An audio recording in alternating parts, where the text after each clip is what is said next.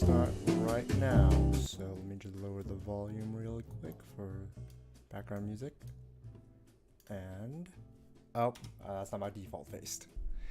All right, let me just make sure everything's sounding good. Everything, and we'll get started really quickly. How's everyone going?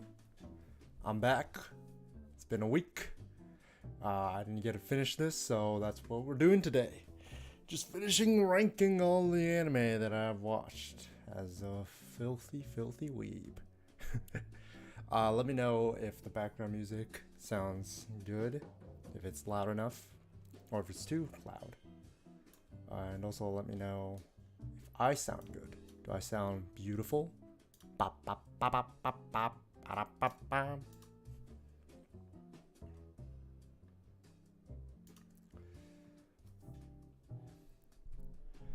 Let's see. I just got a new mic, so I should sound crisp. No more USB mic. Actual beautiful mic. That's with an actual audio interface, so we should sound beautiful and luxurious. Well, actually, I think I already had this mic during the last stream. I don't remember when I bought what. I just impulsively bought random stuff. So, should sound beautiful. And you know what? We can probably get started right now, if anything.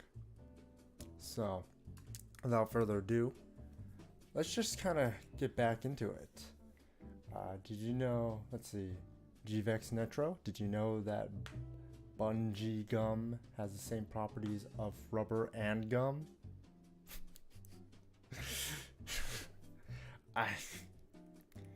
Not gonna lie, man. Oh man, I definitely know the reference. I've heard that sentence before. I just don't remember where it's from. If it's a D's nuts joke that I'm not getting, you just hit it with me. Or if that's what, a Luffy joke. I've definitely heard it though before. Either way, you got me. Even though I don't know what it is. But in this list, I'm glad there's a few people in. So we can probably start, and you guys will be the first to see part 2 and the end of this.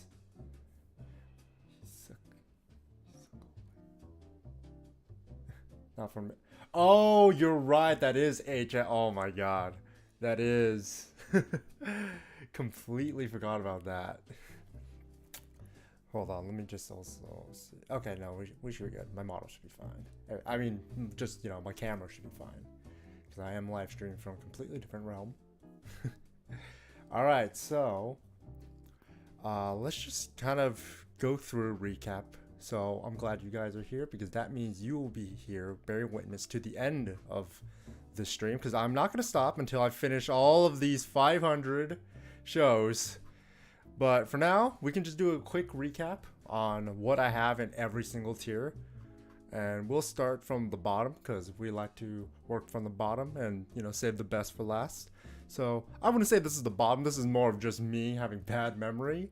But the wait, when did I watch this tier? So there's a lot of anime on this list. As a recap, there's a lot of anime on this list, 500 of them. And I'm not going to be able to remember everything that happens in every anime. Some anime are just so forgetful that I don't remember what happened, but I completely remember. I have the most vivid memory that I did indeed watch these shows. They're on my mouth for a reason. It's just I have zero memory of what happened, so I can't accurately rate it. So that's what it's in here. This is Aki no Kanada, the one anime movie that I watched just because the girl looked hot. Akano Riddle, I just remember like assassins, and I don't really remember much. You know, out of all of the anime that are in here, this is definitely something I should have remembered, because I remember having like a somewhat of fun journey. I just don't remember what happened in the show itself. Bungaku Shoujo movie, I have no idea what that was about. I just see it every time I go to my mal. I just always see it at the top, because you know how alphabet works. Comet Lucifer. I just remember this being this is one of those shows that I definitely should have remembered, considering it's like fantasy. It's very cool, almost dystopian like, and yet I can't remember for dog shit what happened in this anime. I remember it was cool, and the girl, she was kind of cute, just because she had white hair.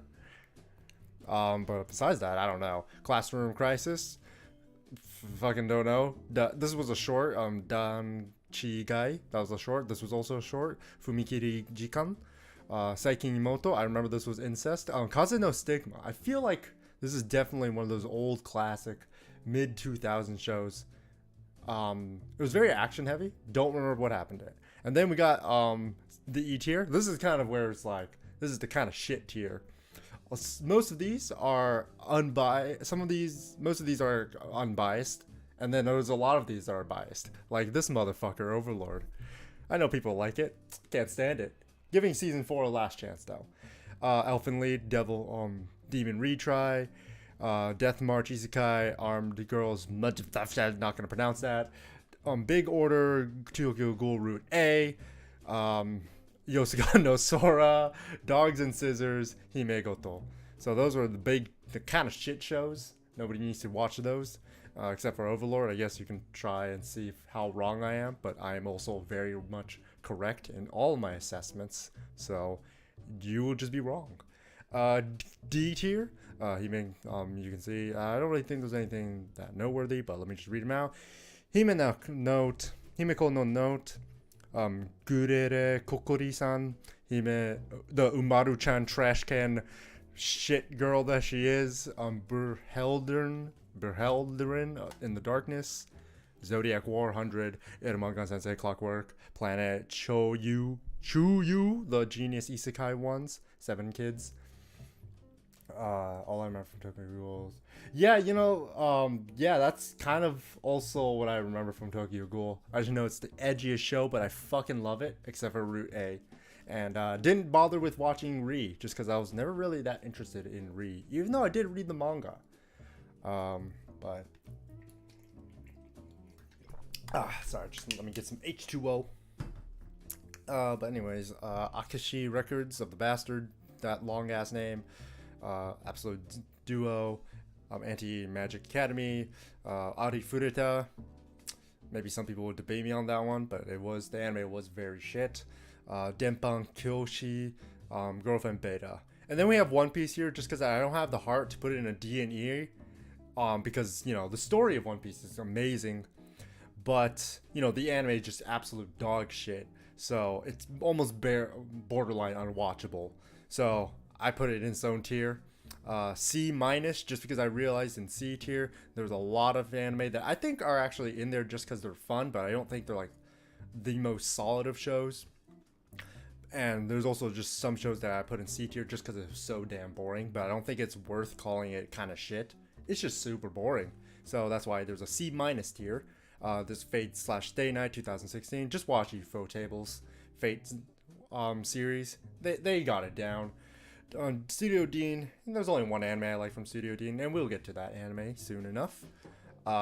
Very Gone, Domestic Girlfriend, Date Alive, Bokutachi no Remake, Arita, All You Need Is a Sister. A Sister is All You Need. Alderman on the Sky, Blend S, Sentai no Nayami, Dagashikachi, Flying Witch, Free. It's very shame because I have to rate it on the entire anime, the entire series, not just season 1. Season 1 is like a B tier show. The rest of it's kind of boring. Gabriel Dropout, Hayori Neruko-san, Handa-kun, Demon Lord Daimo, which was a classic in the ecchi harem phase of my life. Judan, that was a disaster, and Just Because. Now we're getting to C tier. These are fun shows. I think you don't need to watch them all. You can just watch 6 episodes of each of these, or maybe for more of the shonen, a good half of it, and then you'll be satisfied with it. You can have a lot of fun with these shows, is what I'm trying to say. Fate/Apocrypha, Dr. Stone, Charlotte, Blood Lad, Bimbo Gamiga, Beelzebub, Ao no Kanata, Bak Test, Waiting in Summer, Amagami SS, Akame ga Kill, JoJo Part 3, Naruto, Aldeno Zero, Code Geass, Akito, the Akito spin-off series, Black Bullet, My Hero Academia, Ascendance of the Bookworm, Alice and Zoruko, Inugami and Neko Yama. I believe this was just Yuri bait, so that was always fun. Assassin's Pride, the spin-off of Attack on Titan, Excel World, Assassination, Isekai, Cautious Hero, Defrag, Decadence, Dimension W, Drifters, Dumbbell. Gotta pay respects to Machiko. Etotama, Expelled from Paradise, Food Wars, God Eater, Golden Time. Grimoire no Zero, Grimoire of the Zero, Hakame, To Mikochi, the Kindergarten anime, How Not to Summon a Demon Lord, Goblin Slayer.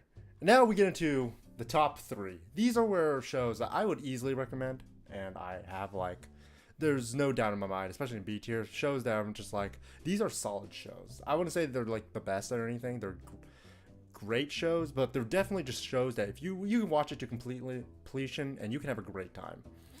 We have Kobayashi Dragon Maid, Bleach, Assassination Classroom, Dorohedoro, Bacano, Spice and Wolf, Chuni. We love Chuni. Wait, why is Chuni not an 8? Oh, wait. Oh, yeah, you know what? Yeah, Chuni's B tier more. So, just because season 2. JoJo Part 1, Darling in Franxx, One Punch Man, Aka 13, Astro Lost in Space, Blue Exorcist, Tokyo Ghoul. Here's my boy Tokyo Ghoul, that edgy motherfucker. I love the first season of Tokyo Ghoul. Alu and the Sea, Ajin, 86, Welcome to the Ballroom, Achikochi, After the Rain, Quintessential Quiplips, All Know How to Ride, O Maidens in Your Savage Season, Barakamon, Fire Force, Bento, Black Rock Shooter, the TV show. I believe there's actually going to be like a season 2 or just a new remake of it, and I'm actually really excited for that. Batum, Boom Street Dogs, Bunny Senpai, Cells at Works, Classroom of the Elite. I need to start watching season 2. I'm actually very excited for that because the first season was just absolute bamf of a season. Cowboy Bebop, Danmachi Erased, Higehiro, Danda Iwareto Koto Wakaranai, or some Japanese words like that. Let's see what's next. And then next, A tier. These are the shows I fucking love, without a doubt. I don't think they're S for a very specific reason. Let's see. A lot of people, sorry, there's someone in chat saying, a lot of people trash on Fire Force. Why do you think that is? Where did I put Fire Force, actually? Did I put Fire Force? I put Fire Force in B tier. Oh, yeah. You know, I think, honestly, I think the trash is a bit for a good reason. I think the story and characters of Fire Force, not that very good. But, when it comes to, you know, David Productions pulled it out of the park. They, like, really gave Fire Force, I would say it's like the Sword Art Online of anime. Because Sword Art Online just has a ridiculously good budget for how shit of a story is. And I feel like Fire Force is kind of the same, except the story of Fire Force is not too shit. It's just kind of like meh. I'm not gonna like lose sleep over how hype it is, neither of the characters, but I think the production value is just so good. The sound design is so good, and just literally everything production wise, nothing to do with story, nothing to do with characters, nothing to do with like the writing, but just everything else that has nothing to do with the writing is top tier. It is like S tier, but because the writing kind of pushes it down, it's more of like B tier. I'll give it that. I think it's something you can definitely watch all the way through, unless you're not monkey brain. I'm very monkey brain, so that's why I'm able to watch it completely through, just watching the hype animation and just him going and hearing the bass go whenever they hit something and kill a demon. Oh my god, that shit's orgasmic. I love it. But yeah, no, the pacing, yeah, I agree with Moni. The pacing is very weird. It is definitely like a B or C. I think I would be more dismissed to put it on B, C, but I just got to pay respects to David Productions with how much they just pulled it out. They just hit it out of the park. It is the same creator as Soul Eater, which is a shame because unfortunately I haven't watched Soul Eater. Definitely think I should give it a shot, just because I know it's one of those like Shonen classics. and apparently it is in the same universe as Soul Eater, from what I've heard. Don't know what that means, but because I don't know how that corresponds, but just heard about that. That might be in the spoiler, except I don't really, I may have just spoiled myself and then spoiled all of you, but I don't know what that means. So, take that with a grain of salt.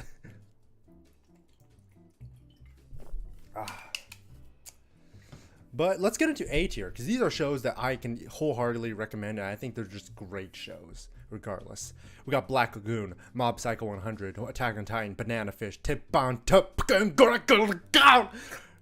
love that. Babylon, Kill la Kill, Anohana, Amagi Brilliant Park, 91 Days, JoJo Part 5, JoJo Part 6, JoJo Part 4, Jujutsu Kaisen, 5 centimeters per second, B-Stars, let's see, Bokura wa Minami Kawaiso, Carnival of Phantasm, love the parody, love it, gotta love it. Let's see, Carl and Tuesday, Clan Ad, Daily High School Lives of High School Boys. That's not how you read that. Darker Than Black Season 1. I definitely should make a Darker Than the Black Season 2. So you know what? This is going to go on YouTube, more of a collage clip type of thing. So post-edit me, put Darker Than Black Season 2 in D tier. So Season 1, A tier. Season 2, D tier. Death Parade, Demon Slayer, Fate/Stay Night, Unlimited Blaze Works, Fruits Basket, and Grimgar Ashes and Illusions, which I know is an isekai nobody really likes that much. They don't hold in too high of regard, but for me, it's a great show. It's one of my favorite isekais out there. And then we got S tier. Now, S tier, these are shows that probably could also just be debatably an A and maybe B, but they just have a very specific connection to me for one reason or another. So this is my tier list after all. So there's going to be shows that you're going to be wondering, why is it an S tier? And I think there's like two obvious ones, but definitely reason why you're going to be questioning why they're an S tier. But I just put them because they get certain job done masterfully, and they are a master, I think, of their craft and just impact on my life. So we got my favorite anime of all time at the top, Violet Evergarden. Then we got JoJo Part 2, my favorite part of JoJo. Code Geass, Dororo. Or Dororo. Wait, Dororo. Dororo. Yeah, there you go. Angel Beats. Yudu Camp.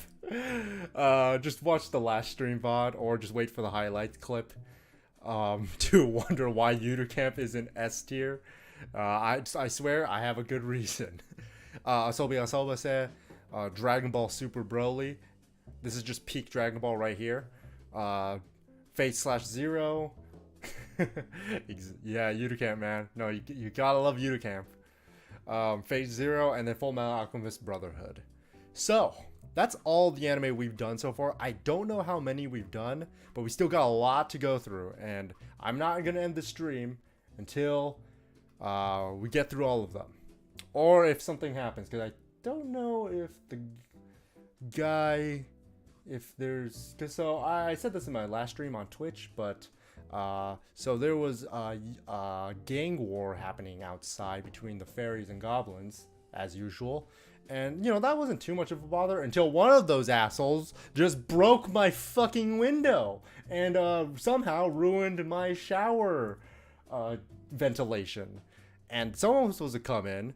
The apartment manager was supposed to get someone to come in on yesterday, but the guy never came. So, fuck. And I have to, and hopefully he doesn't just last minute be like, oh yeah, we're gonna send someone here at 5:30. So, if that happens, we might have to pause stream for a bit, or just end it and then restart it once he leaves. But, we'll definitely today, we're gonna finish this list. I guarantee you that much. My little weebs from the human realm. So with that said, after drinking some water, let's just get started. And I don't want to start with this. Let's start with a random anime. Does anyone in chat have any anime in mind? Just throw it at me and we can see if it's fucking if it's fucking on my list. Yeah, you know, goblins and fairies. I live in a completely different realm, Nitro. So, for where I come from, there's always kind of like it's like LA, except it's not. It's just completely, it's a very magical place, and think of cyberpunk, except there are goblins, spirits, and fairies. Just think of it like that. Bottom line is, Windows broken, and that's all you need to know. So let's see. And shower ventilation broken. So does anyone have an anime they just want to throw at me, and I'll see if it's on this list? Because I don't want to start with this. This is just kind of a both a boring anime at the same time, a very interesting anime. And I want to start with something strong, or just suggestion by you guys. So give me something to rate, and I will see. I'm just realizing, actually, there's a few anime that I definitely didn't put on this list just because I probably didn't just have it on my Mal or something.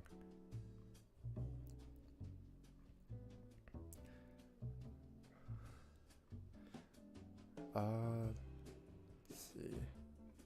Yeah, there's definitely a few that I'm missing, but we can definitely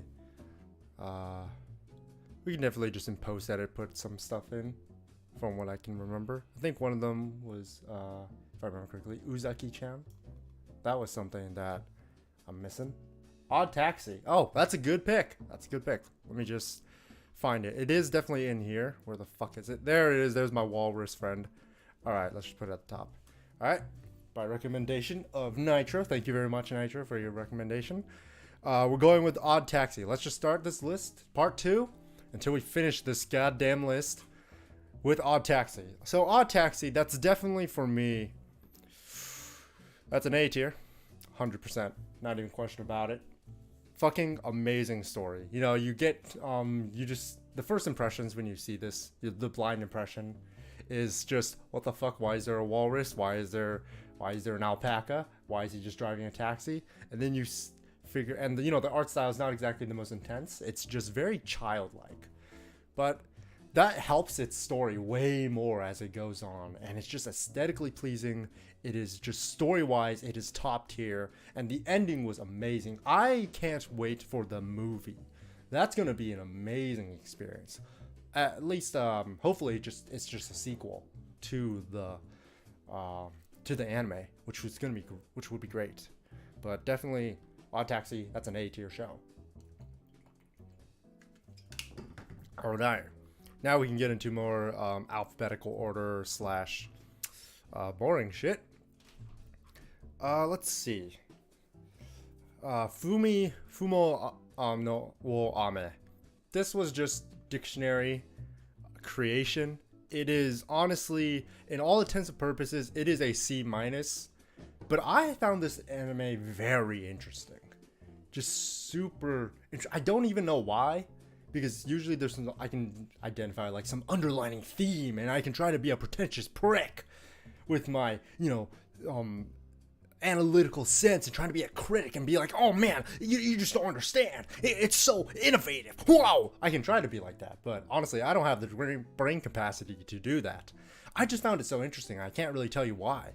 So even though all intents and purposes, it is a very boring show, but for that, I'm probably going to put it in C tier. I'll put it, or maybe even B tier, just because I want to give it some credit, you know? I'm going to put it up there. Yeah. Funo no Ame, which is like, what? Amu, rain ship or something like that. It's just dictionary making. Future Diary. Future Diary went like, Yuki.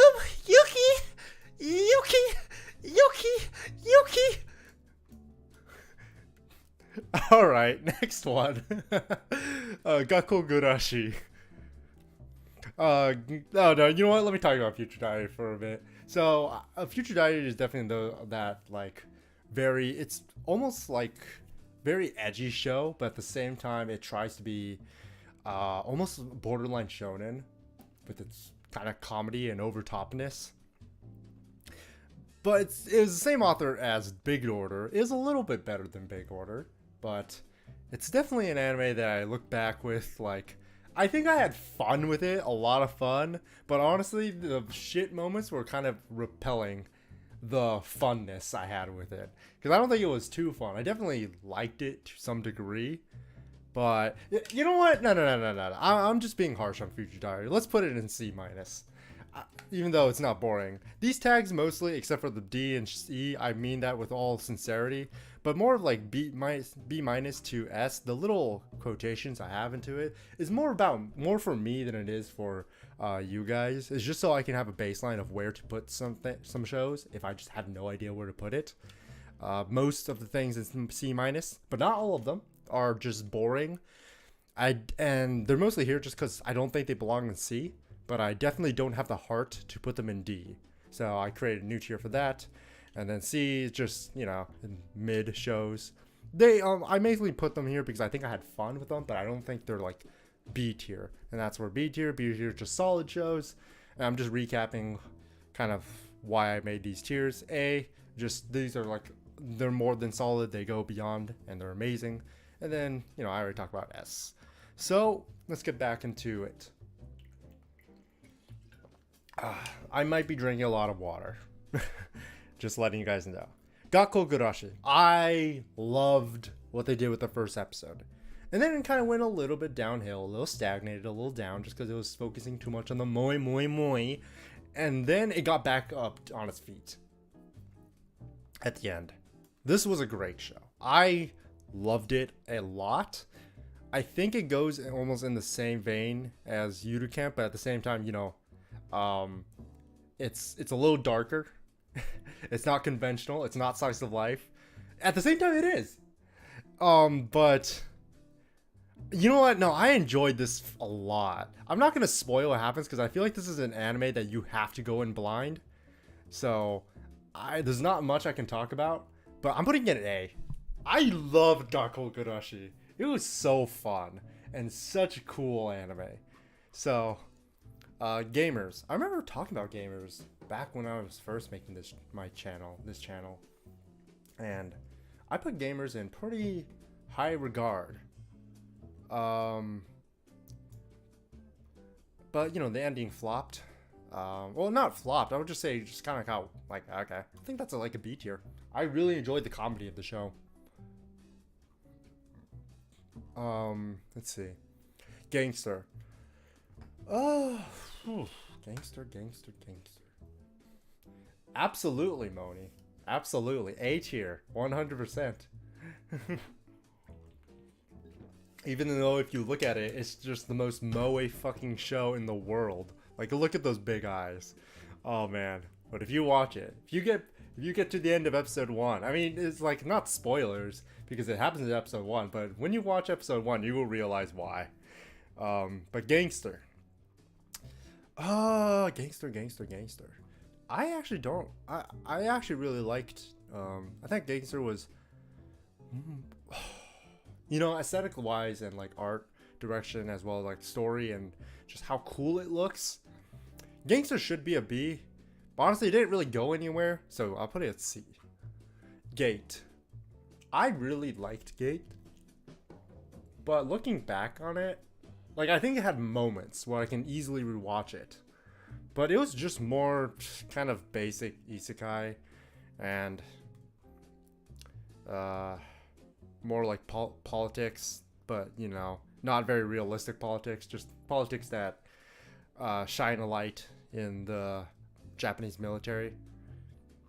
So it was kind of weirdly propagandaic,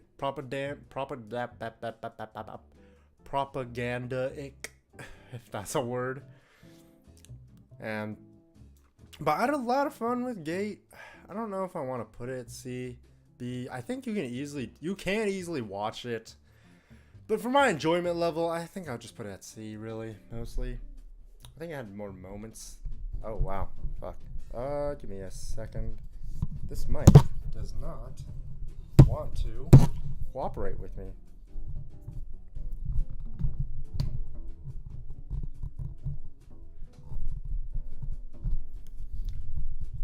There we go. Hopefully I can. Is that better? I'll try to make sure I look at the mic every now and then. But yeah, I think I'm gonna put Gate at C. Ghost in the Shell, just the movie. This is one thing I definitely maybe we should definitely revisit this list when I watch a lot more. I go back and watch a lot of the classics, because that is something I want to do. You just start watching a lot of anime from like mid 2000s and then early 90s. And Ghost in the Shell, I want to watch all of what was it? What was the anime? It was something complex. I definitely want to watch all of that. I haven't. I just watched the movie, and I'm not gonna lie with you. Maybe it should be A and S, but I'm not one to like understand all the philosophical when anime try to get really philosophical. I think in bare bones minimum, Ghost in the Shell is able to do that pretty easily, but do like a bare bones level on like Evangelion, which is just like what the fuck is actually happening. But Ghost in the Shell, I thought it was just very innovative from an art direction standpoint. Story-wise and just what it was trying to portray, I don't know if I got it. I think it was just interesting. But definitely not a movie you should skip. You should definitely watch the movie. So I'll say that I'll put that in B there. Girls Last Tour. Out of all the like slice of life shit, this is great. Just because it's post-apocalyptical slice of life. That's an A tier. Fucking love that. Really, really good. Just seeing the environment that they just tread through, and the desolate landscape of like a very, very futuristic world that's just dead. This was such a good show. Very nice ambience. Very nice show. Good Job Club. This was one of those just slice of life rom-com. I wouldn't even say rom-com, mostly just slice of life comedy shows that I really enjoyed. I remember watching so many of the clips. I think even to this day, if I just watch one clip on YouTube, I'll just get sucked right back in. I'll just want to watch an entire episode.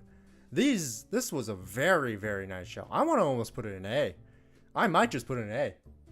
Don't tempt me. I might just put it in A. But it should probably be in B. I'll put it in B. Oh, I'll just keep it in B. That's fine. Glasslip. Glasslip. Glasslip was like... Glasslip was... I remember watching the show with my friends, and we were so hyped for it. We were like, we watched the anime, and no, we watched the trailers, and we were like, dude, this is gonna be so good. This is gonna be amazing. Oh my god, the art, it's so beautiful. This is one of those things that PA Works does a lot, where they have such beautiful, amazing shows, but the story is just like, huh? What the fuck is the story? Excuse me?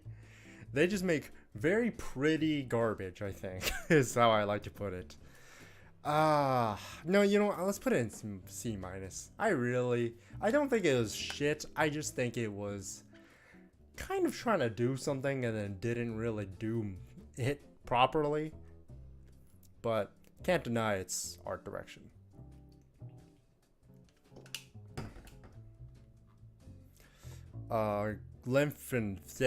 German. German word. You know, this anime, I'm not going to lie with you guys. It should be in like a C tier, but its anime was so good. Its soundtrack, its animation, oh my goodness. I fucking loved it. This was a solid ass show.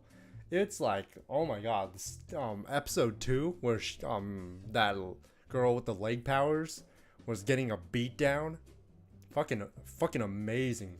Animation choreography, and then you got the final fight. That was just like, for some reason I just replayed that fight so many times. I loved it. I think this was this was like the edge of the week type of show, but still loved it. Is Your Order a Rabbit? I loved the first season of this show with endearment. And this was around the time when I was still into like the moe, cute girls doing cute things genre. I love Chino-chan. Every time she appeared on the screen, I was just like, let me back up just so I don't pierce your eardrums. But I was always like, Chino-chan! Every time she was on screen. I fucking loved her. She was great. She was adorable. But, you know, I'm rating the entire show, and, ooh, that's a C tier. That's a C minus. I almost want to put it at a D tier. But I'll keep it out of D tier just for respect for Chino-chan. Grand Blue. Fuck yeah. Fuck yeah. That's good comedy right there. I think it does drag a little bit just because there's a lot of dragging in the manga itself, but you can read through that. In the anime, you can't really read, you just skip through that, so it's a little draggy, but comedy's still on point.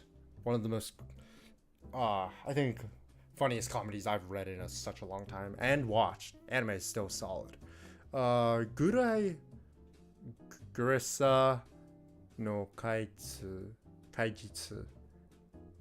Oh yeah, this was the one where the guy is a special ops operative, but he's a high schooler for some fucking reason.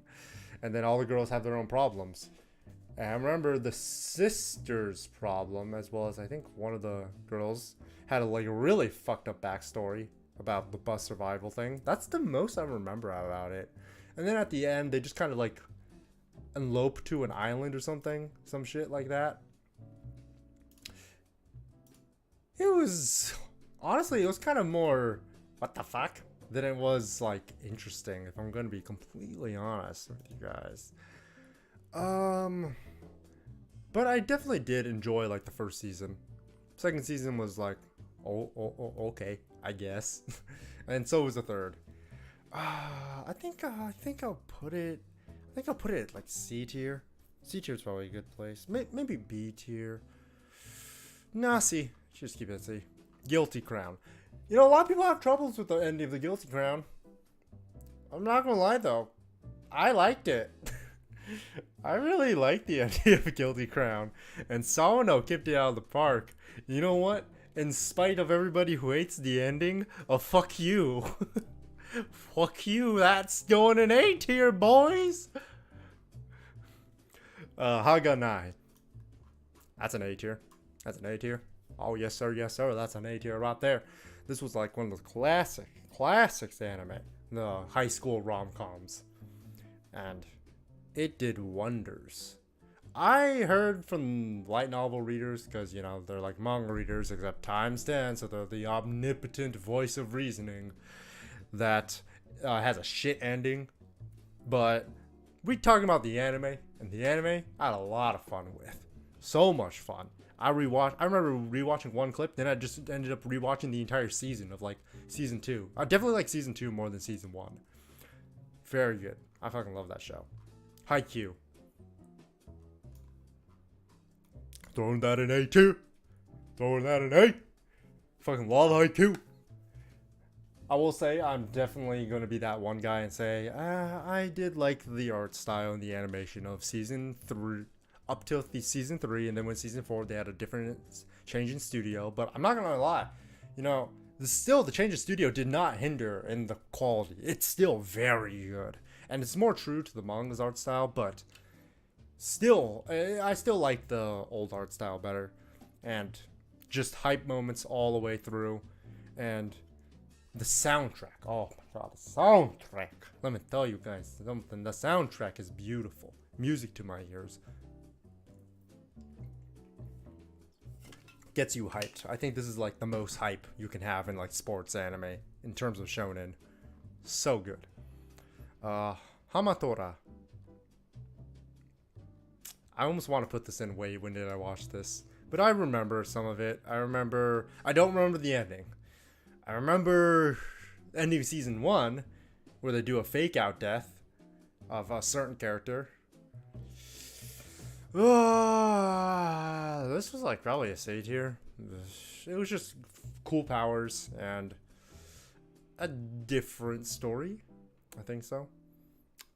And you know, we just went through Haikyuu, which was like the most hype, and then now we have the most dramatic, over drama queen sports anime, Hana Bato, badminton anime. You know, I love badminton. I played it a lot as a kid, and I love it. So I was really hyped to see this. But this was just the most dramatic shit ever. So overly the top dramatic anime I've ever watched in terms of like sports. Because, you know, sports, they like to get a little over dramatic just because they gotta like, it's about the team, it's about my ambitions. But this one's just like, it takes it to another level where it's just like, oh yeah, you know, I had family neglect. Oh, I'm so broken. But then I'm also a prodigy at badminton. Oh. And it's just like, come the fuck on, really? Like, oh my god, this is just too much. Like, I remember in the first episode, short haired girl with big titties. She was just like, she saw this girl, and then so she in middle school she lost to her, and then there was this huge like 30-second sequence of just like boom, boom, it's her. Oh my god, it's her. I can't believe it. What is she doing here? She's gonna ruin everything. And she starts getting like a PTSD Vietnam flashback attack. I'm like, what is this? You just lost to her in a game of badminton. Chill out, girl. What's wrong with you? But aside from that, you know, I actually enjoyed. I put it at B, even though I'm like berating on it. I still put it at B. It was actually a very fun anime in terms of sports. Happy Sugar Life. You know, I'm glad it was as short as it was, because if it was 24 episodes. Wait, was it 24 episodes? Oh no. Oh no.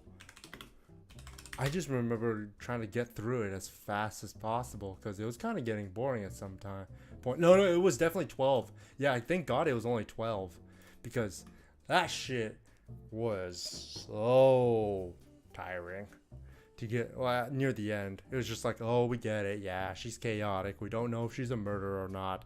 Oh, wait, maybe her aunt's a murderer. Whoa! And then for some reason, she likes this one little kid. It was Yuri Pedo Bait, I guess.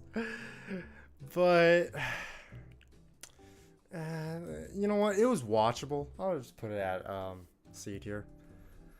It tried to do something interesting, and then was kind of like, okay, you're taking the piss now. Devil's a Part-Timer. I completely forgot the Devil's a Part-Timer season 2 was out this season. So I need to watch that. But this is an S tier show. I'm just rating on the first season. S tier. This is another one of those shows that I had very fond memories of enjoying it with friends. And I loved it. The comedy is like perfect. And I really wish the season 2 came out earlier with the same art style. But, you know, it looks like they're doing very nicely with what they have right now. So we can I'll definitely give it a shot. That's for sure. Like, no doubt about it. I'm going to give it a shot, season 2. I want to go back into it. I can't wait to see all of Mao-sama's goodness. So, but for now, season 1, S tier. 100%. Not even a question. Hensuki. Oh, Hensuki. Yo, I'm putting that at A tier. This should be minimum B, but I'm putting that at A. I had so much fun with Hensuki. I think this was the last time I enjoyed a high school rom-com anime. I think this was the last time. It's just so fun. I just had so much fun. The voice acting is on point. The comedic timing also. Oh my god. This is like at its peak. And it was only 12 episodes. But every single girl likes him for a completely stupid reason. It's just like, oh yeah, we fought, yeah. And then he just kind of wants to have nothing to do with it. It's fucking great. Hida no Aria.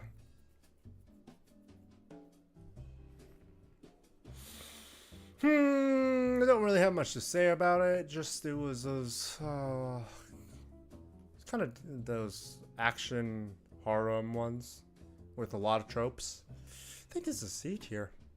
A lot of fun. Oh yeah, it was also like one of those power fantasies of just I'm a main character. I'm kind of the low rank, but actually I'm the best. Yeah, it was like that trope. It was executed though very nicely. Not gonna lie. Put a C there. High School of the Dead. Oh, we gotta pay respects to High School of the Dead. We gotta pay respects to High School of the Dead. That's a B tier show. Fucking loved it. High School of the Dead. Amazing. We gotta pay respects to so many of the most iconic scenes in anime. The boob dodge. Fantastic. And also, it was just a really fun show. Really, really fun. Like, more fun than it can be in B. More than... Let me try to rephrase that. It's more fun enough for it to be more than C, but it's like in the fun level of B. Hina Matsuri. That's another...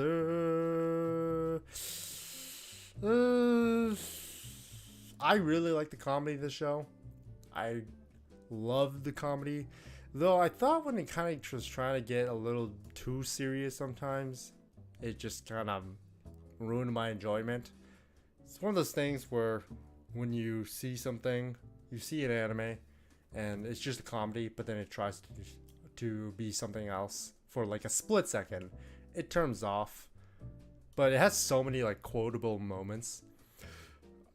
Like in the very beginning, watashi no smartphone. Fucking love this. I love the humor in the show. I think it's like a very good B tier. Very, very good B tier. Maybe low A, but we're not doing that. So, very, very solid B tier show. Hitori Bochi. This should be in C minus, but I think it executed everything it needed to do. Like usually Moe slice of life high school shows, cute girls doing cute things. They don't have the biggest budget, so it's really interesting when you see one have like solid animation. Just when it needs to have solid animation, it just does. Like I've never seen. It's been a while since I've seen these type of genre shows have just like crisp animation in the most random times, and you're just sitting there like, why is the budget for this so high? It's probably not a budget issue, it's probably just a talent issue within the animators, but why did they bring people with such good talent on a slice of life show? It makes you just wonder why, but that's definitely there. Horimiya. The manga readers, they got what they wanted. They absolutely did. Horimiya is a B. I love Horimiya.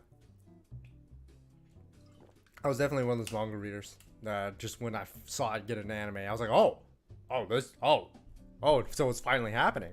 And I was not disappointed. That's definitely like a B tier. Very good show. Hyoka. Out of all of Kyoto Animation's works, this was the most forgettable, which is not saying much in terms of the word forgettable, because I don't forget a lot of it. It's just there's a lot of the moments that I forgot, but it was definitely a solid show that you can watch to completion. Though in just terms of like Kyoto Animation, because I think I've remembered like every Kyoto Animation I've watched to a T, to exactly what happens. But this one, there's a lot of moments where I'm just kind of like, huh. Oh wait, no, I take that back. There's actually an anime coming up from Kyoto Animation, if I can find it. Either way, it's coming up, and it's probably in the same boat. God, I can't find it. It's Hibiki. Euphoria. I think it's S, probably. Either way, we'll see it. We'll see it come up. Yeah, whatever. But anyway, going back to Hyoka. I do enjoy like the mystery aspect. It does get boring a lot of times, though. Admittedly, but I think it's still a show you can watch to completion and you can have a great time. It invaded My only complaint about the show is that the first episode ending didn't fucking come out with a full release. That was the best song of the entire show. Why didn't it come out?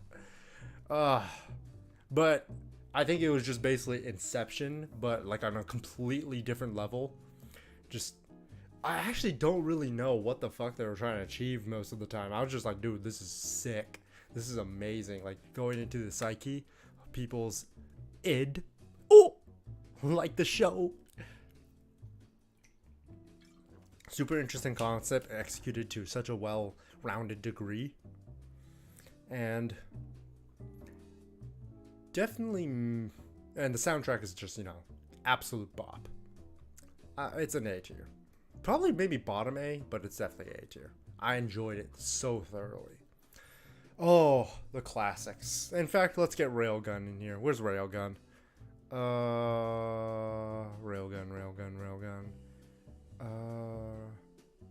Oh, you know what? Let's bring all the certains.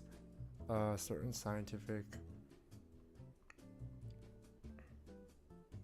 There he is. There's Railgun. Okay, let's go by order. So main season, spin-off, and then spin-off. Oh, fuck.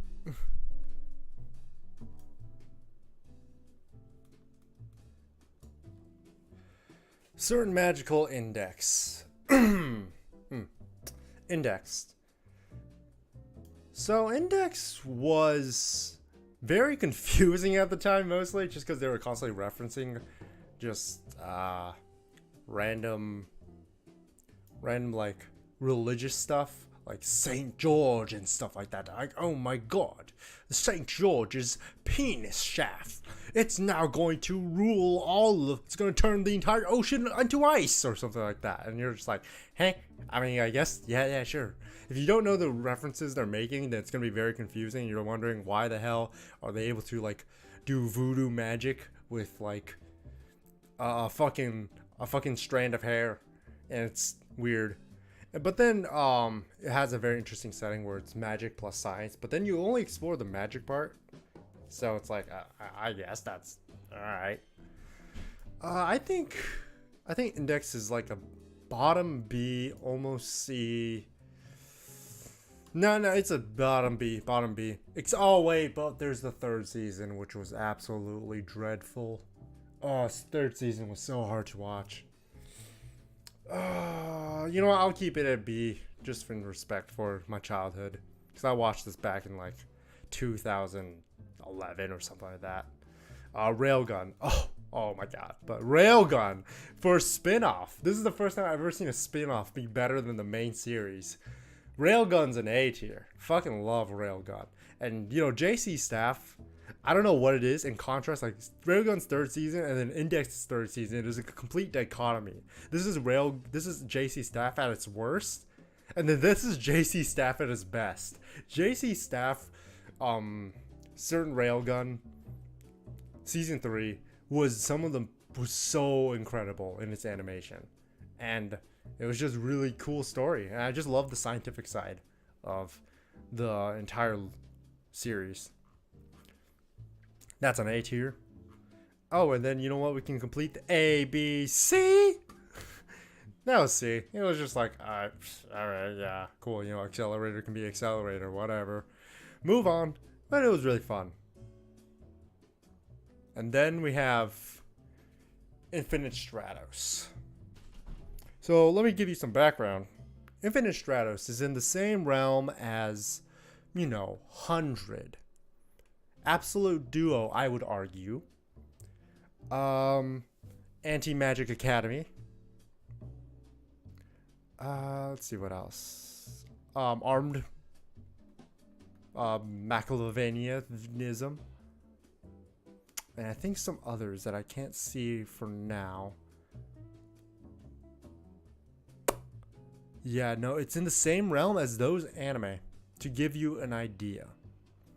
It's in the same realm as those anime.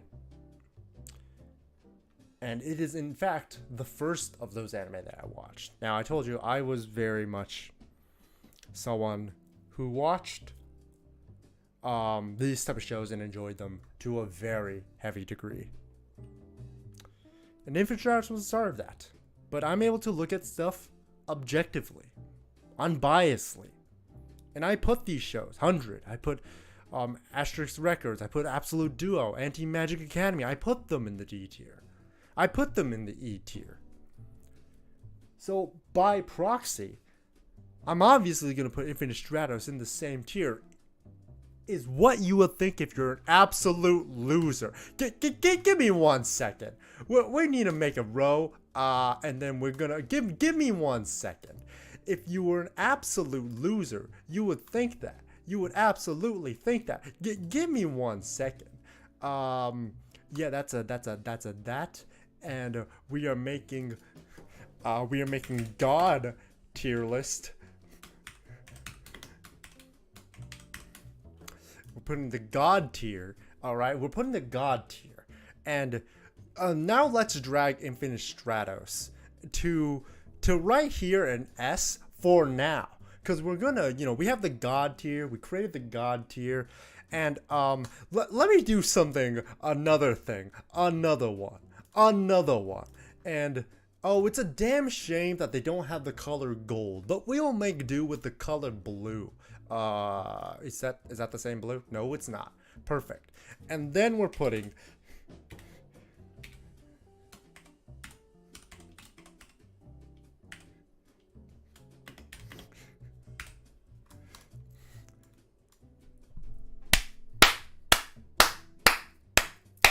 we will never put Infinite Stratos in the same realm as all these other tiers. Why would we even think that? That's foolish. That's foolish of us. Why would we even try to put it in the same immortal plane? In the same tier? I have to, just for the sake of this, stream, this video. But what? So I'm compensating. I have to make some dues with what I have to do. Things that are above God. And that's Infinite Stratos. I know we all know Infinite Stratos is part of the, classic Mojo top 10s. You see it all the time. You see like Dragon Ball, anime you need to watch, Dragon Ball, Fullmetal Alchemist, Infinite Stratos, Bleach. You always see it in like the top anime to watch all the time, and it's a normie pick to like put them in AS. It is. Which is why I'm putting in its own tier. It's a tier above God. Infinite Stratos is my most watched anime of all time. I love this show to such a whole endearing moment. And I'm sure many of you love this show. And you know what? I did mistake in one thing. Post-edit me. Can you split Infinite Stratos into 2 and then create season 1 and then season 2? Put season 2 in the D tier, and then we keep season 1 and infinity equals 0. Because honestly, that's kind of what it is. The season 1 anime was so amazing and so godly that it deserves its own tier. Now, the season 2, it just kind of reduced back into, it was more of somebody trying to replicate Infinite Stratos, and they were marketing as a sequel. Unfortunately, they cannot make it past my eyes. I can see divinity. I know divinity when I see it. And this is beyond divinity, which is why I can't see it. It's so beyond God that we had to create a new tier. It is just an incredible experience. Infinite Stratos. One of the greatest anime of all time. I think we all agree with that. So, I don't think there's any argument need to be had. We can just move on to the next anime on this tier after I come back, because I need to get some more water. So, be right back.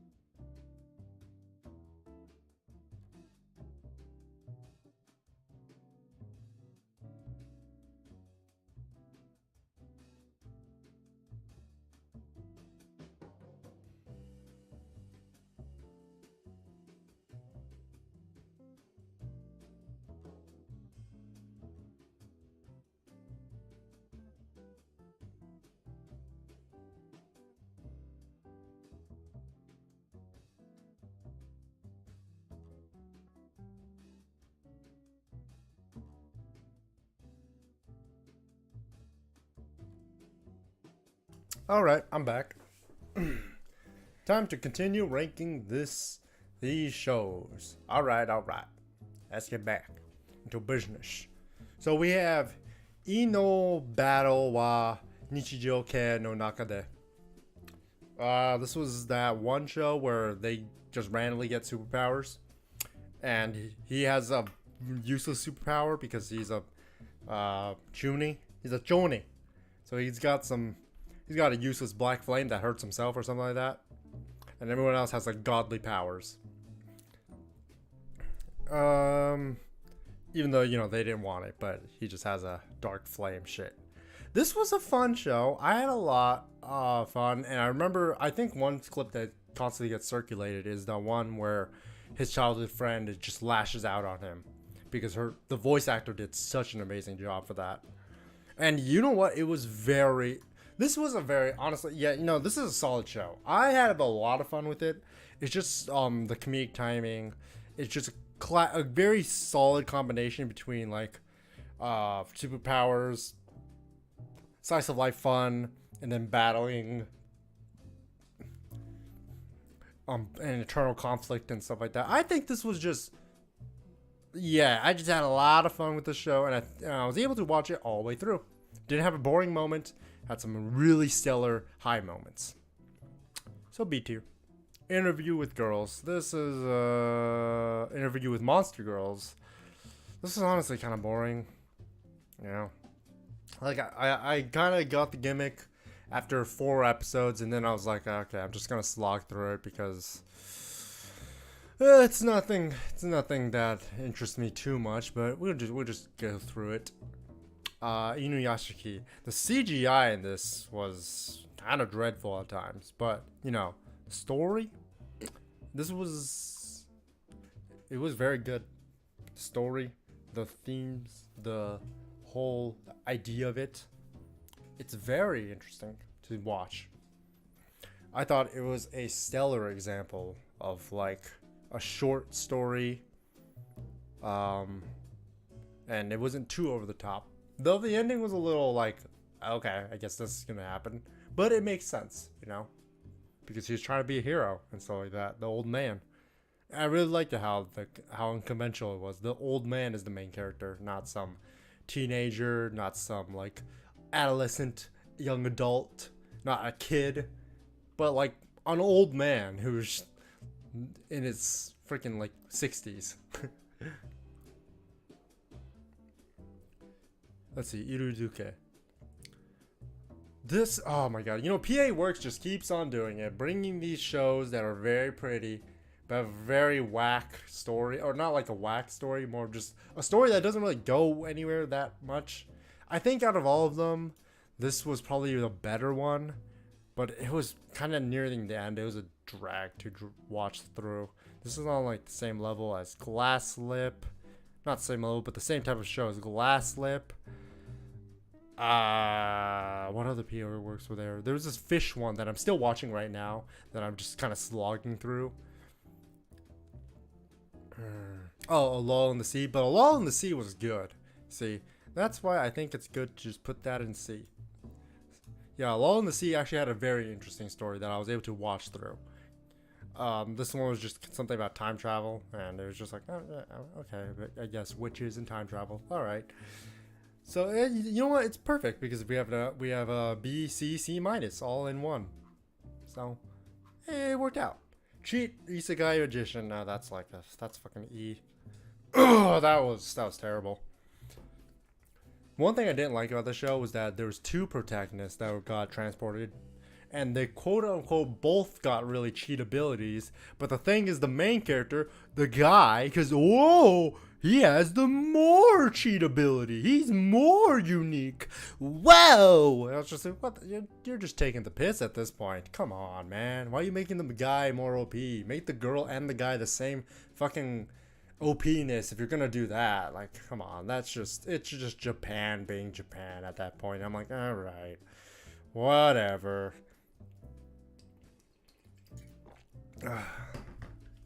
Isekai Quartelet. So, think about this anime is that this is very much the type of, whenever they do parodies of themselves. It always tends to be very trying to be like the self-aware type, and doesn't really do anything special with it.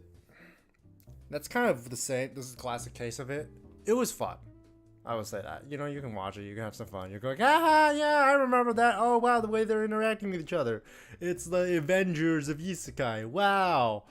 Honestly, though, it was fun for like the first 5 episodes. Then it was just kind of like, okay, I'm just watching this because I might as well finish it. It's short, so I might as well finish it.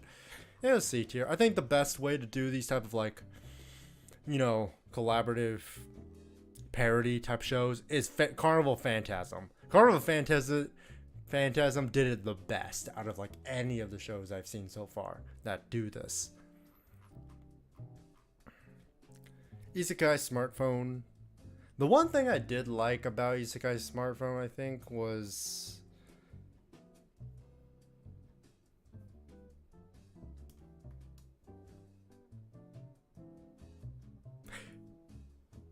Ishukuzoku reviewers. Ishukuzoku reviewers.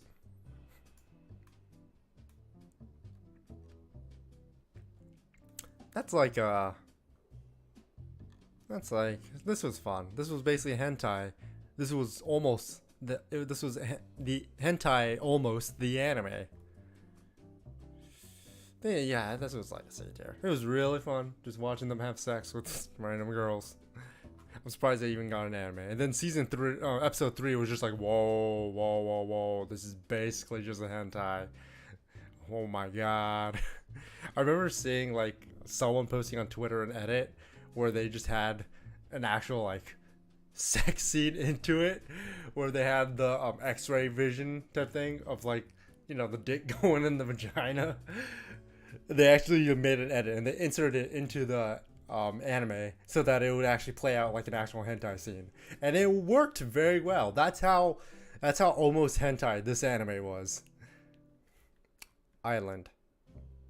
This is some time travel bullshit thing, if I remember correctly.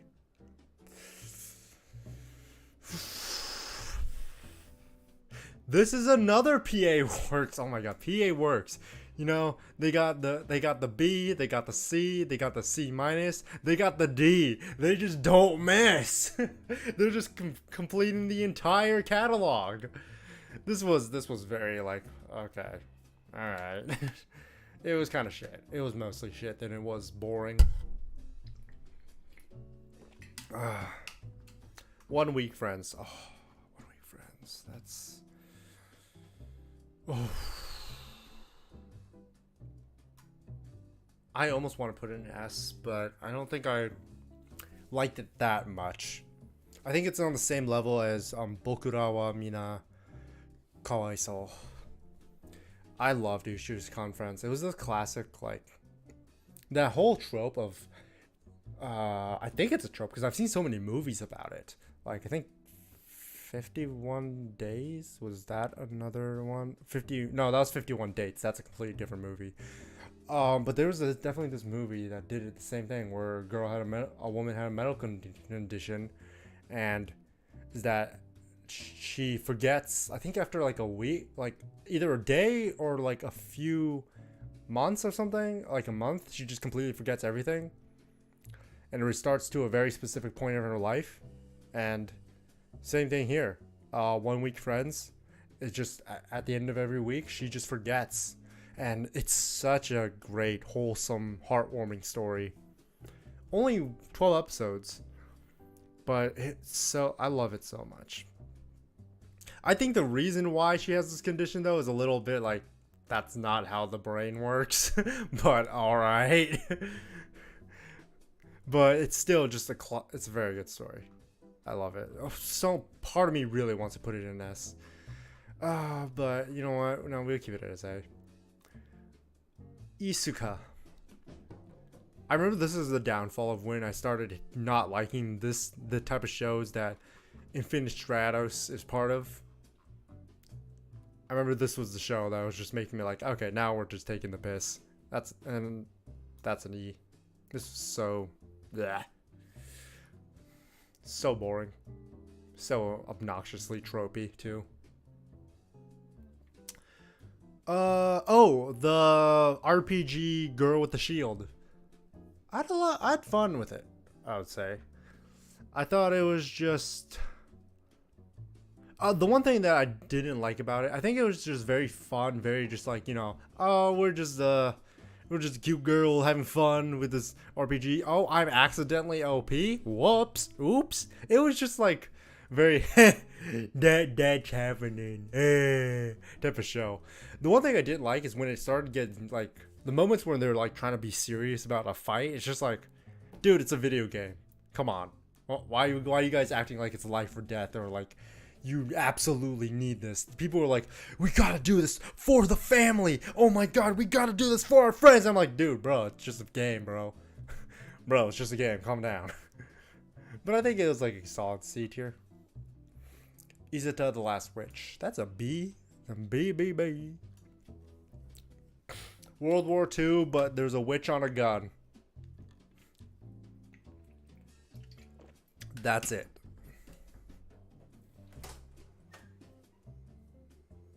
I'm gonna open that door, just a flow of air. It's getting so hot in here.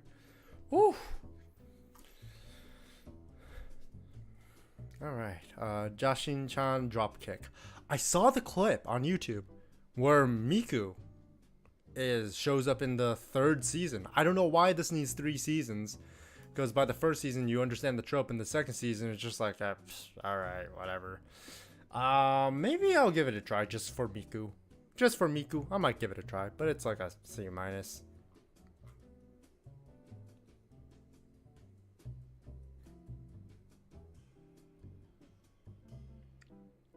Sorry, give me a second. Just had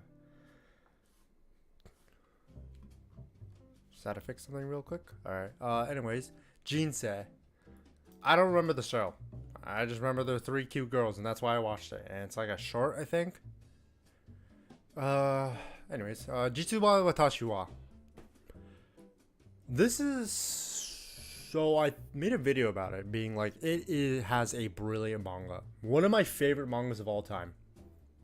But its anime is just like, oh, come on. Taking the piss. You're taking the piss. Come on, man. What I enjoyed from the show was the first 3 episodes. I thought the way they handled it was better than the manga. And also, I liked the soundtrack. That was also very nice. But it's definitely one of the shows that I feel like works better as a manga than an anime. Just because there's a lot of fluff between the jokes. And it is definitely one that is suffers from color. Which is something that I don't really think is very common. That's very rare. Where I think the black and whiteness of the manga actually adds to the horror effect that it has sometimes. Where Jitsu wa Watashi wa, as you can see, is a very colorful show. It's very saturated and very colorful. So a lot of the horror quote-unquote elements weren't really shined through. But then again, I did say in that one video I did a long time ago that the story only gets good when a certain character gets introduced. And that was like right at the cuff where the anime ended. So it's just a shame, you know? They had to slug through the beginning just so you can get through the better parts. But unfortunately, you know, it was only 12 seasons. 12 episodes. 12 seasons. Oh my god, there's no way. It's not fucking One Piece. 12 episodes, so there was no way they could have gotten to the better part of the story. So... yeah, that was unfortunate, but it was still a solid show. It got me into it, but it was honestly it was a C-. Anime, the manga though, freaking like S tier. Love the manga.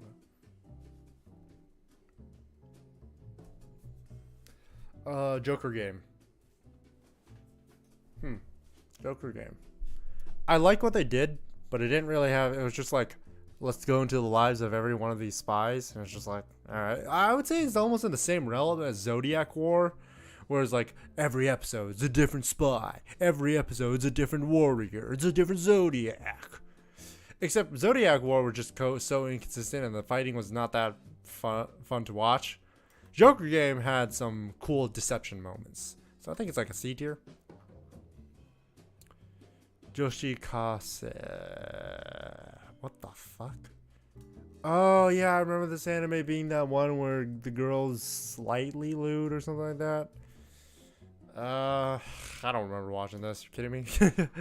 Castletown Dandelion. I don't remember. Oh, it's been so. I don't remember the last time I read this manga, and also watched the anime. Though was very good. I would say that it was very solid and just showed us the parts that made it very good. And I think it was an anime original ending too, because the manga still continues afterwards.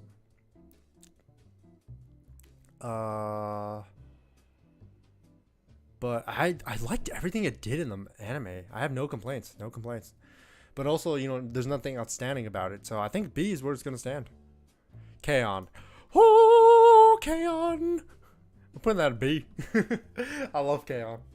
K-On! Is such, is like, this is Kyoto Animation too. And it's just how, this is why Kyoto Animation is like, I think, the king of slice of life. Slice of life is the most boring genre in existence, yet somehow there's just Kyoto Animation is still just able to make you immersed in every slice of life they put out.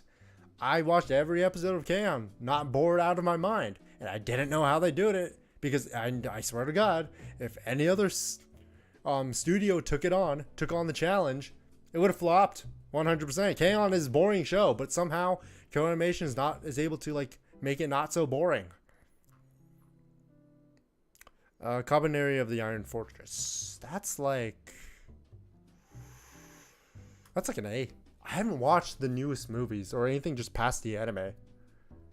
But based on the anime, I had a lot of fun. It was just like a lot of people call it like discount Attack on Titan but with zombies.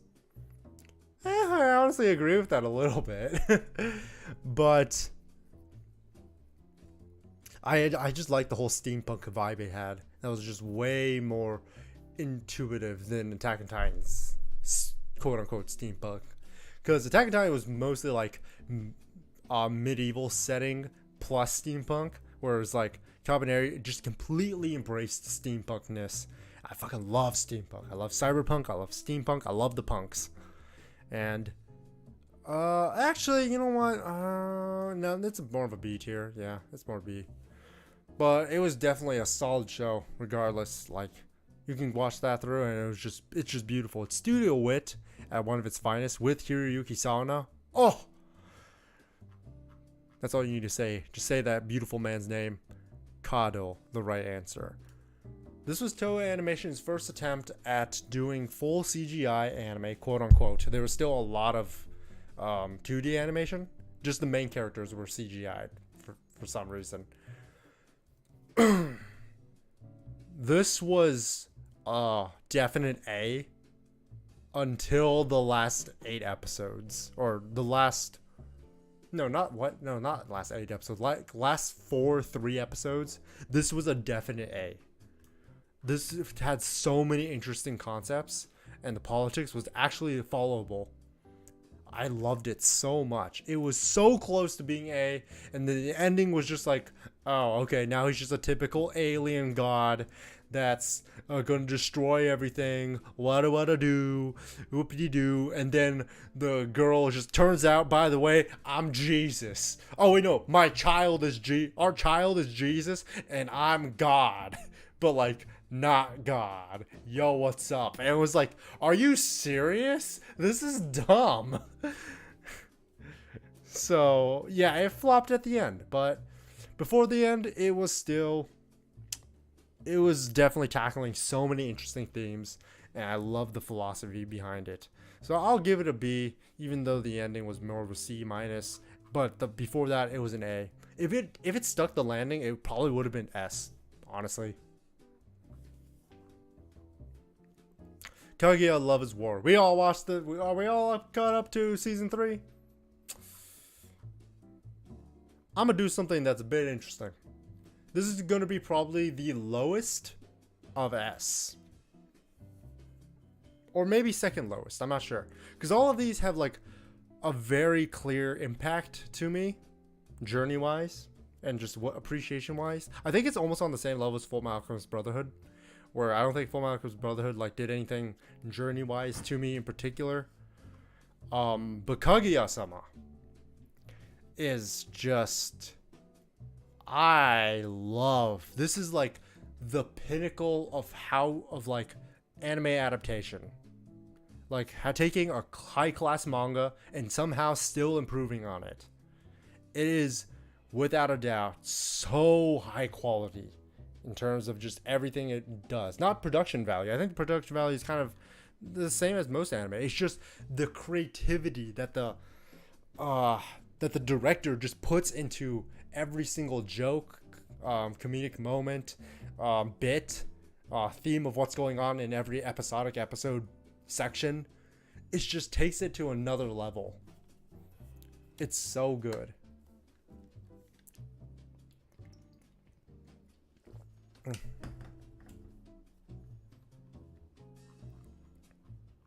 Kakegurui. Kakegurui. Pretty.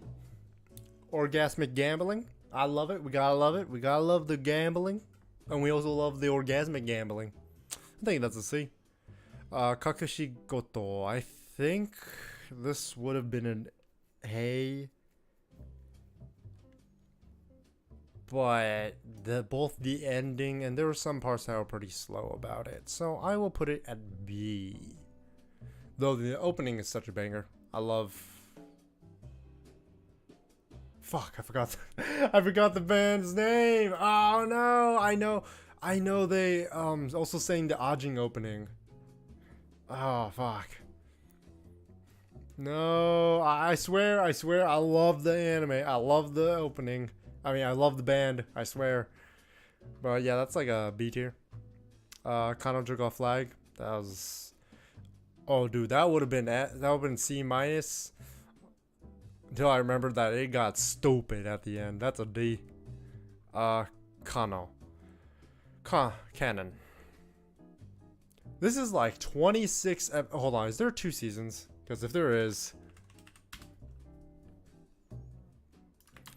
Because I remember there's like, what, 26 episodes in the first season?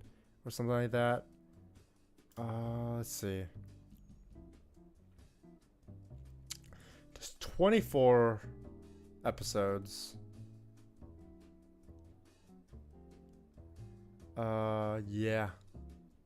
Oh wait, there's a 2002 version too? For 13 what the fuck? Oh, I didn't know that. Oh well. But anyways, the 2006 version is what I watched. 24 episodes. Those 24 episodes were unrememberable. I don't remember anything except that one of the girls turned into a fox, I think. That's like, wait, when did I watch this? I don't remember anything. Oh, man. Kate Kill Hitman Reborn. The first long, like, super over 200 episode anime I've ever watched. And this was... I'm putting it at B for my childhood. Thinking about it, though, it might be C. But I have fond memories with that show. That was good. Just the man turning into flames. Him going from a wimp to an absolute Chad. He's literally the definition of just both the virgin and the Chad in a single body. So fucking cool.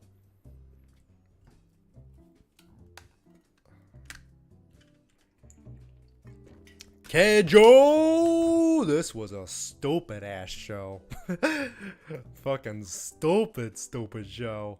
Oh man, but I fucking loved it. I had so... Yeah, that's a... No, we're putting on B tier. This was such a stupid show. Wrestling with water sports and your butts and ass. So fucking stupid. I love it.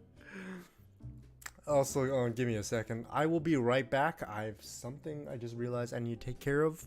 Just give me like 5 minutes.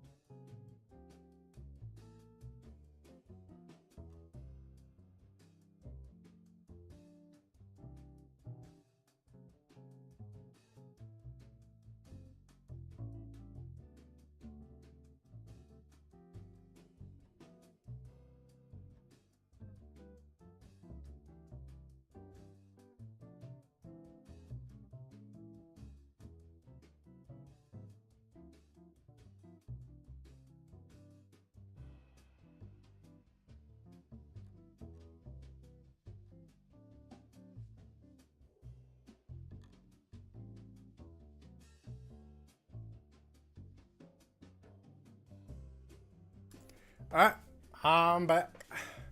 I'm back. So, where were we?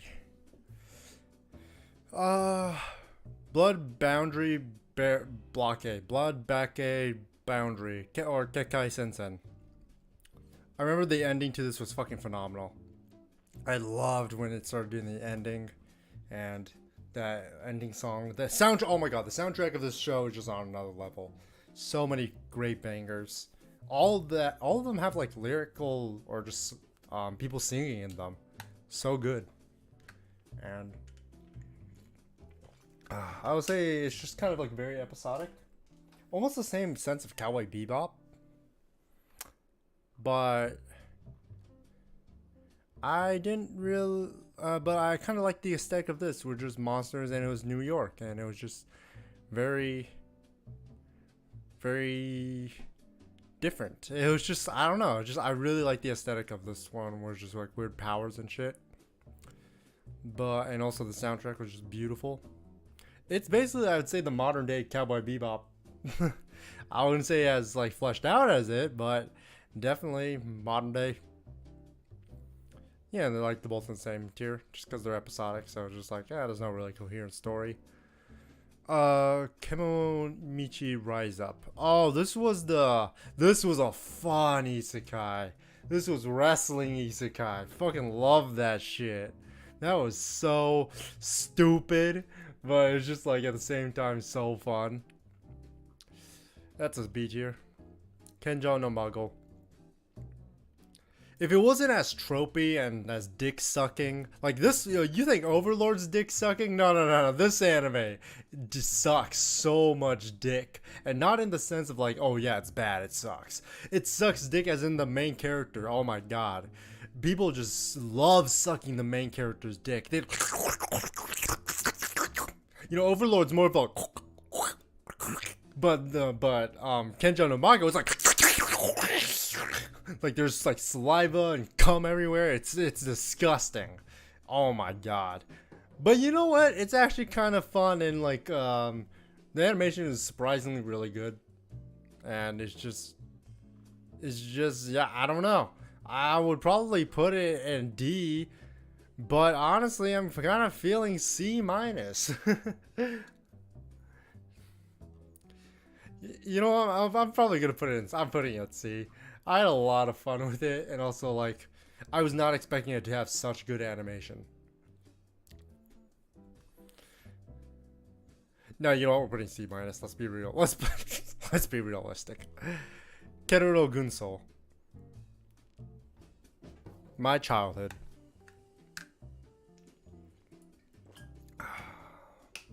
I would even argue to say it's the anime that got me to anime, because I remember watching this back in... I think this was honestly the first anime I watched before I even knew what anime was. I watched a ton of this back in like early middle school, even like somewhat elementary. This is like a nostalgia thing. I'm putting it at C for nostalgia. It's nostalgia. I really don't think it's a great anime. I think it's a nice anime. It's just nice. But I'm putting it there for there's respect. Kotoro's Yokai Diary. I don't fucking remember that show. I know it's a short. That's all I know. Kimi no Irumachi. Shame, because the manga was very good, but then it had a very, very, very forgetful anime. That was very rushed as well. This was like kind of a D. Your Name. Oh, I think this is the first movie of the day. So I'm gonna do something that's a little bit fucking sacrilegious. I already said that I am a fan of Shinkai's older works. But honestly, I didn't really get Your Name that much. It's more of a B for me. I know it's an A or S for a lot of people. But like, I thought it was pretty. And the story was just kind of like, oh wow, that's kind of sad, but also kind of cool, kind of trippy. But I didn't really find it that interesting, if you know what I mean. Like, I thought it was I thought it was solid. It was a solid anime movie with a solid premise and was very, very pretty. But it didn't really like make me go, oh my god, this is the greatest thing ever. I can't believe it's just completely changed the game. No. It's just like, oh, that was fun. That was a fun movie experience. Solid like 7 out of 10, 8 out of 10 if I'm feeling generous. 6 out of 10 if I'm feeling critical. No, not even 6 out of 10 if I'm feeling critical. 7 out of 10 minimum. Kino no Tabi. That was like, that was a fun anime. I didn't watch the original back in 2003, was it? It was a really old anime, and then just decided to renew it out of nowhere. But I had a lot of fun with it. Yeah, I'm putting it on B tier. 2 B's in a row. Kiss X. Jesus Christ. I have such an awkward story about this anime. So this was back when I was watching anime on YouTube. And I remember I was sitting down watching this anime full blown, and one of like the guy kissing his sister, just making out with her, and then my dad walks in, and normally kids would just, you know, be like, oh my god, I gotta shuffle, I gotta pause, where's the space bar? And then just pause it, go to another tab, and then the parents would be like, what the fuck were you doing? And then the kid would be like, nothing. And they would be like, you're watching porn, aren't you? And they're like, no. And then they'd be like, you were watching porn. And you're like, yeah. And then you click on its anime, and it's like, oh god damn it. And then the parents are just like, god damn it, this is even worse than porn. But when my dad walked in, and I was watching, he was looking at what I was watching, and like a fucking Chad, mostly out of like, I didn't know what to do. I felt like if I hid, anyway, let me just say what I did. I just kept playing it. I didn't stop playing. I just let it play in this full-blown makeout scene between him and I think his ponytailed girl. Oh shit, wait, they both have ponytails. The longer haired girl, long haired sister, just full blown making out. And my dad just comes in and he's like, oh wow, this kissing, huh? And I'm like, mm-hmm. And he just leaves the room. I have never felt more, thinking in hindsight, that was a Chad move to do on my part. But what was really going on in my mind was, I just didn't know what to do. I felt like if I quickly shuffled to a new tab, it was too late. He was already opening the door in the room. His eyes were glued onto what I was watching on the computer. In fact, there was the door was closed. So already I was just already in a spot of in like suspicion, because you know, if your dad, you know, some households, they don't want you to be closing the door, and mine was kind of like that. We were allowed to close our doors, but if we close the doors, my dad's gonna wonder, what the fuck, why are you closing your door? What warrants you wanting to close the door? And usually I just give this excuse of like, you know, I don't want to bother you when you're outside, when in reality I'm watching fucking porn and anime. I'm watching porn and anime. But when that scene came on, I was just like, I don't know what to do. You know what? I'm just gonna pretend this is completely normal, and this is completely fine to watch. And if you're gonna go berate and criticize me, that's on you. That was, I think, the mindset I adopted, but it was mostly out of fear and just complete shock that I did not expect him to be in the room at the time. And so, yeah, he just was like, interesting. All right, I'm gonna head out. Then it was just like, yep. And I continued watching that episode of Kiss X Sis. But rate wise, it was like, it's like a D. Oh man. Anyways, moving on to the realm of just rating anime. We still got a lot to get through. Holy shit. Kisniver. Remember, I had a really cool opening. Out of all the Trigger shows, it was definitely the most trying to. Maybe you shouldn't experiment. Trigger. But at the same time, I think I just don't remember the ending of this. I remember it being very just interesting, you know, trying to learn about other people's pains. That was pretty much the whole premise. But aside from that, well, let me turn down the gain of my mic. Don't want to pierce your ears too much. Maybe that's a little too low. Up, up, up, up. That's better. Oh, man. Maybe this is... I just don't remember the ending, so I can't really give an accurate portrayal of what I think. I'm thinking C tier. Definitely not B. I think this is skippable. Maybe C minus. Putting it C. Just for this concept of load. And the fact that it's Trigger. I respect Trigger. K. I think this is the most bearably watchable Gohan Studio anime that Gohan Studio has.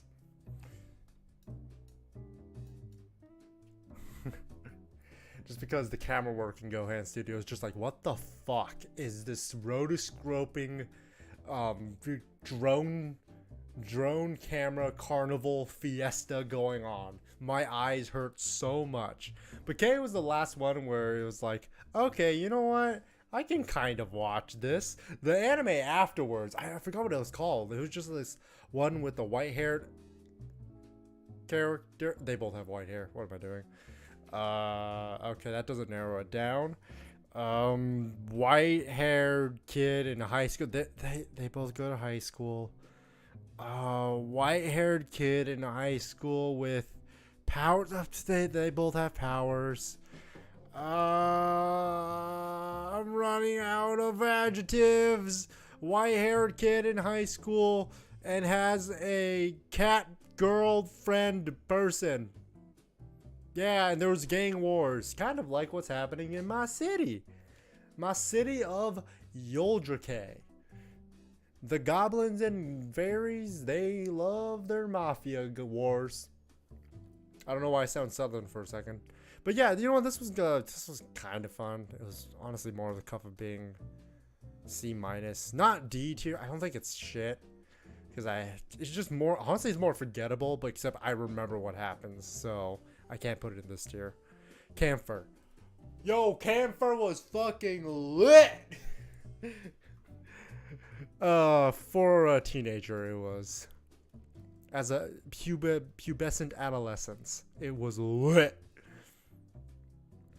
No, it was. You know, I'll put it C. I should put it in D tier, but it had some really stupid, fun horror moments.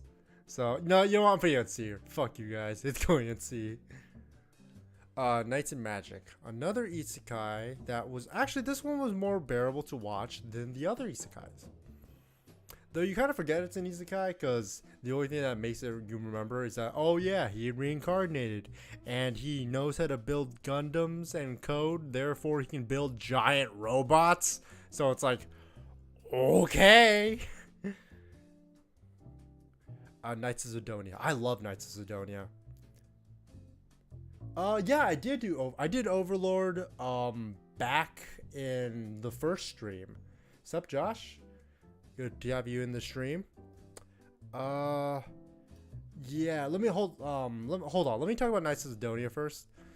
Yeah, it was one of the first CGI anime that I really, full CGI, completely CGI anime that I really loved. And I just like the whole world of them being on a fucking asteroid ship thing. It's just, I love the enemies and stuff like that. I just like the story. I don't know if they're making a sequel because I remember watching season 3 and I'm like, damn, I want to see what happens next.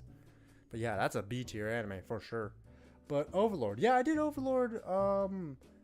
I did Overlord all the way back in the first stream. Maybe you missed it, but yeah, that's an E tier, my guy. I'm watching season 4 though, just to give it a last chance. To give a quick summary of my thoughts of Overlord. Season 1 is a B tier show. Season 2 and 3 is like below E, so it gets E. Boy, that show, it's my most hated show. I have to give it an E.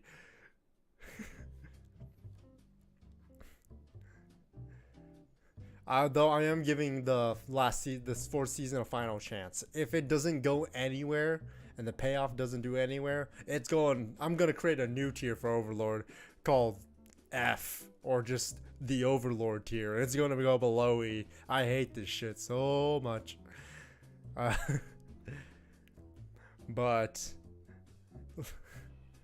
yeah, just also the fan base fucking sucks. Hate the fan base.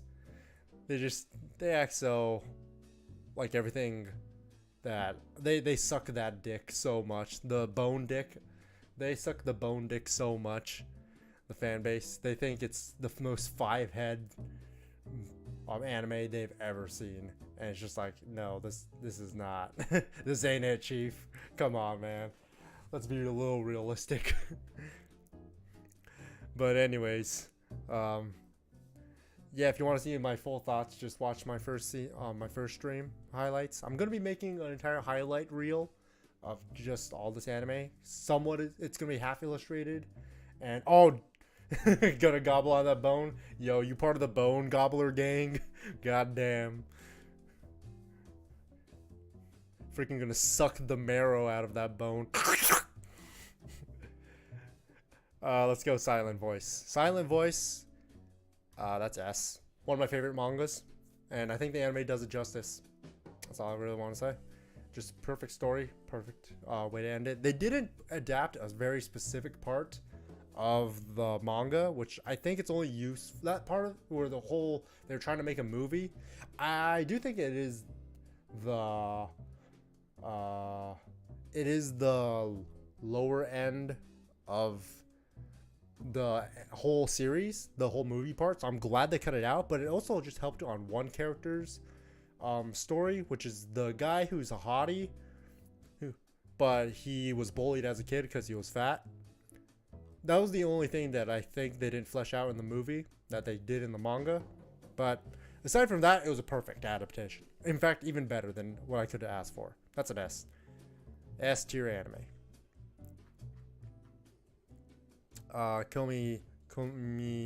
Koizumi loves ramen. This is just those informative animes. It's not shit, it's just boring. Kokoro Connect. Fucking love this series. That's almost S, but I want to put it in. It's more of A. I fucking hold on. Joshua just said something. Make shorts. Yeah, no, I'm planning on making a VOD channel as well as a shorts channel, and I'm also gonna be doing shorts that are also somewhat animatic, or just drawn, illustrated shorts. And they're all gonna be like very short, like 1 minute long stuff. So yeah, no, look forward to that, guys. I'm definitely gonna have a shorts channel very soon. In fact, probably after the stream, I'm gonna start making it. I'm gonna make definitely the VOD channel, because I'm gonna start uploading my Twitch VODs also to YouTube. I have that all ready. I'm gonna make some Twitch VODs, Twitch shorts, also put it on YouTube on the shorts channel. So look forward to that. But what was it? Kokoro Connect. Yeah, I just really liked all the concepts and all the stories and the magic, or not magic, the weird supernatural shit that was going on. And Inaba is fucking best girl. One of the best girls in anime. Just period. Fucking love Inaba. Komi-san. Yo, that's an A. Yo, fucking that's an A. I love Komi-san. I love what they're doing with the anime.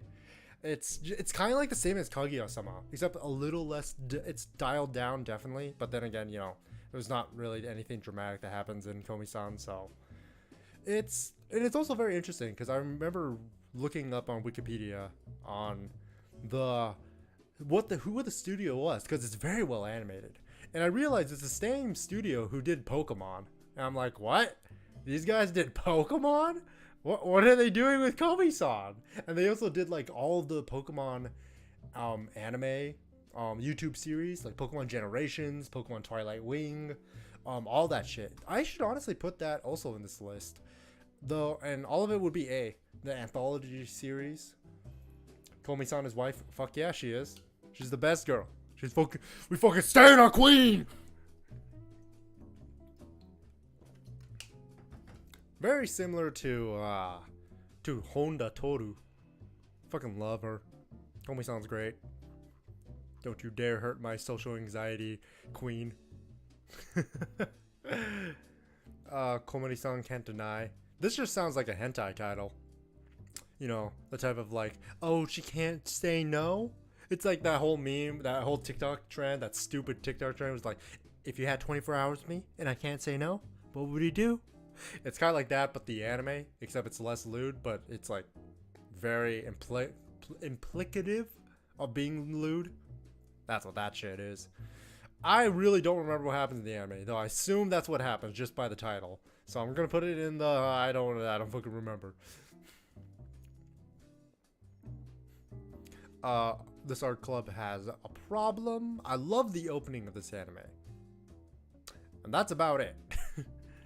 I think that's like more of a C minus, yeah. Kono oto tomare.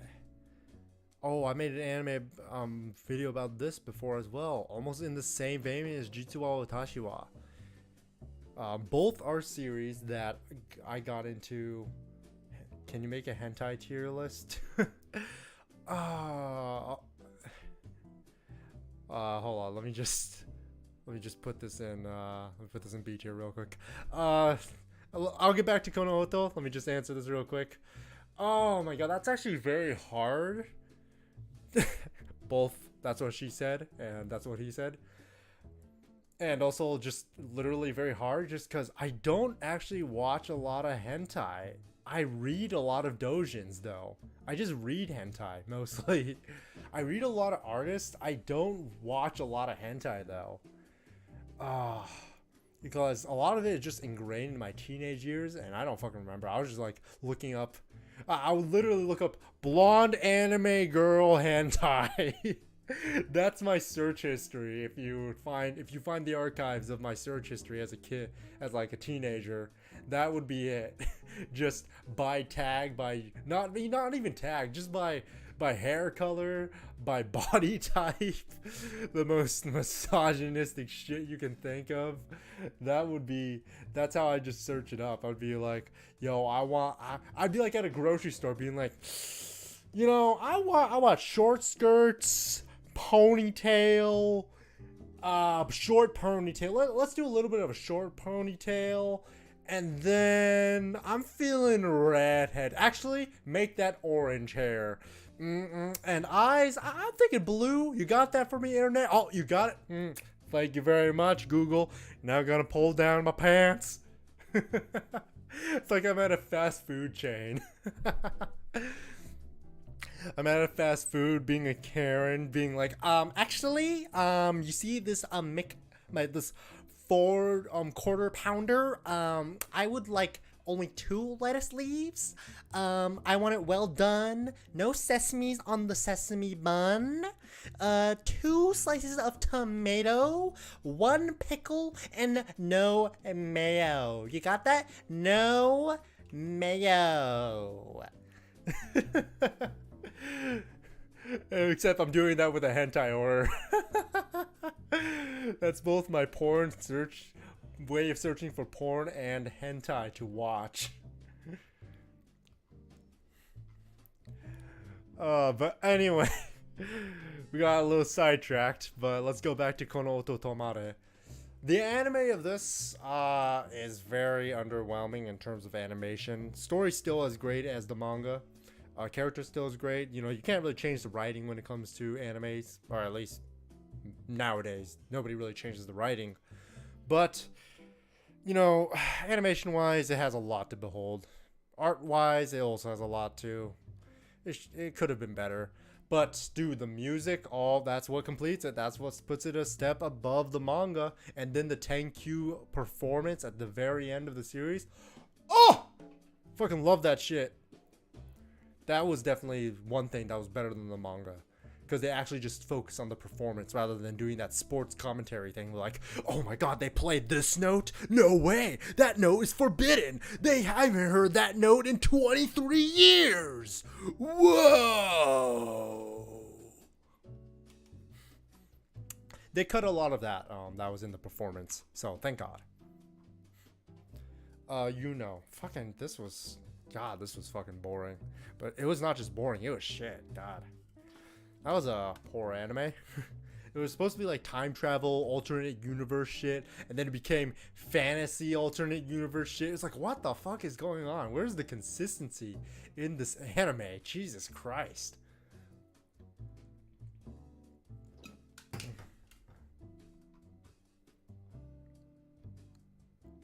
Konosuba. Oh.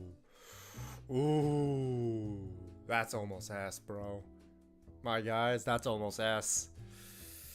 Oh, that's almost S. I think the only thing that's like keeping it from S is it's not S.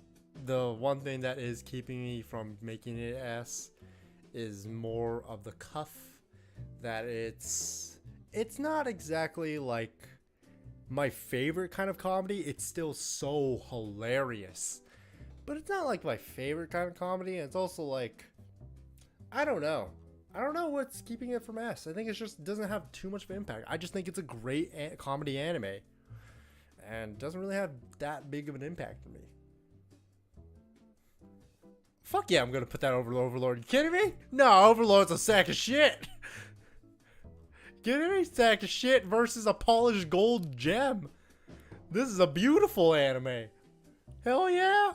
Hell yeah, I'm gonna put that over Overlord. You kidding me? Zombie Disca. Oh my god, I fucking remember this shit. This was classic. This was classic. This was so much fun. Just a zombie turning into a magical girl and other shenanigans. This was like peak high school action,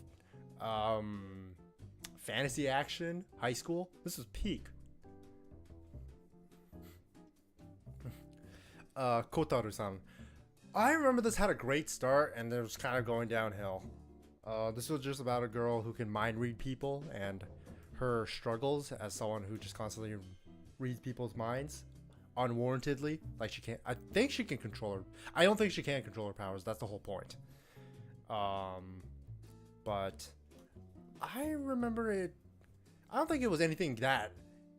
Like I don't think it was that super interesting. I think it just did what it needed to do and then moved on. So it wasn't like, it's skippable. You don't need to watch the whole thing, but if you just want to watch something, I might recommend it. Children of the Whales.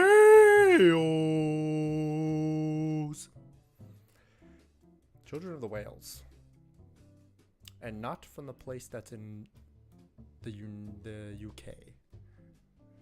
Children of the Whales. I remember this being kind of boring, and then a certain twist happened halfway through the series, and I was like, oh, okay, you have my attention. I think that's a C. I really do like the world of it, though. It's very interesting. I think if it got like 24 episodes or just 2 seasons, it might have been able to flesh out its lore, but it's more of a C than anything. I had some fun with it, though. Not gonna lie. Kumo Miko. This was like less than boring. This is kind of bad, you know. Like it should be in the boring section because most slice of life shit. It's very hard for me to put a slice of life in the D tier, but it just wasn't that funny. It really wasn't. And the slice of life is mostly just like, okay, shenanigans, whatever, and not that fun shenanigans. So, kurenai.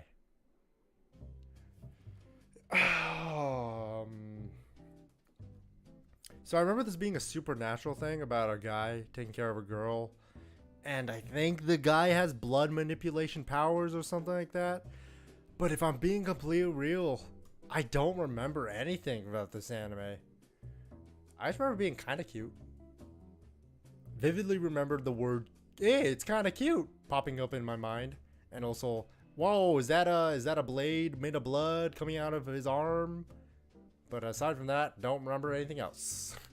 So that's where that's going. Let's see. Kyoko Suri. Oh yeah, this is Spectra, I think, is the English name. Spectra? Spectrum? Something like that. I think the anime is basically the same as what I read from the manga, which is... makes it very... I think It's very mystery oriented, very interesting to watch. I think it's a low B. I wouldn't say it's a C just because it does have some very good production values and the story is consistent and very nice. And oh, what I also do like about it is that they leave one of the longer arcs for the end of the series instead of putting it at the beginning. Because that was weird, because they started out in the manga doing it in the beginning, and then it just became an episodic thing, which was like a very short episodic thing. And I was like, well, that's a weird change in twist. But they did the opposite for the anime, and I appreciated that.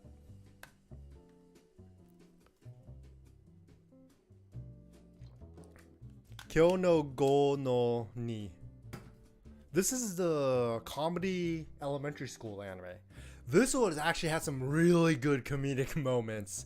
Like, they would just all of a sudden turn into, like, from kids to the most manly men. Like JoJo Bizarre Adventure, Fists of the North Star art style. And I fucking lost it every time that happened. I remember this being very funny. I'll put that in B tier. Kyokai no Kanara.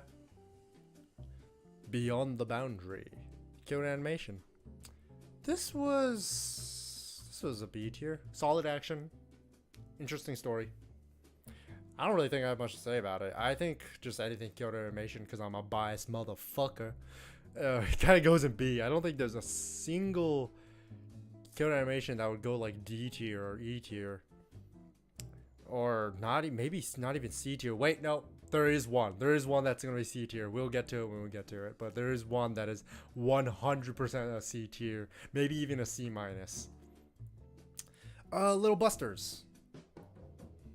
This was a good show. This was very good. I would say out of all the Key Studio anime, even though Key Studio tends to do some weird supernatural shit a lot of the time, this was the most consistent and actually had a good ending.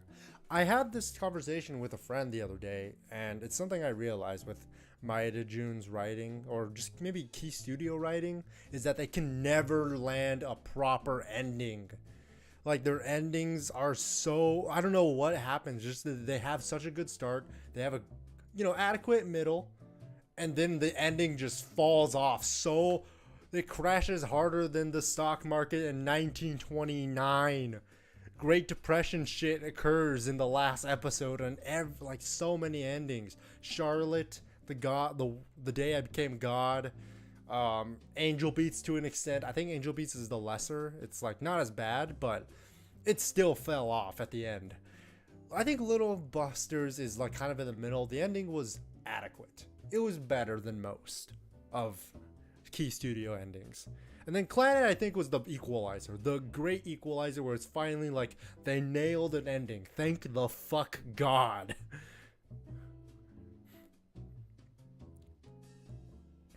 But yeah, that's basically why I'm putting Little Busters in B tier. Because they actually nail the ending. It's not the best, but it's not the worst. It's just a good ending. Love is Like a Cocktail. This is a short that teaches you how to make fucking drinks and get drunk. Fuck yeah. I actually really enjoyed it for some reason. I think it was because it was only like 3 episodes long, 3 minutes long, and then you can learn how to make a cocktail. Just go to the store after watching an episode and then recreate what they just made. Fuck yeah. Love Lab. I remember this was a very nice comedy anime. Very nice comedy high school anime. I think it's almost in the vein of cute girls doing cute things, except they're very, very... It seems like they're all in the closet, even though they kind of wanted to try to figure out how to do shit with boys.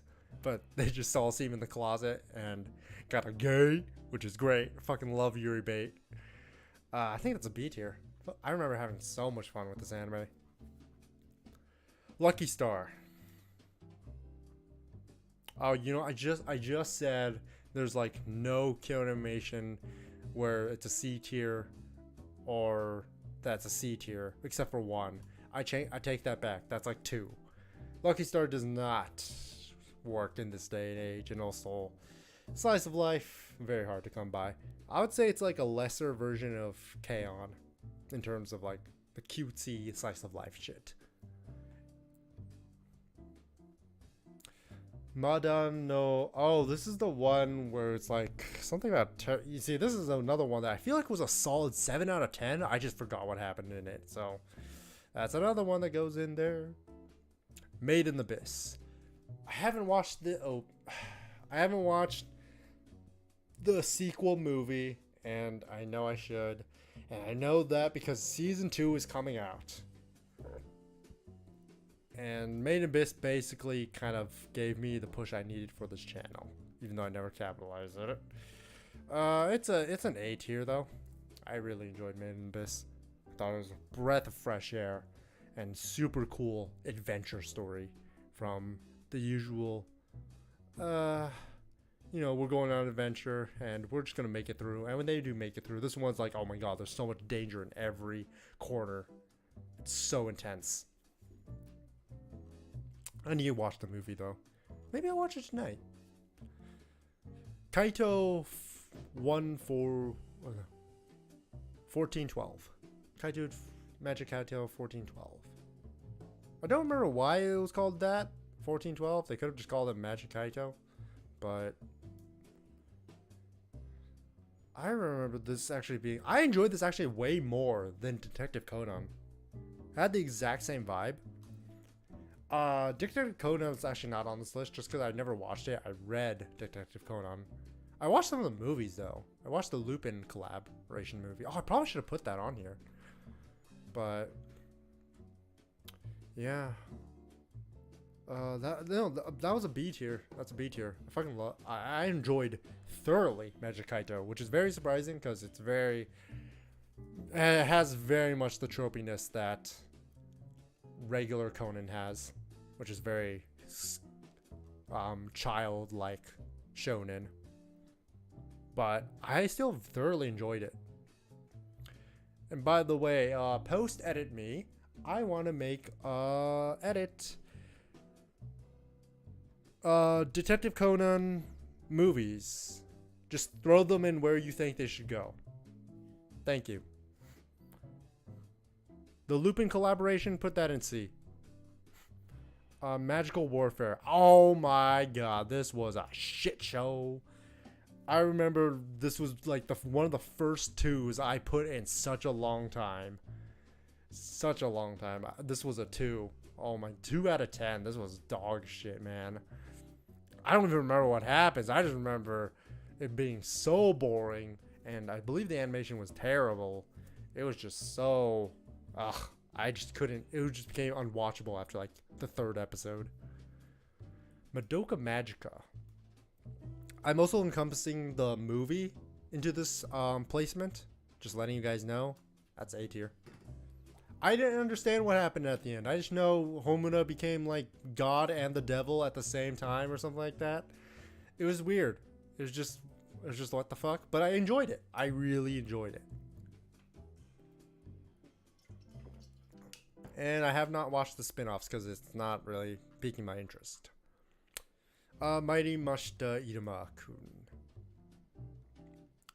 The anime got me into the manga, and the manga is doing so. I love the manga. The manga for Iruma-kun is so good. I'll put that at B. B is a very good choice for Iruma. Yeah, it's just so. It's just a kid, kind of going through, learning about this new world, and actually having a life for once. It's just so nice, even though it's ironic with the demons and stuff. And oh my god, I want to maybe make a video about the manga, because I love this manga. It's so good. Maji Koi. I don't remember what the hell happened in that. Majo no Tabi. Ooh, this is a B. That's a B. This is like Kino, except it's like with a witch. Episodic, and a girl going around, and I love all the little places she goes to, like the Broken Kingdom, and it gets really dark sometimes. Oh, and then there was that one episode, I think it was episode 8, where it got so dark that they just had to put a disclaimer at the beginning of the episode. And that was just like, oh, I was like, at first I was like, no, come on. It just got kind of dark. It's just kind of dark. Oh, well, it's going to be like SEO, where it's like, oh no, there's kind of a rape scene.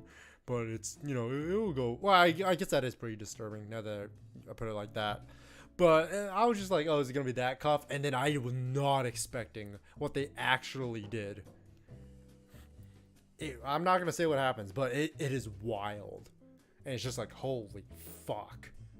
Oh my god, everything just got worse. The ending was not as overwhelming. I think it peaked at that episode, but it was still a very enjoyable series. Mangaka to assistant. This was a dumb fun show. Very dumb fun show. Probably C.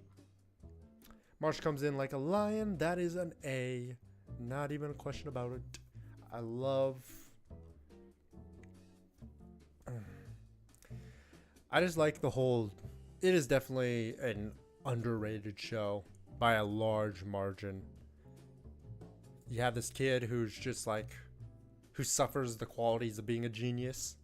And everyone around him suffers because he is a genius and no one can live up to his potential.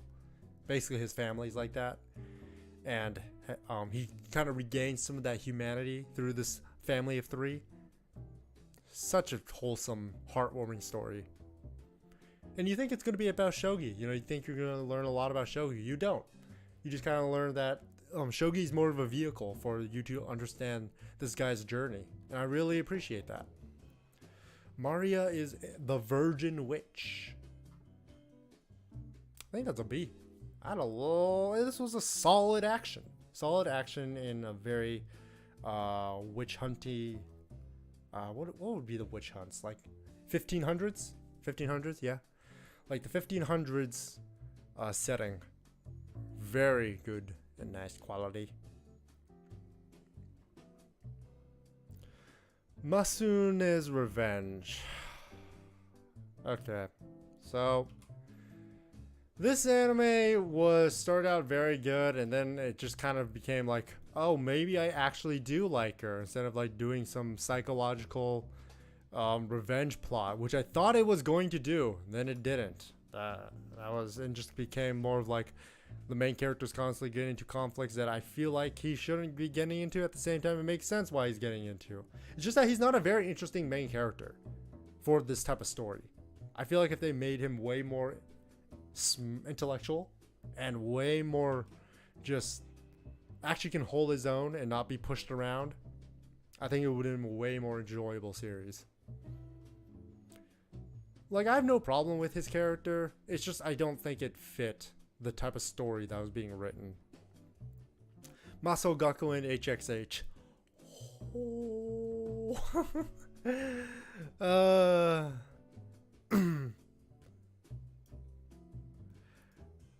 This was the dumbest shit ever. Though the one thing I do like was the ending. The ending was actually kind of interesting. It's set up for season 2, and then they never got a season 2.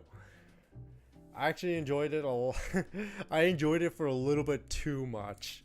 And just for that, I'm putting it C-. It is 100% a D tier show. But actually, you know what? There's actually a few of these that I think I'm just rating too harshly. Anti-Magic is also a C-. And that's it. Yeah, just those two. These two, we're gonna put in C-. This is just a guilty pleasure liking. This I actually think had some interesting fights and concepts and like, yeah, just battles. So I think it should go in C-, but in no way is it C. Mayoga. I remember the plot twist of this being really stupid. This is like a D. I think it had an interesting start, then it just kind of fell off. Megalobox. Ho, ho, ho, ho. Ooh, Megalobox. I really want to put it in S, just because I love what they did. You know what? Yeah, that's going in S. Megalobox is such a raw show. It doesn't waste time in trying to tell any other story than what it needs to.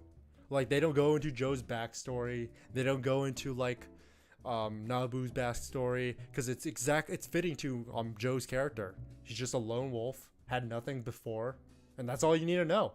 And then it just becomes a boxing show throughout the rest of the series. I just love the whole thing of like going gearless. Fucking epic.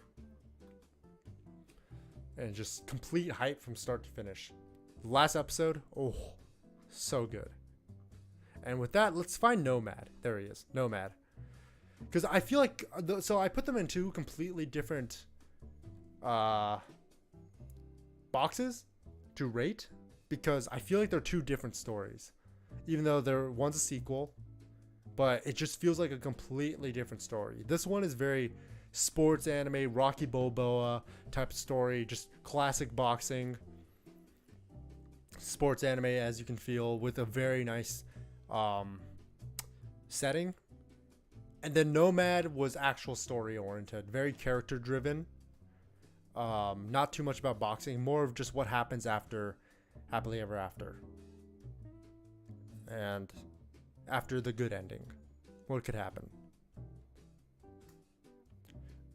I don't think I liked it as much as Megalobox, but it told a very, very brilliant story.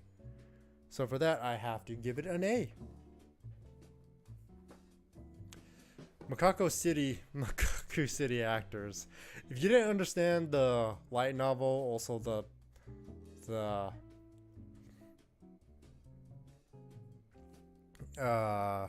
whole premise, it was kind of like meh, whatever, you know. But also I didn't understand it. I knew my brother did, but that was like a fucking D tier. What the fuck was that?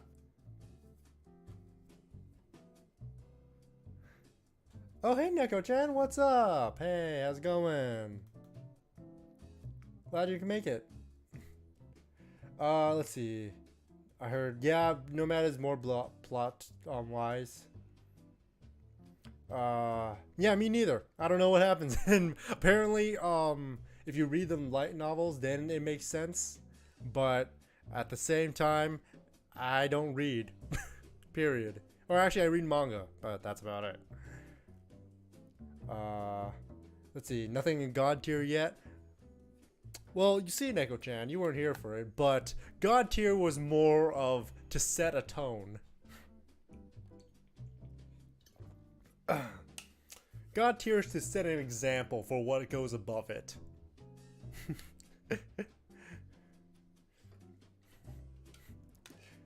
Maybe we'll find something that goes in God tier. I don't know.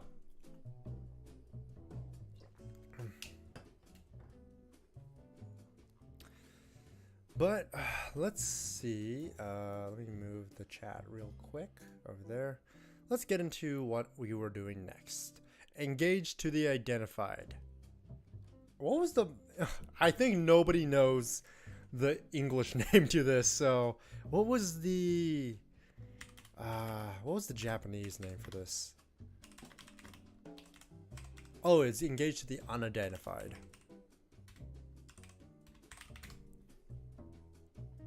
Oh yeah, Mika kunin de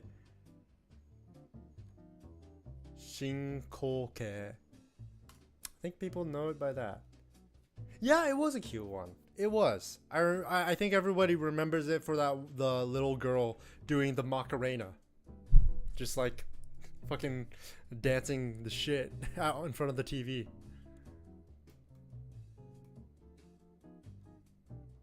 Yeah, I think it did have the guy's name. But let me see. Where would I put it? I think it's a C tier. I think that was a fun show. I don't remember much about it. But hating Mondays. Yeah, I think I remember that something about that. Also Garfield. Where's my lasagna? Miss Burr. Okay, I don't remember what that show was about. Mix. I feel like if I knew the predecessor, the prequel to it, it would have been interesting, but I was more confused than anything because they were constantly calling back to it. So my experience of this was basically just a baseball anime that wasn't that interesting. So put it C-. You know, yeah, I haven't seen Touch. I was about to, but then I saw that it was like 100 episodes, and I was like, no, thank you. I'm not about to do that. Just to watch another baseball anime. I'm not a sports anime person, so Yeah, I just didn't find it that interesting. I think it's because there was way too many callbacks to Touch, and I was not that invested. But something I am invested in very much, and something I am going to be doing very soon, probably. Mobile Suit Gundam Iron Blood Orphans. That is an A tier show. Fuck yeah. Wait, where did I put it? Where is it? Where did I throw it? Oh, it's right here. Iron Blood Orphans. I fucking love that show. So good. Oh yeah, you got it, Neko. It's such a good show. It just goes completely off formula of what you think it's gonna do, and it executes it perfectly.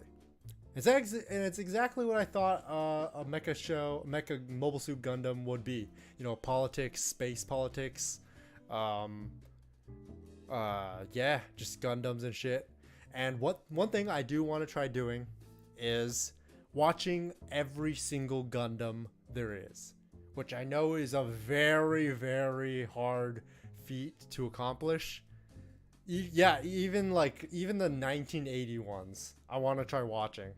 I just kind of want to get into Gundam. This series made me sparked the curiosity to try to get into Gundam, because like I know you don't need to understand any of the Gundams to watch Iron Blood Orphans. That's the best part about it. But I definitely want to give it a try, because I know a lot of the Mobile Suit Gundams, they don't really have.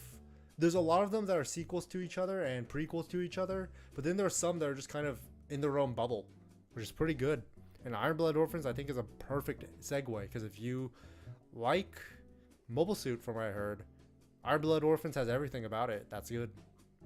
So definitely going to give that a try, hopefully someday. Mondai Tachi, pink rabbit girl, and then guys, people with superpowers. And I believe this was actually a very early isekai, before isekai became a thing. I remember the guy was pretty damn OP, and I was like, damn, this guy is such a cool character. Dude, my inner teenage kid is just like, oh my god, I want to be like him so bad. He has earphones, and he's OP. Whoa! It was a fun show. I'll give it a C. And also the ending always has that one girl just breakdancing at the end. No, those were always fun times. Monster Girl Doctor. Doctor Girl Monster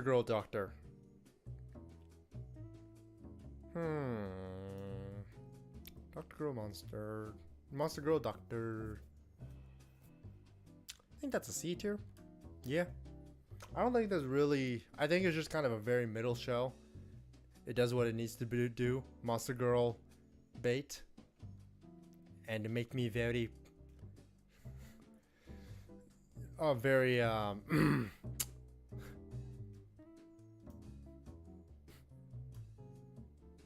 Yeah, I'm not gonna finish that sentence.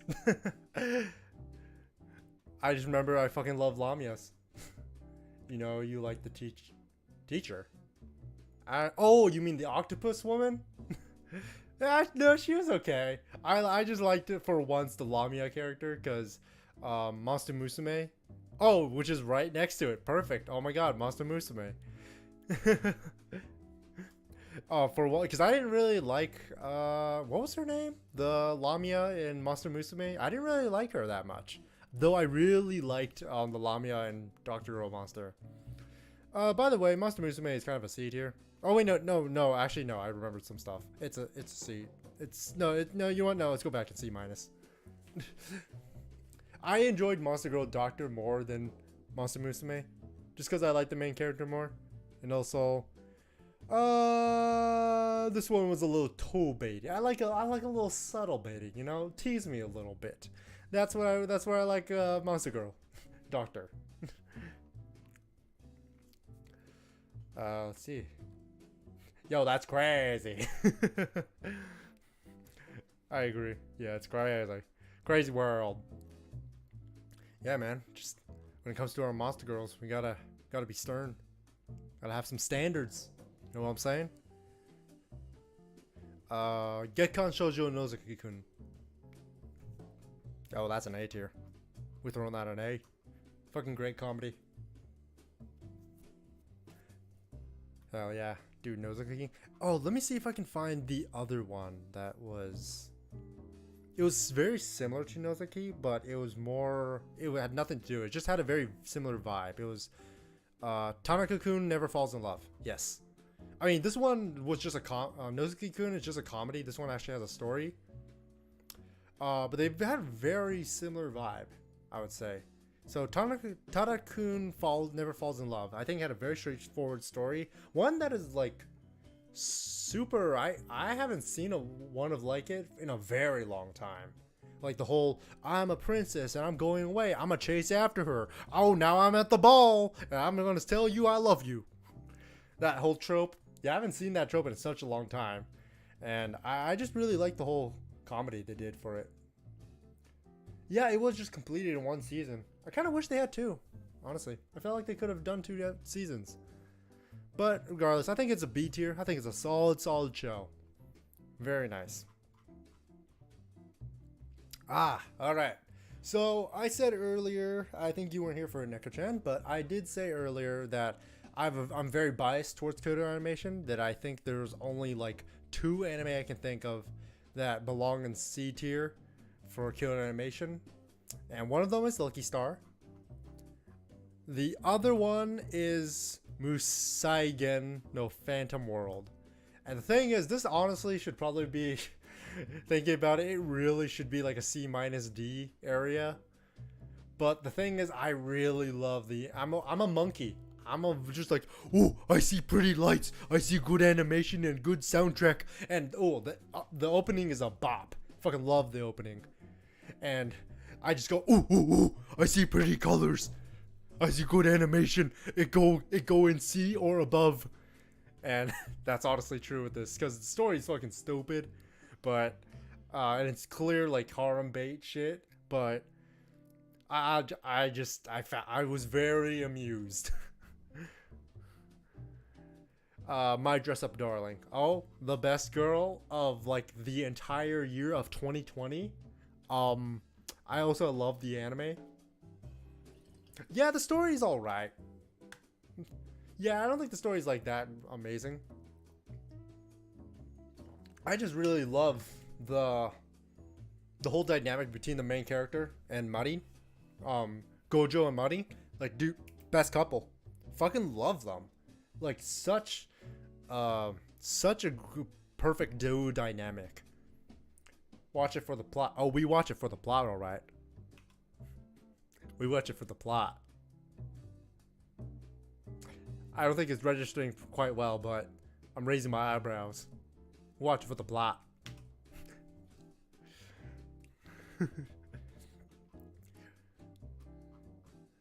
But yeah, that's an A tier. I had so much fun watching this anime. I can't wait for season 2. They're 100% gonna make season 2. My girlfriend is a show bitch. I remember this was like, it was like Seto Kaya Queenemo, except very bad. I think Seto Kaya Queenemo had a lot of class. This one was just being smutty, and I was like, it's just being harem bait. I don't really have the time for this shit. Speaking of which, let's find Seto Kaya Queenemo, because I've said that was like one of my favorite comedies of all time. Where is it? Where is it? It's a trashy show, and I should be able to see it. Oh, there it is. My favorite. We're putting that an S. Oh yeah, so trash. It's so trash. Seto Kaya Queenemo. It's just sex joke after sex joke, but I fucking love it. And like the voice acting is so good. I would say in terms of comedy, Asobi Asobase is my favorite, but Seto Kaya Queenemo is like a close second. My Little Monster. Watashi no Kaibutsu. I think that's what it was in Japanese. The shoujo anime. I think this was a solid show. I think it needs a season 2. But I think it is a very solid show. I like everything they kind of did with it. And the main character, the girl, she's a fucking G. Fucking stan her. It's fucking G. Oh, another shoujo. My Love Story. Ore Monogatari.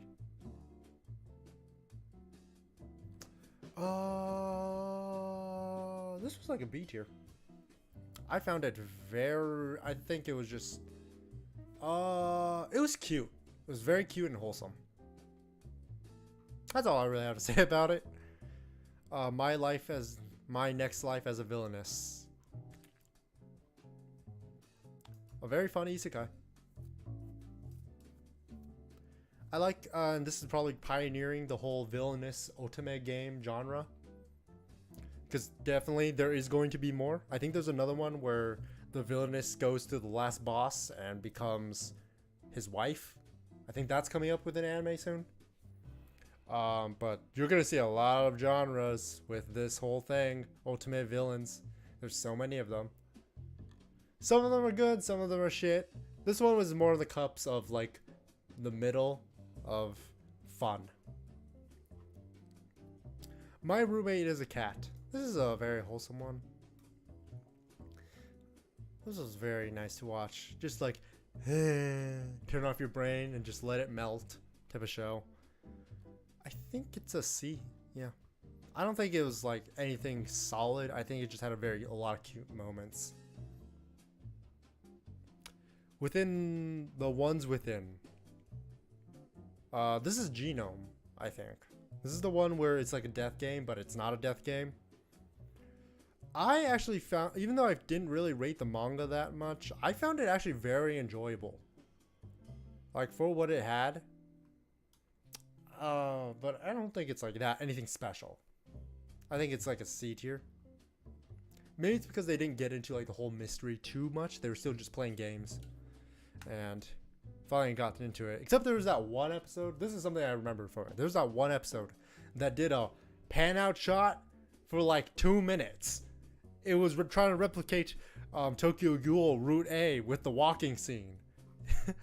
It was just like, are you fucking kidding me? Like, get on with it. But that's what I remember from it. Na's Buried Treasure.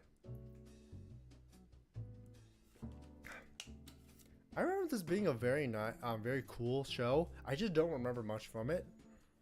I remember there's a ghost girl, but that's about it. Which is a shame because I'm pretty sure this is like a BC show. It's just I don't remember what happens in it, except the ghost girl plays video games, and that's it. Oh, okay. We're getting into two big hitters. Evangelion. We're gonna go with the first one. Even though, you know, technically they are technically in the same universe bubble. Technically, if you watch the 4.0, then you know it's connected. But at the same time, I don't get it. I don't get what happened in the first series. I was just like, huh? When everyone was like, oh, congratulations. And I was like, huh? And then I watched End of Evangelion and I was like, huh? I don't understand this shit. It's really cool. But honestly, watching through it just felt like a Monster of the Week show. Like most of it. And then it just decided to throw that philosophical shit at the very end. It's like a B tier, the first one. And then the new one is more digestible. And it definitely got me like feeling things. I'm not gonna lie. I was like, whew. I remember when One Last Kiss started playing at the very end. I just sat there and like did the big sigh at the end that I usually do with whenever I finish a series that I had very high regard in, which is weird because I wasn't too invested in Evangelion, but I watched the Rebuild series and it just, when that song started playing, I was like, damn, it's over. Wow. So I think Rebuild, that's a good B. No, I mean that's an A tier. just for respect of it. Let's see. Netoge no Yome. Oh!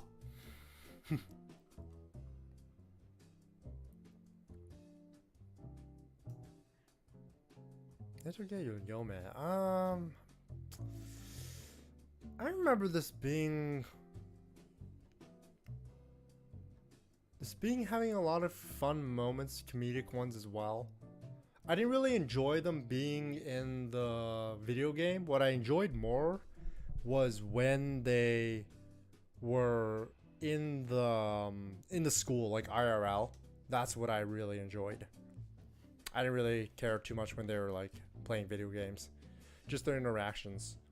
But I think it was a very fun series. See it here, new game. That's also C tier. It's kind of the same, same cuff of Netoge. Except New Game had a lot of interesting moments. I think New Game is like a solid 6 out of 10, 7 out of 10. And it was surprisingly, it's one of those shows. It's kind of like, where was it? Hitori Bochi. Where it was surprisingly well animated. And I was like, huh. Why did they put so much effort into this? I mean, I appreciate it, but it's like, wow. Damn. I believe it had it was 2 seasons, right? And it had like a semi-okay ending. I don't really like it when these type of shows try to have a serious mood and ending, but it did that. I was like, okay, whatever.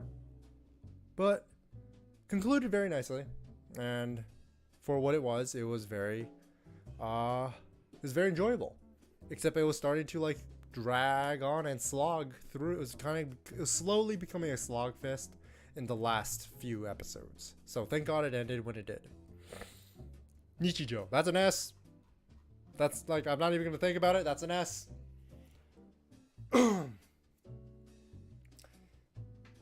This is like taking such a high quality work and then absolutely demolishing it. Demolishing the high quality work and saying, no, we have something better. This is one of the few instances where you're like, we have Nichijou. Can we get Nichijou, Joe? No, we have Nichijou at home. And it's better. It's better and you're gonna like it. And I'm like, oh fuck, I love it.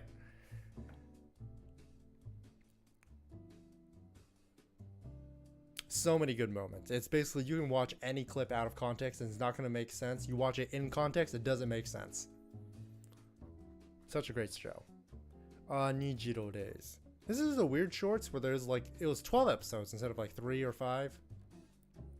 And I really liked it. I loved this show. I read the entire manga and it was really good. I just captured the same spirit. Just like how all 4 of them have like girlfriends or trying to get girlfriends and stuff like that. Fucking loved it. Nisekoi. Ooh, that's a B. I think Nisekoi is a very solid shonen romance. Yeah. And then Shaft, they just obviously Shaftified it.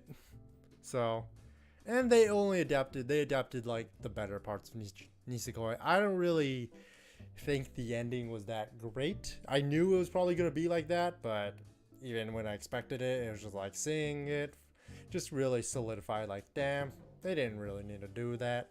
It was exactly what basically the ending is exactly what you think it is. It's just a little too over the dramatic, though then again, it always is. Oh, No Game No Life and No Game No Life 0. So I was planning on putting No Game No Life encompassing 0 as well, but they're 2 different stories. It's very vastly different, so I had to put them in different categories. No Game No Life, that's a B. I rewatched that shit a lot. Or I used to rewatch that shit a lot. And 0 is A. I really, really, really love the movie. Like, to a very surprising degree. I think it's because it was just like, what I really like about movies is almost like a Star Wars Rogue One scenario where you kind of where because it's in the past and it's a prequel, the author kind of has free reign to do whatever they want with their characters, because you know they probably are gonna die anyways. And I'm not gonna spoil anything for ReZero, but there's a lot of death in this because it's like, you know, humans are completely outmatched, so a lot of humans die in this show. And it's kind of the same thing where like major characters that you go through in this series die.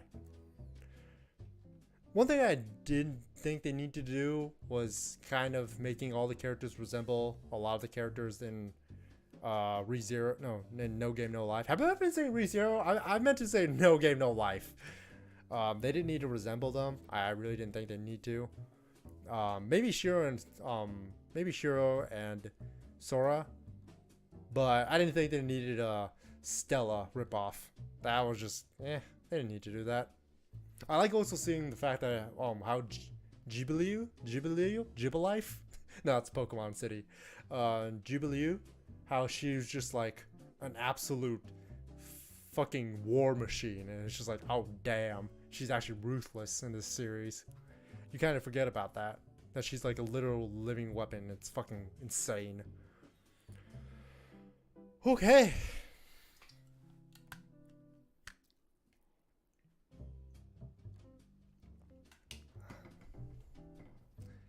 Nobunaga the Fool. This was mecha with historical figures with space-time travel shit. It was a very like, what the fuck show. I think I had a lot of fun with it when I was watching it. I don't remember the plot. I should put it in, I don't remember, but I just remember Joan of Arc was fucking hot. No, you know what? We're putting it in the, oh wait, I don't remember this. I just do not remember the plot for the life of me to actually rate it. I just know the ending was basically like a reincarnation. Oh, wow. Now they get to meet each other in a different life. But I don't remember what happens. I also don't remember what happens in this. I just know the girl, she's a Jo-sama. She's a rich girl. And then she's like an otaku. She's like a nerd, a weeb. I think that's it. I just don't remember what happens in it. Noragami. Ooh, Noragami. That's like a B. Fucking love Noragami. Especially the openings. Freaking... oh my god. I'm drawing a blank on all these bands. Fuck, man.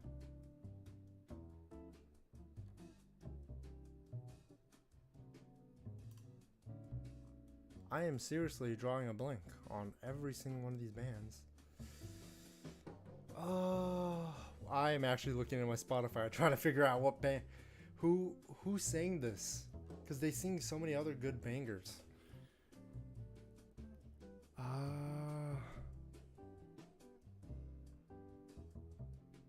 I am not continuing until I figure out.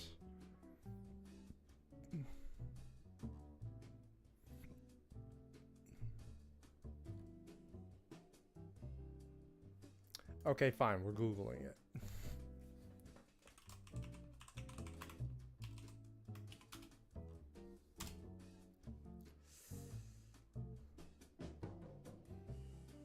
Hello, Sleepwalkers. Oh my god, yes. Wait.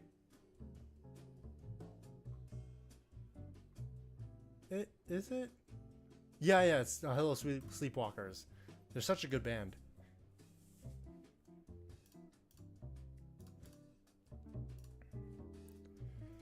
But yeah, that was like a B tier show. I really just enjoyed the fun action that it had. So, No-Come.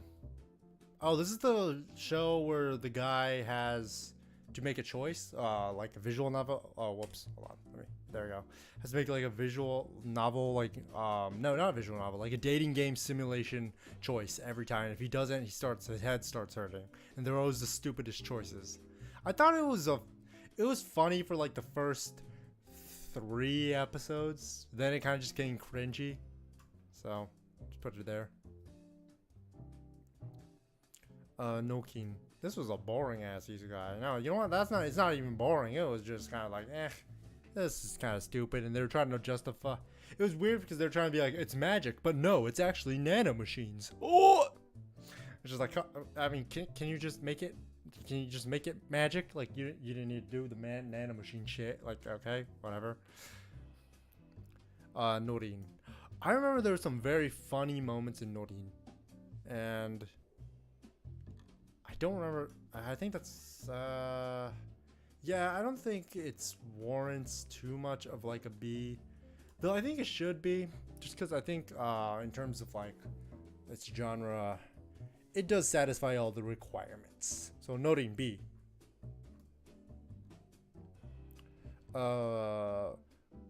Oda Nobunaga no Yaiba. Yaiba. This is the...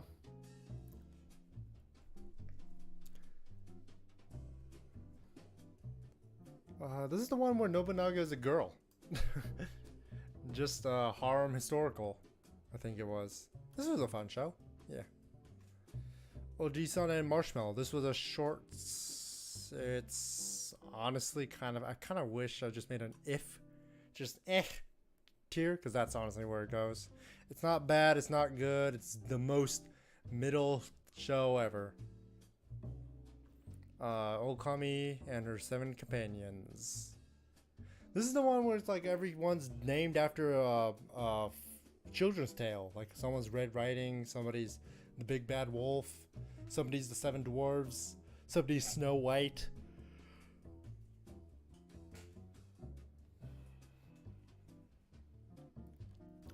And if I'm being real, I don't remember what happens in it. I just remember girl has funny punching gloves that are shaped as cats. Okusama ga Seto Kaicho. Oh, this is the one where the girl's constantly trying to have sex with her childhood friend because they're like engaged or something. This was that's like boring. Yeah, see. Hina Omori Hime. This was an old school classic. Jesus Christ. Yeah, that's all I can see. It was like oh my god, so old. I can't remember. I just remember reading the manga and be like, oh my god, this piques my harem interests. Oh my god. Oh, there's boobs and titties. And there's action. I love it. Yeah, but I think it's mostly like a C minus area. Orange. I really liked Orange until the ending. Put it at B. Actually, maybe A. Because what I really like about Orange is hold the dynamic and then like the trying to change the future, trying to save somebody. I really love that. Except the fucking how they did it was stupid. It was just literally, hey yo, chief, there's a black hole somebody. Whoa, really? Let's throw some paper in it. And then hopefully it can go to the past. Whoa, you're a genius. And then somehow they're able to do it. Like, what? How'd that happen? Okay, I guess just let 5 random Japanese people go next to a black hole and then throw letters into it? What? That doesn't make any sense. But the story itself was very fun. It was very heartwarming and really do love it. I'll keep it as A. Ore twin tail ni narimasu. This was a stupid show. And just because I don't like twin tails, we're putting that at D. I might even put it as E. I'm putting it as E. Just for the twin tails. Orimo.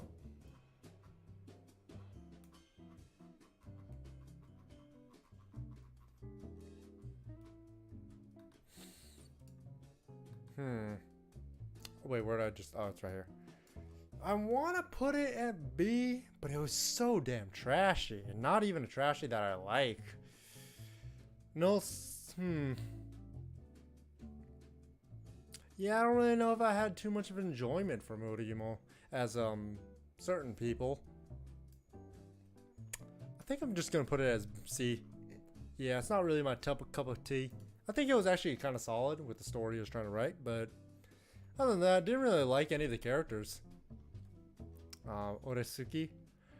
Okay, so this is in the same vein as Maremuse, where is it? Masamune's Revenge, where the main character starts off, actually, I like what they're doing. I like their goals. I like their ambitions. They're very interesting harem protagonists. And then they just kind of flop and then go at the whims of other characters. And that's what I didn't like. I like their setup, and I like if they were intelligent. They were actually different. But no, they just kind of became a punching bag at some points. But this one was actually enjoyable. I liked it. It'd probably B. I like the whole twists and the turns and everywhere. Yeah.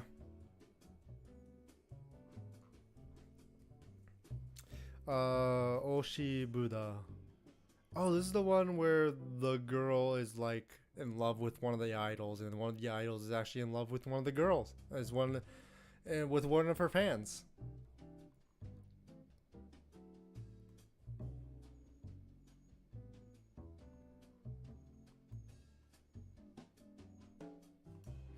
Yeah, I think that's a B tier. I really enjoyed this show. It's just cute little romances, and like I have to do going to the bad parts of idol culture that I feel like a lot of idol anime do that. Speaking of idol anime, though, I am not a fan of idol anime, though this is very good, as well as the let's just go to it, Zombieland Saga. Let's just skip all the way to this one. And also I see some anime that I don't want to end on. We can figure out some anime we can end on. Let me just rearrange real quick before we get into Zombieland Saga. Just throw some anime down here that might be cool to talk about. Let's get up.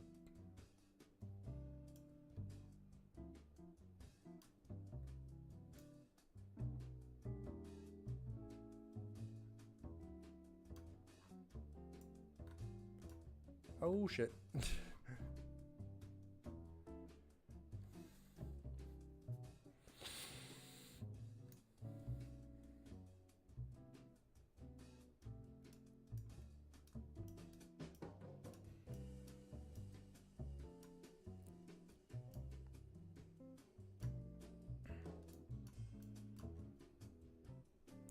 Let's see, what else do I want to talk about down there to end the series.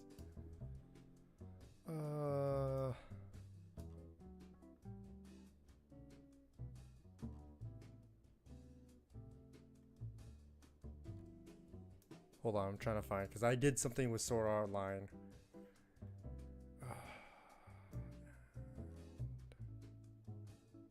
Trying to find the other one, because I split Sword Art Online into 2 series.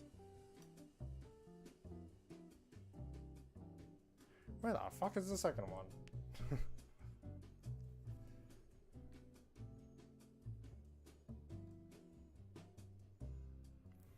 We'll find it when we find it. Yeah, because we're close to. We're not almost done, because I'm still looking at this. There's still a lot to get through, but we're very, very close. So, but anyways, so speaking of idol animes, I think idol animes and the whole genre of like competition umbrella, like sports anime, and idol. I think those are the only 2. But in terms of that umbrella of competition anime, I really find idol anime to be the most boring and the most shit. Any Love Live, Idol Master stuff is just. So I'm not a fan of idol anime. And we just had one where it was B tier.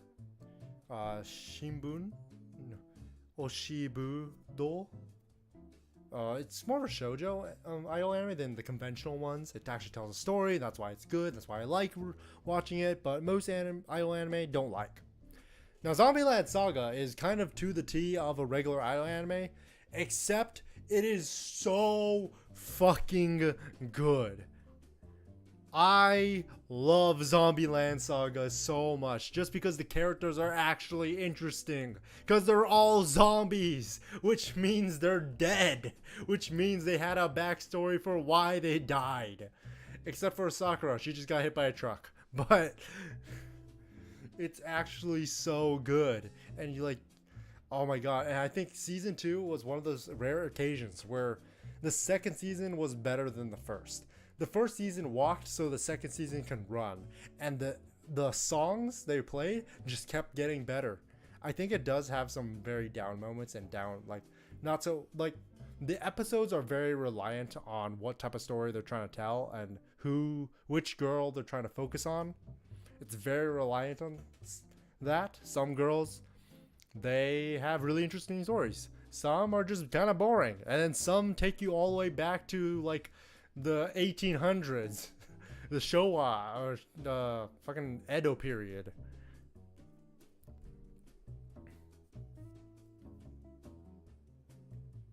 Yeah, just sometimes they just take you all the way back to freaking the Meiji period of Japan. It's fucking wild, and like it's an actually good story that they tell.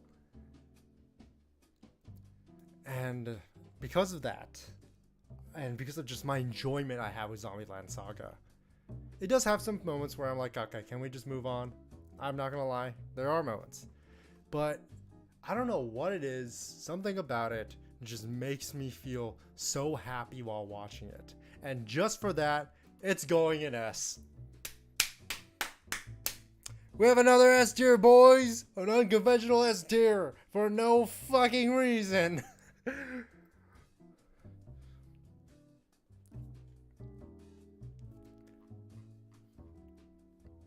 Osumatsu. Okay, so I really liked the season 1, then season 2, and season 3. Yeah, season 3, which is kind of like, alright, whatever. I did not really care about anything outside of season 1. So I'll put it at B, but season 2 and season 3 are more of the C cuff. Season 1's like A, but I think that's where Osomatsu-san should go. Or on High School Host Club. Now that's an A tier. That's an A. We put in that an A. I remember I had a whole thing with Ouran High School where I was so dismissive to watch it. And I think it's just because it was, oh, reverse harem? Ew. I'm a guy. I only watch real harems because I'm a guy. Oh. Which is just like, okay, that's kind of, that's pretty intelly, not gonna lie. What the fuck? And then my friend was just like, okay, look, dude, you watch Free, then I'll watch Free, but you have to watch Ouran High School Host Club. And I was like, fine, okay, let's just, okay, fine. You can watch, if you watch Free for me, I'll watch Ouran High School Host Club. What's the worst gonna happen? And honestly, I feel like I came out of that with the better side of the deal, because Ouran High School Host Club is such a fucking jam. It's so good.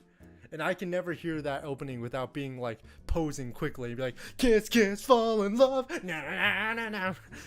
It's just permanently etched into my mind. And it is just such a good, it is a really good anime. It just has a really good story, and every single story that they try to tell about every character.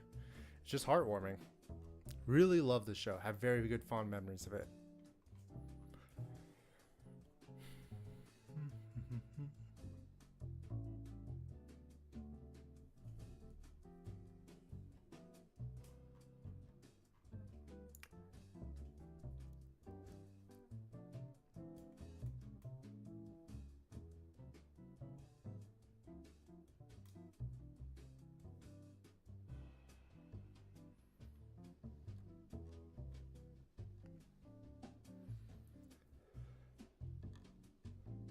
Okay, seems like my water's out. Sorry, I was quiet for a bit. I just was like trying to figure out what to do next. Because I wanted to like see if there's anything else I want to talk about first.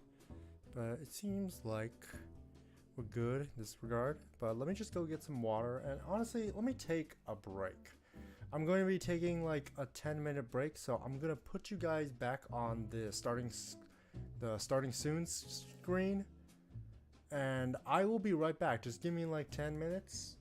Need to take a quick break, and I will be back to finishing this list. So, be right back.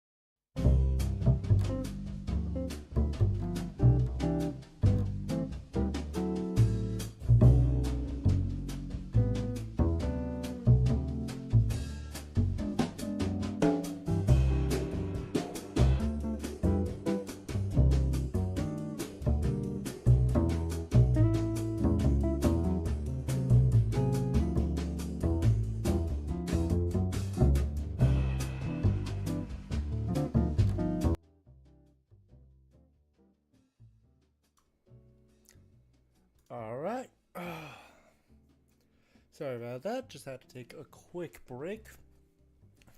Not gonna lie, my voice feels really raspy. I think it's just because I've been talking for like 3 hours straight. So, just thought it'd be better to take a break. Also, it is hot as hell in my room right now. So, it is, and there's like no air conditioning, and I don't want to open a window because it's gonna like, you're gonna hear like a bunch of like, and then cars going by and stuff like that. So, rather not have that.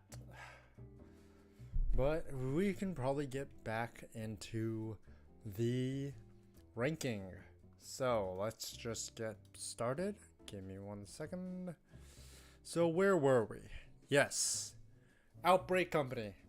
I remember for a long time this was my favorite isekai because of one thing. The half-elf maid girl, she was like, oh, she was my waifu for such a long time. And I fucking loved her. I just loved her quiet little voice, her cute little everything else. I just loved her. But now I've outgrown her. And yeah, it's just gonna be, yeah, it's a B. But the show inside, it's not anything, I wouldn't say new. It's more of just, it was very fun, and it was just kind of stupid fun in that sense. Let's see. Seraph of the End, Owari no Seraph, or as you know, Japanese. Oh, you know, it's a shame because I really liked this, and it never got like season 3, and it was getting to apparently the interesting part, and I stopped reading the manga at a certain point, and apparently it was actually a good point to stop because it was getting to the whole we gotta kill God type of stuff, and apparently it was going like that, which is like, oh well, that's kind of a turn off. All right, but you know, the anime itself, you know, you got Hiroyuki Sawano on the bass line fucking jamming into a soundtrack. You got some really cool action scenes. Studio Wit brought their A game to this. Character wise, I mean, I didn't really enjoy any of the characters. They were just more like a collective gang of archetypes, but still very fun show. I would say B. I had a lot of fun with the show. I don't think it was bad in any way. I think, yeah, it was wit. All right, let me double check. It was wit.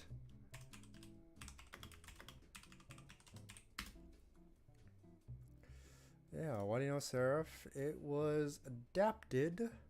It's gonna make me look really stupid if it's not wit. Yeah, it's wit. All of Owari no Seraph is wit, which is a really strange one for them to adapt, considering they're like, considering what the type of shows they usually make. It just doesn't feel like in their resume. But yeah, they just decided to pick up a random shonen manga. Then again, UFO Table kind of did the same thing. Oh yeah, well, I don't remember that. Peace de Pan. This was like one of those boring shows. I put a D. Pandora Hearts. Yeah, you know, Bones also could have definitely got away with it. Bones, yeah, no, I really do like Bones as well. So they can definitely have done it. Pandora Hearts. I remember this had an anime only ending. And I really liked what they were doing before the ending. I remember I didn't have, though it did intrigue me enough to go read the manga. I just remember, what was it? A girl turns into a giant black rabbit and then fucking, yeah, I heard it's like, it like never finished or something like that. And I just never had like the interest to go watch the anime.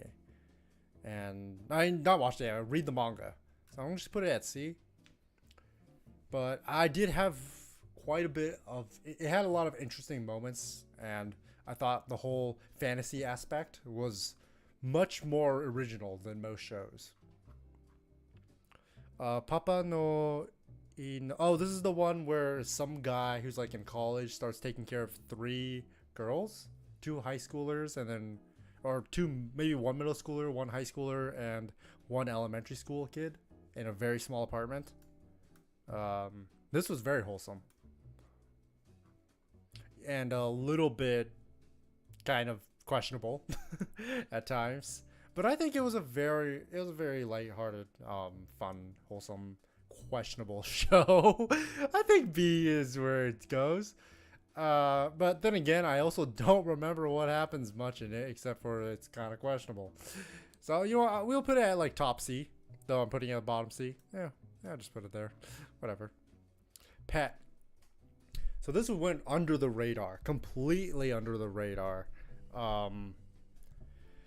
And honestly, for both good reason and bad reason, I think what it was trying to do was very interesting. The whole mind games, kind of going into people's memory, like whole psyche, so to speak, and to hypnotize them. I thought that was very interesting and very cool.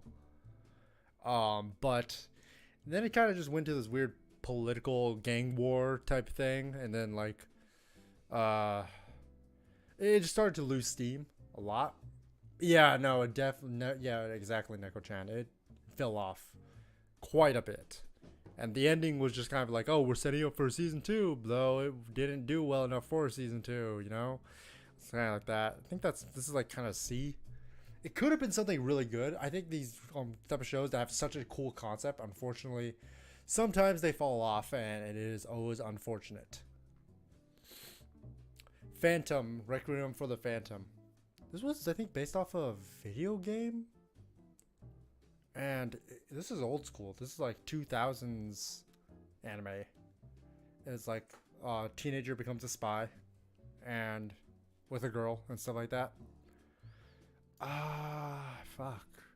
I don't remember much about it except for the second half was kind of bad. When they started to go to high school again, that was shit. That was pretty bad. But I remember it being a very solid show that had a lot of cool action scenes, and then like there's this one arc where he just becomes a mega pimp. Like he just stops being a bitch and he start being a mega pimp with like just OP mafia boss vibes going on. I really enjoyed that, so I'll give it a B. I think it's like a good story. Plastic Memories, that's B as well.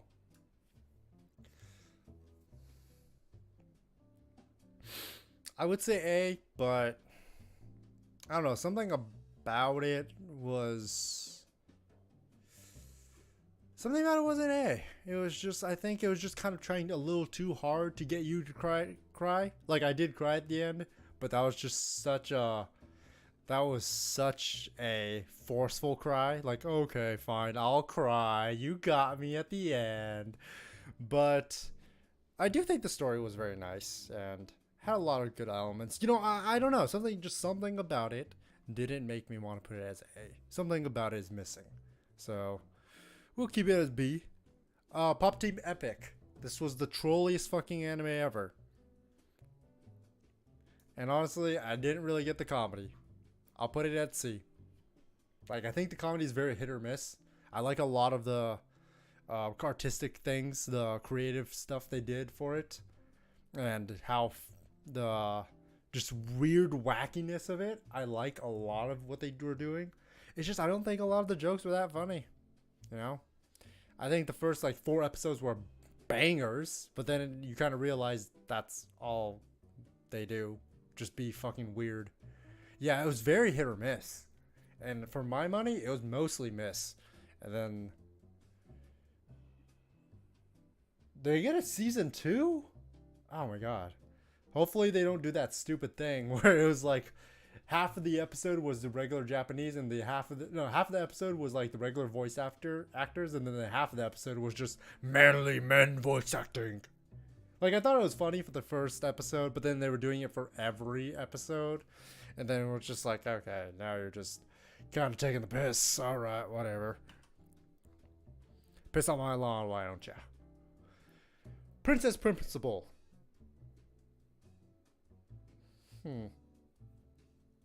Spy anime. with cute girls. Cute girls doing cute spy things, except it's actually kind of serious with an actual story.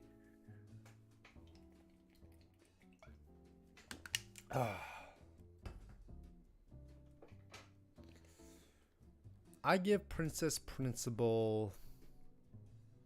What I really like is the steampunk aesthetic. I'm a sucker for steampunk. But it was very episodic until like the last 4 episodes. Oh, I don't really know where to put it. I want to put it like low B, high C. Like, I did enjoy it, and it was very cool, especially like the whole gravity tech. Yeah, I know, right? Steampunk is just such a cool genre. They just need to do it more. I'll put it at B. Just know it's a low B. Prison School. My man. My man. My man. And thank God they only adapted the first part of Prison School. Because, you know, I don't know if you've read the manga. If any of you read the manga. It falls off very hard. And the second part is kind of okay, but where it shines is definitely the first part. And that's all they adapt, and they do it perfectly. It does get more wild, but it also just kind of falls off because it starts dragging a lot. But the first part is untouchable, and that was just the best. Oh my god, it was the best. It was peak of whatever it was. I don't even know if it's a genre. Whatever it was doing was just so stupid and so great, and it was able to do everything it wanted to perfectly. Prison School, definite A tier. Coelidia Code. I remember there was so much promotion for this, and then it just flopped. It flopped so damn hard. Even though it had a really interesting story. Which was a bit of a shame, honestly. So probably C, C minus, low C, high C minus, something like that. I don't think it's bad. I just think it could have been much better. Rail Wars. I liked it a bit. Yeah, no, I did too. I did like Colitico. I think it was just before the whole, I mean, I don't want to do spoilers, but before the whole kind of, oh, this is a little bit like Inception or The Matrix, and it's just like, okay, all right, whatever. But yeah, I just didn't think they executed that part well. But Rail Wars, this was a dumb show, but it was so fucking cool. Like, why they made it so over the dramatic for no reason whatsoever. One of the first arcs was them disarming a bomb. Who does that in Tokyo? Nobody. Why are people trying to blow shit up in Tokyo? Nobody's gonna do that.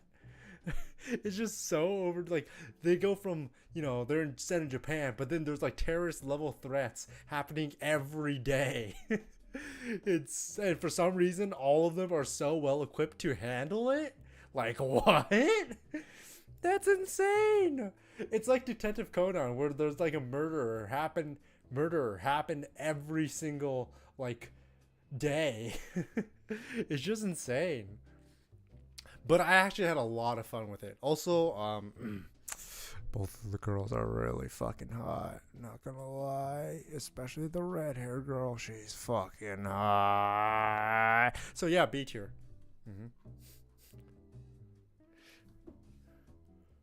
Let's see.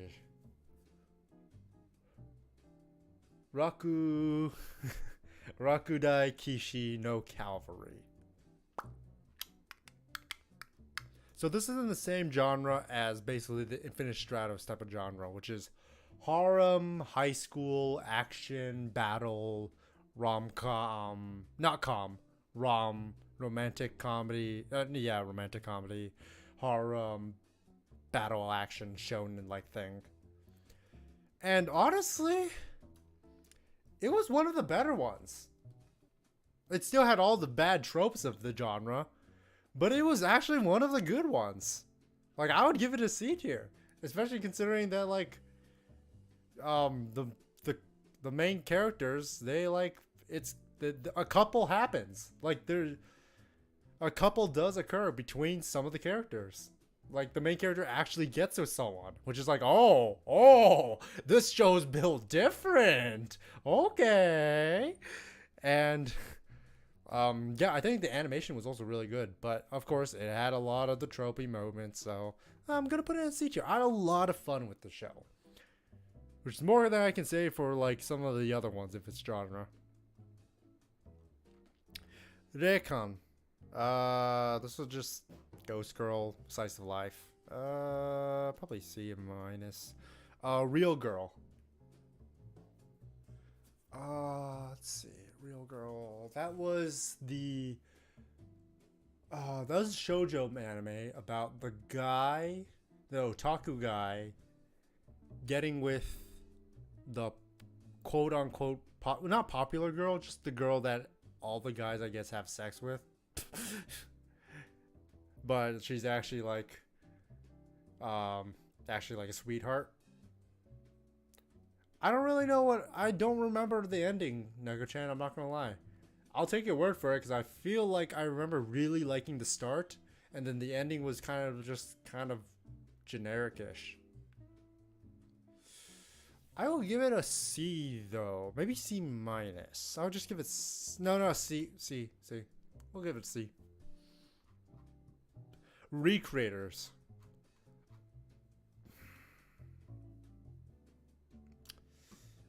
That's A.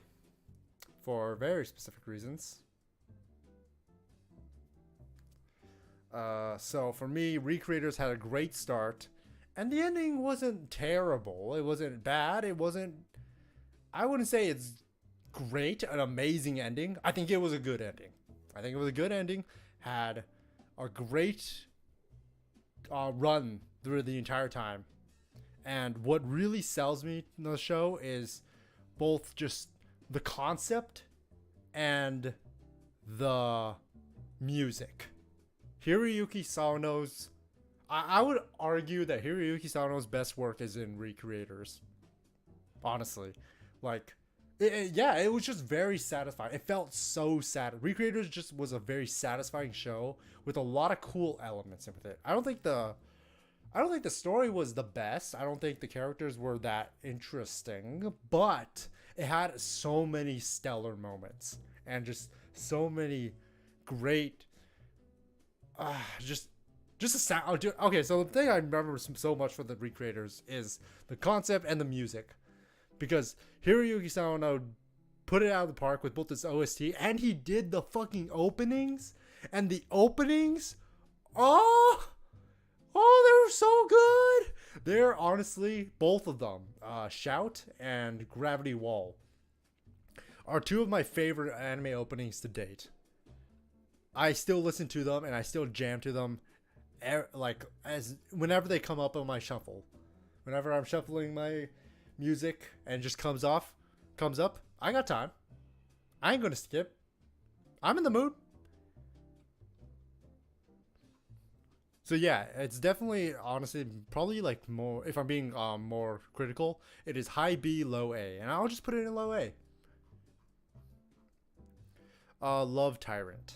This was a stupid, fun harem show.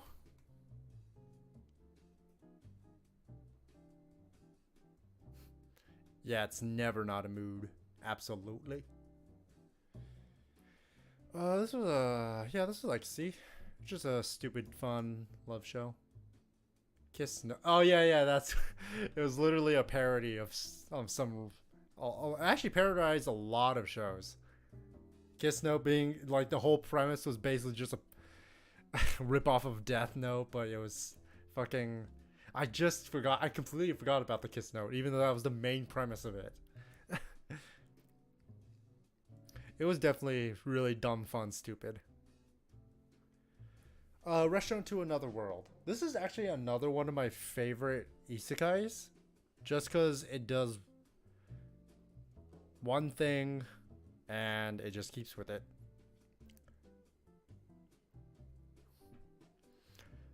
I want to put it in A just because I really do enjoy it. Though, it is a wholesome slice of life with cooking, but the fact that it's also like in an isekai just makes it so much more interesting. I'll keep it at B. I'll keep it at B. ReZero.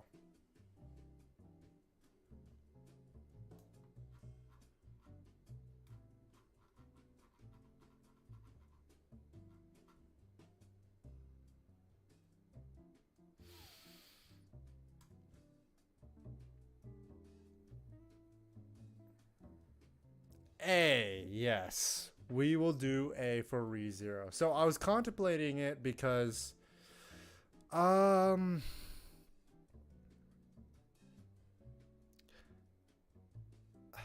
really trying to put it into words. Because ReZero to me is like, it is a very good show. And it gets so much better in season 2. Season 2 just freaking fixes all the mistakes that I had about season 1. Something about it just I don't really like completely vibe with. That's why I was debating between A and B. It's not anything that like story wise is just, or like character. It's nothing critical. It's just something about it just definitely makes me not want to. Just makes me not think it's completely A, though it's definitely an A tier show. Like, there's no doubt about it. It does. It's like it goes beyond, above and beyond with whole power fantasy isekai stuff. Yeah, I can't put my finger on it. Something is just, I'll just keep it at low A. Maybe I'll figure it out later, but let's just talk about ReZero. So ReZero, fucking amazing. I really like the story. I think it's building up to something great, and if they get season 3, which hopefully there's season 3, we can expand on that. Also, I do want to say one thing. Oh, I didn't read your thing, Neko-chan. Amelia Dan! Fuck yeah. Okay, I'm gonna just say this. I was Team Amelia from season 1, and I never moved, not even with Rem, because I'm gonna be honest. Rem to me is kind of basic. Not gonna lie. I don't really rate Rem that much. But Amelia, I don't know what it is. It's so true. Amelia was kind of useless in season 1, but goddamn, I don't know what it is. I think it's literally just the white hair. The white hair, half elf. Amelia was fucking. In the specials, Memory for Snow, Ram actually has a lot of good moments. Like, she's a homie. I just think Ram is like a really down-to-earth person, have really funny moments where Ram is just constantly like, oh, that's what it is. That's what I don't like about Ram. Ram is just, but also I can kill you if I want. But mostly, I know I didn't like program this camera to capture my hand, but I'm doing the ooh woo fingers right now in front of me, in front of the mic. So, ooh, I'm just a cute anime girl who can kill you. Ooh, and that's all Rem was really. Like, yeah, she had that moment, the whole confession scene, but that's overrated. Let's get some claps for my girl Amelia. Yeah! Especially after season 2. Yeah!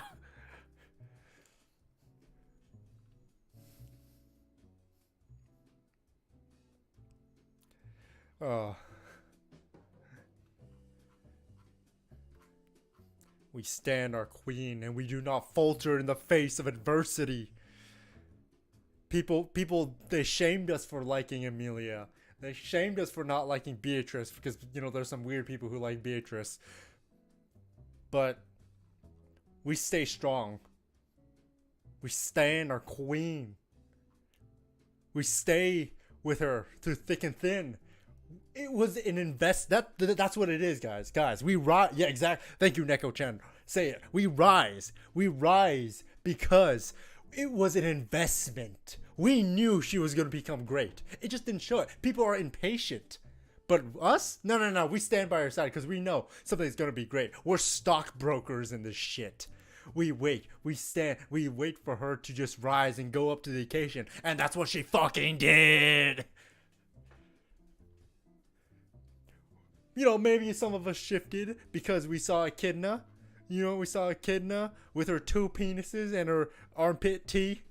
We saw that. Some of us shifted a little bit, but she was just discount Amelia. Let's just say it as it is. So yeah, that's my that's why we love our Queen Amelia. Salute.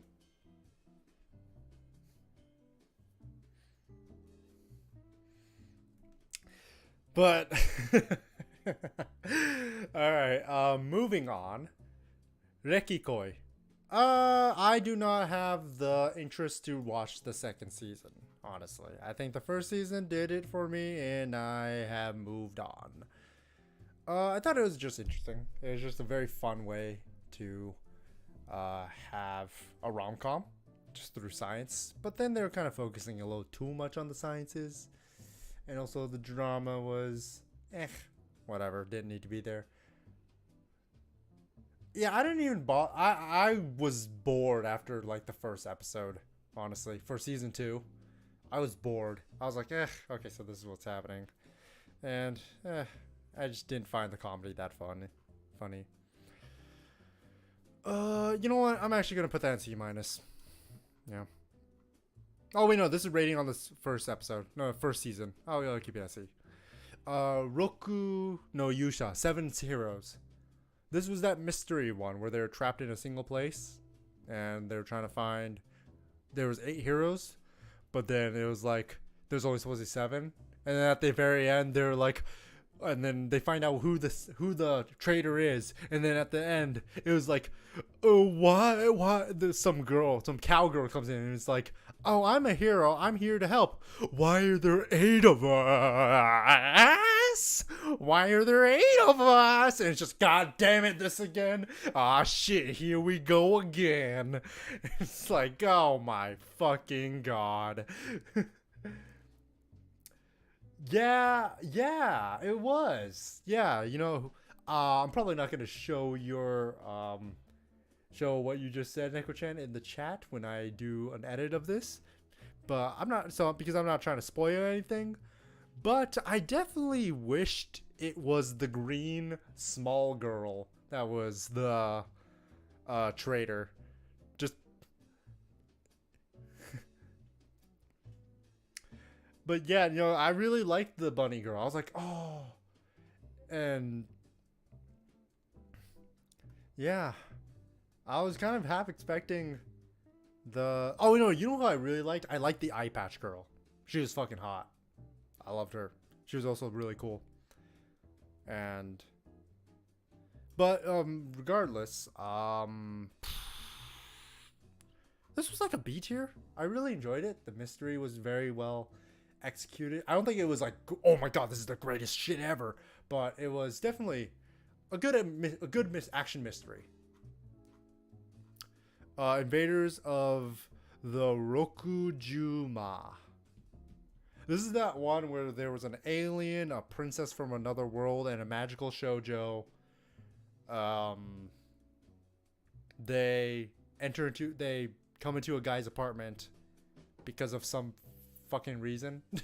I don't remember, but then the ending was stupid because it turns out the guy's like all of their childhood friend and a god or something. It was just like, huh? What's going on? Oh yeah, the magical girl, she's Pain Pecco. She's the embodiment of that. This was like, honestly, like, it fell off, so probably like C-. Run with the Wind. Okay. Alright. So, I'm gonna put it in my placement, and then you I'm gonna put my placement and then I'll explain why.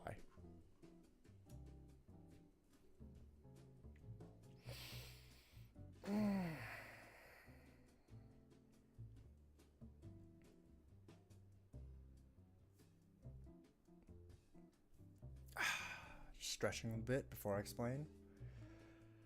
Whew. So, run with the. I am not. Okay, let me restart. I am not a big fan of sports anime, to be completely honest. I think a lot of them are incredibly repetitive and they're just there to get you hyped. And some of the ones that are more about using sports as a vehicle to tell a story, I like those. And this is one of them. But I don't think a lot of them land that well. Run with the Wind, I think lands. And it means something. It means a lot to me. Just because back in Mushroom High School, where I was from, where I attended, I was part of the cross-country, cross-country team, as well as in Mushroom Middle School. I was part of the running club, and both of those times really highlighted to me and made me gain a true love for running. Like, I do love it. And I think everything that they try to sell, the way they describe it, the joy of it, and the way that you get over the next hill and stuff, I completely relate to. It is such a euphoric feeling, especially if you run at like sunrise. It's hard for me to do that because I have a full-time job, but running at sunrise where the sun, it's not dark, but the sun's about to come up, and then you go over a hill and you see the sun rising as you're running.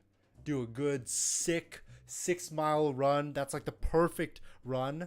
And then you go take a fucking shower after. That shower is ecstasy at its best.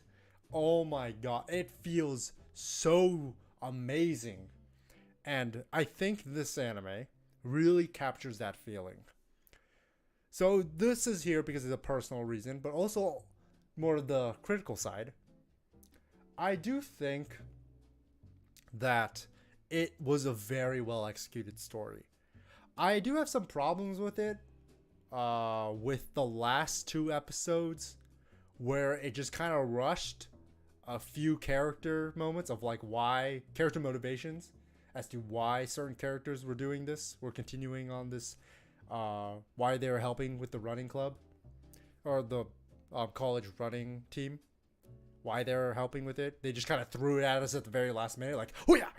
By the way, this guy, he's fucking a normie, and now he wants to be changed to take it. And then another one's just like, he came from a different place, so just fucking take it. And it's just like, oh, okay, you're just gonna show me this in a freaking backstory? I guess. All right. I mean, it's kind of weird that you do that. But just throw that at me.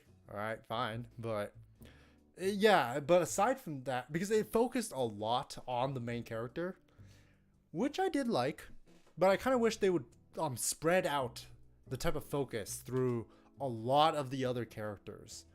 They just focused on the 2 main ones, and they just kind of threw at us at the very last episodes. The other team members' backstories. And I was like, yeah, I mean, you could have like thrown that at us earlier in the series. But all right, whatever.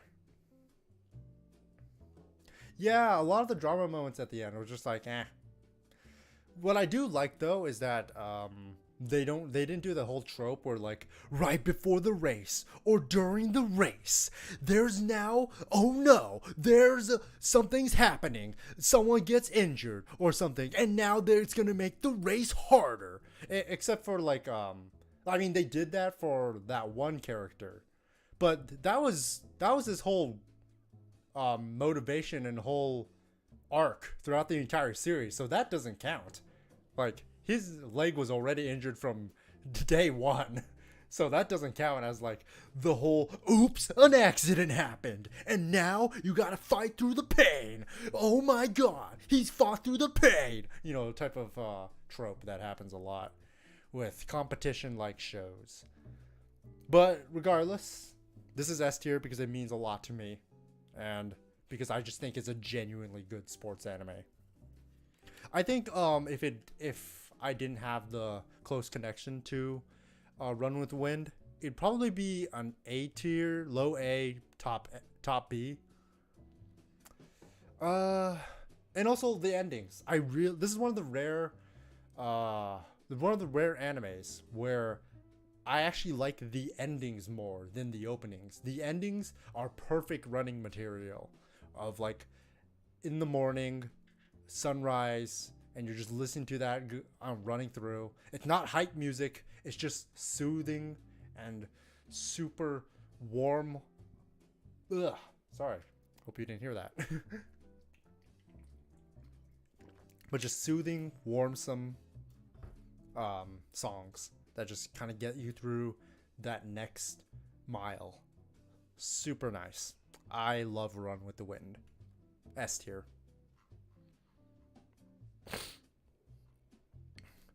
Ryujo no Oshigoto.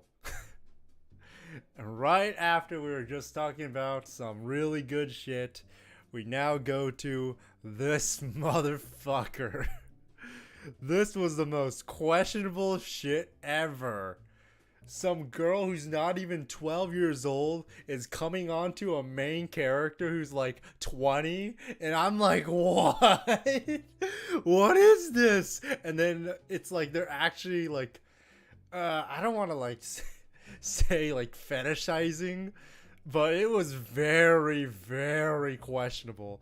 I was confused throughout the entire anime, trying to figure out what. Yeah, there was even 3 of them. There was 3 of those fucking children. Why? Oh my god, it was so creepy. I hated it so much. Every time I was watching an episode, and it would just happen, I'm like, oh my fucking god.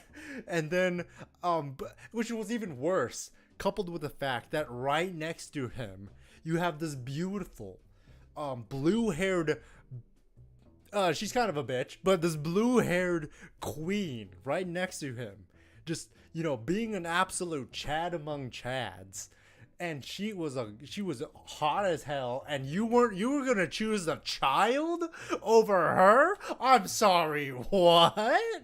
That's your logic? Oh no, I ain't about that, Chief. We ain't about that.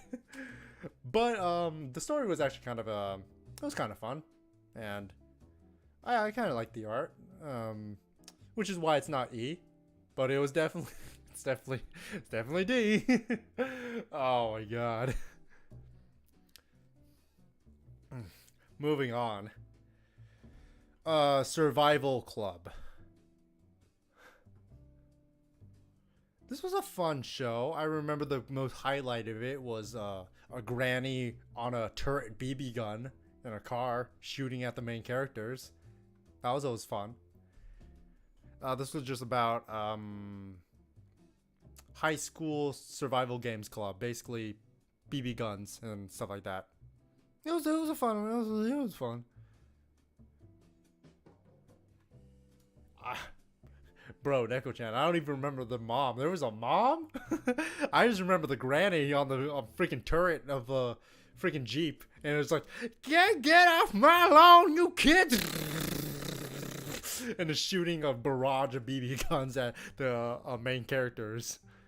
That was the fun part. Saekano. Did this get 3 seasons or 2 seasons? I don't remember, but all of them were basically kind of the same.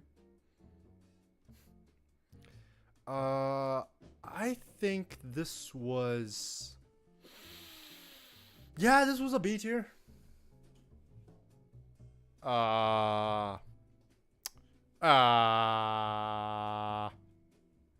was a movie?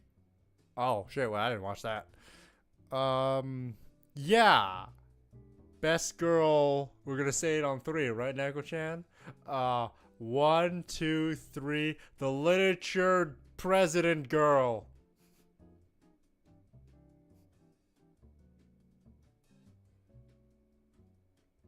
You ain't about to go tsundere on me, man. Right? Right, Neko? You ain't about to go tsundere on me? Right? Huh? Huh? You ain't gonna go choose twin-tailed girl? No? No! No! My God! You did. Oh no! You actually chose her! No! She's just a tsundere with twin tails. The worst combination. Oh my God. No, it's all about the for shame. Oh man, you know, we were so close to greatness. No, no, no. Now she's tsundere. We don't do that here. Sorry, not in this neighborhood. You can go to the Goblin neighborhood. I heard the Goblin Mafia and the Fairy Mafia. They like their tsunderes over there. We ain't about that here. Here in the art district of Yojuke, we about the big titties. And also the authoritative figure. That's what we about here. You know what? Actually, the main girl is actually pretty good too. I actually really like the main girl.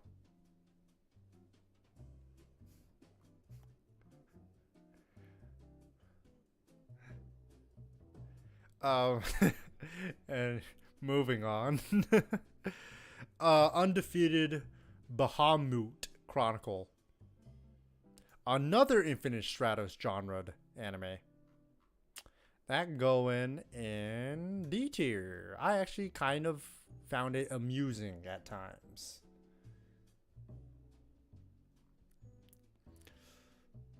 But it was still very shit. I will say out of all of them, it did have a very nice collection of anime waifus. That's for sure. Yeah, it was okay for sure. No, it was like lower than okay. It was kind of shit. Saiki Kuso. Oh yeah. Fucking love this show. It's like a high B, low A. Like the comedy isn't my cup of tea personally. I liked it, but it wasn't like good. It wasn't making me laugh out loud.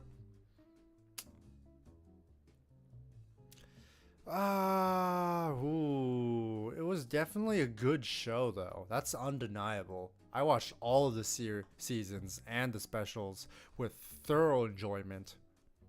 I think that's a high B. High B.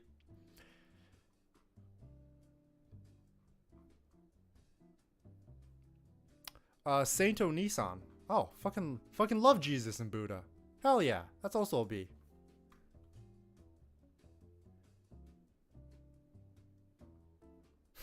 Comey energy, but if he was a Chad, a Sigma male. Comey, but if Comey was a guy and a Sigma. Wait, you didn't finish Saint Onisan, Neko? It's like 2 episodes.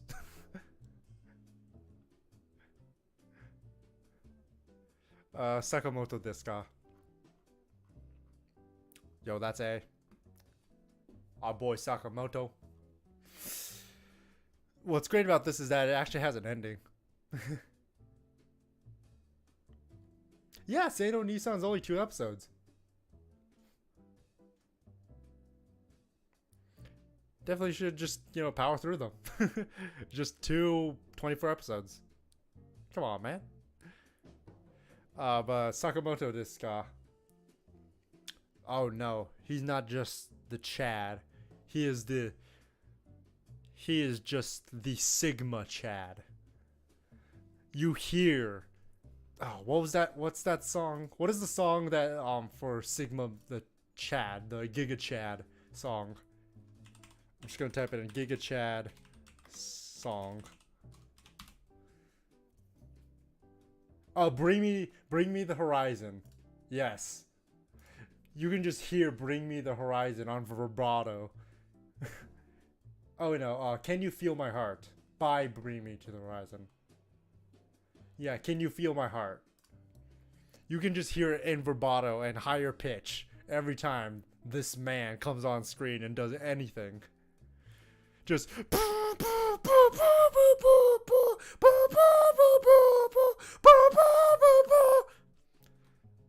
The Sigma Chad. He didn't take no shit now from nobody. Sakura so no pet na kanojo. I have such fond memories of this show. That's an A tier. So many fond memories of the show. It is where I was like getting into definitely the waifu culture, because Aoyama, she is just an A, almost S tier waifu. She's the best. And also it just has some really good comedy. And you know what? The drama moments, they don't feel out of the ordinary. They actually feel like they should be there. Usually this type of like rom-com shit, usually I don't really like it when it goes drama. But then again, for this one, it was there from the beginning, so it was warranted. No, Shiro is still a very good choice, my man. Don't worry about it. Shiro is like definitely 100% A. 100% A. 100% an A tier choice. But Aoyama, my guy, I would die for her. I love that girl. And she has a cute little ponytail. And she just wants what's best for everybody. Oh! Let's fucking go!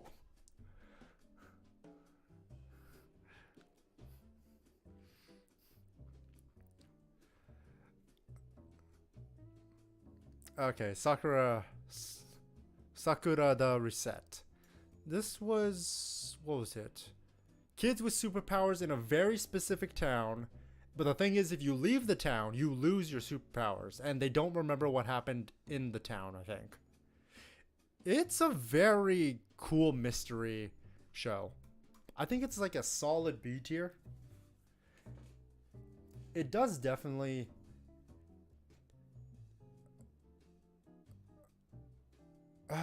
I don't really know. I found it. I didn't think it was amazing. I didn't think it was bad. I didn't think it was great. I just thought it was good. It wasn't just fun. It was good. It was like if there was a 7 out of 10 anime formula, it would be this. For its genre.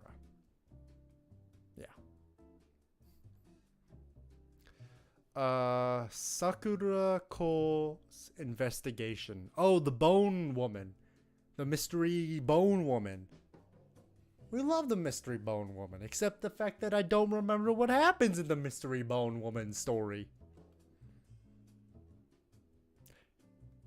Like, I remember little bits and pieces, but...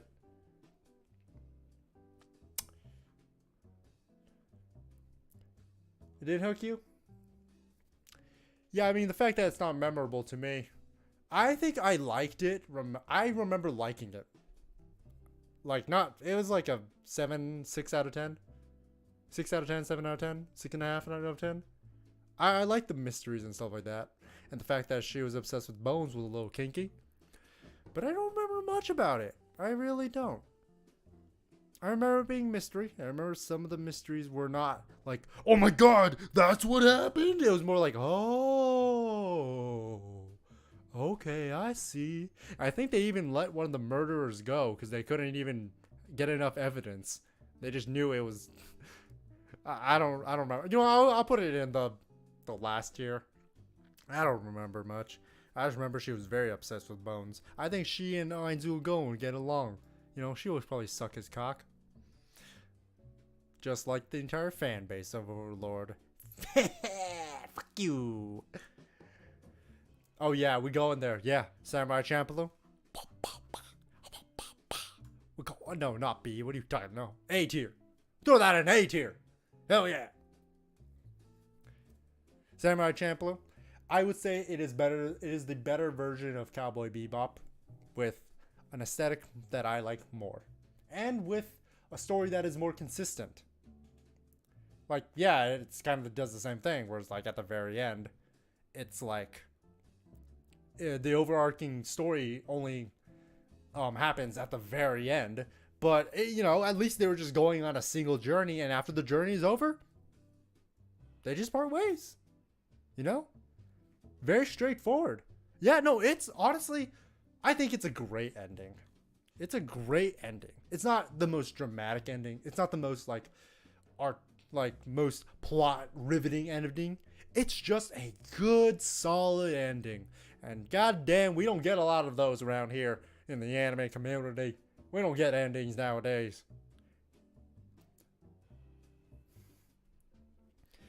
That's what I love about this show. This show, and also, yeah, you can't, you know, you have to pay respect to like the soundtrack and the music. I mean, come on, what are we talking? What are we even doing here? Hip hop vibes? That shit was fire. We love that fucker.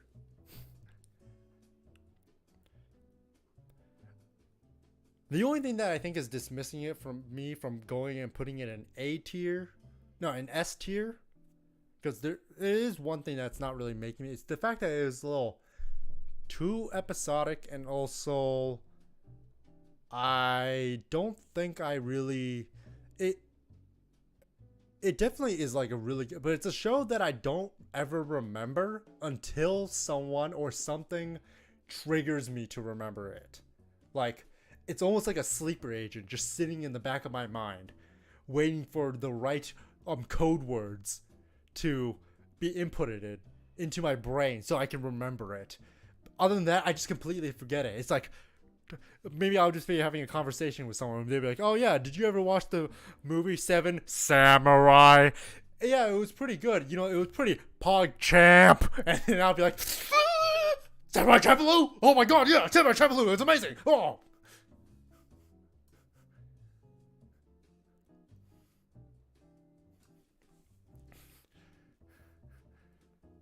But I kind of have the same thing with Full Metal Alchemist Brotherhood. Like, you know, I'll be just talking to like a relative, and they'd be like, "Oh yeah, by the way, how's your brother doing?" And I'd be like, "Brother, yeah, you know, he's doing good.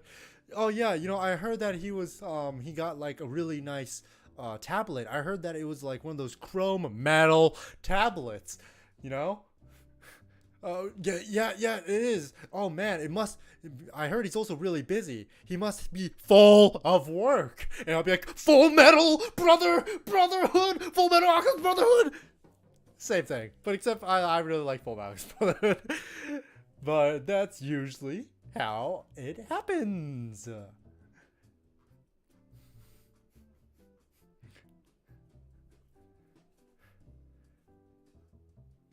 Say I love you. Yeah, this was this was like the most mid of shoujo animes. And honestly, kind of more stupid than it was mid. I'll put it in C minus. Scum's Wish. Ooh, I really like the adultness, the maturity of the show.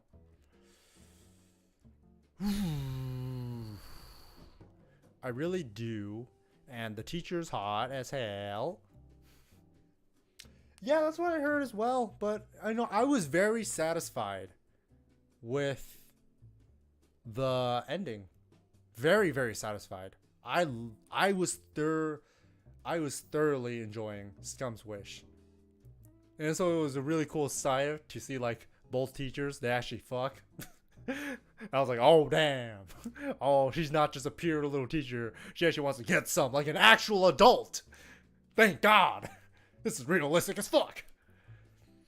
But I did very much enjoy everything I got from Scum's Wish. I think it's like a good B tier. But good B tier. Yeah, that's also another thing. It has an ending. I always appreciate an anime that gives us an ending. Seiryu Girl. This was just fun. This was cute. It was really nice. I remember really enjoying the manga, and then I just stopped reading it for some reason. And then I watched the anime. I was like, oh yeah, the anime is just like the manga. It was super adorable. Shield Hero. I haven't caught up with season 2, though I just read the manga, which is basically kind of the same. Let's see.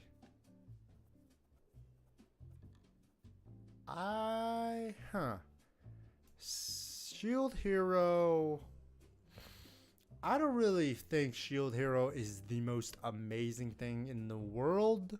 I think it's a pretty good isekai. But honestly, after he gets his revenge, or he gets fulfilled with his revenge, it kind of just feels like, falls off, because it feels like, well, okay, what's next? I guess we just save the world now. But the whole premise was that he gets betrayed. He has to deal with people, deal with people's shit. But a lot of that kind of just goes down, just kind of like disappears, and it's just like, oh, we gotta go save the world now. And it's just like, okay. And we also gotta solve the mystery. Why are there so many heroes? It's like, okay, all right, okay, that sounds that's cool. That's cool. All right. So yeah, I'll put it at B. I don't think it's a C. I still need to catch up with the second season, but yeah. Yes! Shiro Meta! The stupidest fucking anime in the world! Fucking love this anime! So this, oh my god, I don't know if you guys have read this anime or watched this anime, but it's basically in a world traumatized by Anya. Yes! It's just the stupidest thing in the world. Basically, sex jokes are illegal. Sexualization is illegal. Which begs the question, how the fuck do they allow sex? Do they just put it in a room with cameras and make sure that they're monitored? Like, how the fuck does that work? And it's only in Japan, which is very funny. And yeah, this girl, the picture I put on Anna, she's a fucking wreck.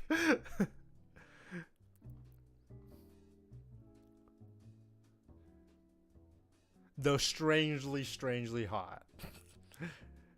Just because it's so stupid and so dumb fun that I can't put it on like the normal scale. I'm putting it in A tier. I had so much fun watching this show.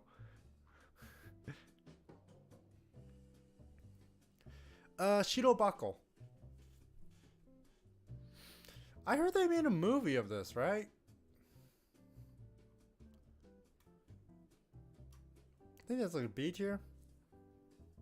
I think it was a very good insight on like the anime industry, and just seeing other people, like the whole their ambitions and stuff like that. You didn't watch the movie, but I really enjoyed the anime for what it was worth. It's just a really nice insight. I don't think it's something I can binge. It's definitely was best consumed weekly. But I enjoyed. Oh, one thing I really appreciated they did was that they actually had based certain characters off of actual real, like, anime directors and producers. That was a really nice touch. I thought that was really cool. Show me sample. Harem ecchi high school rom-com standard.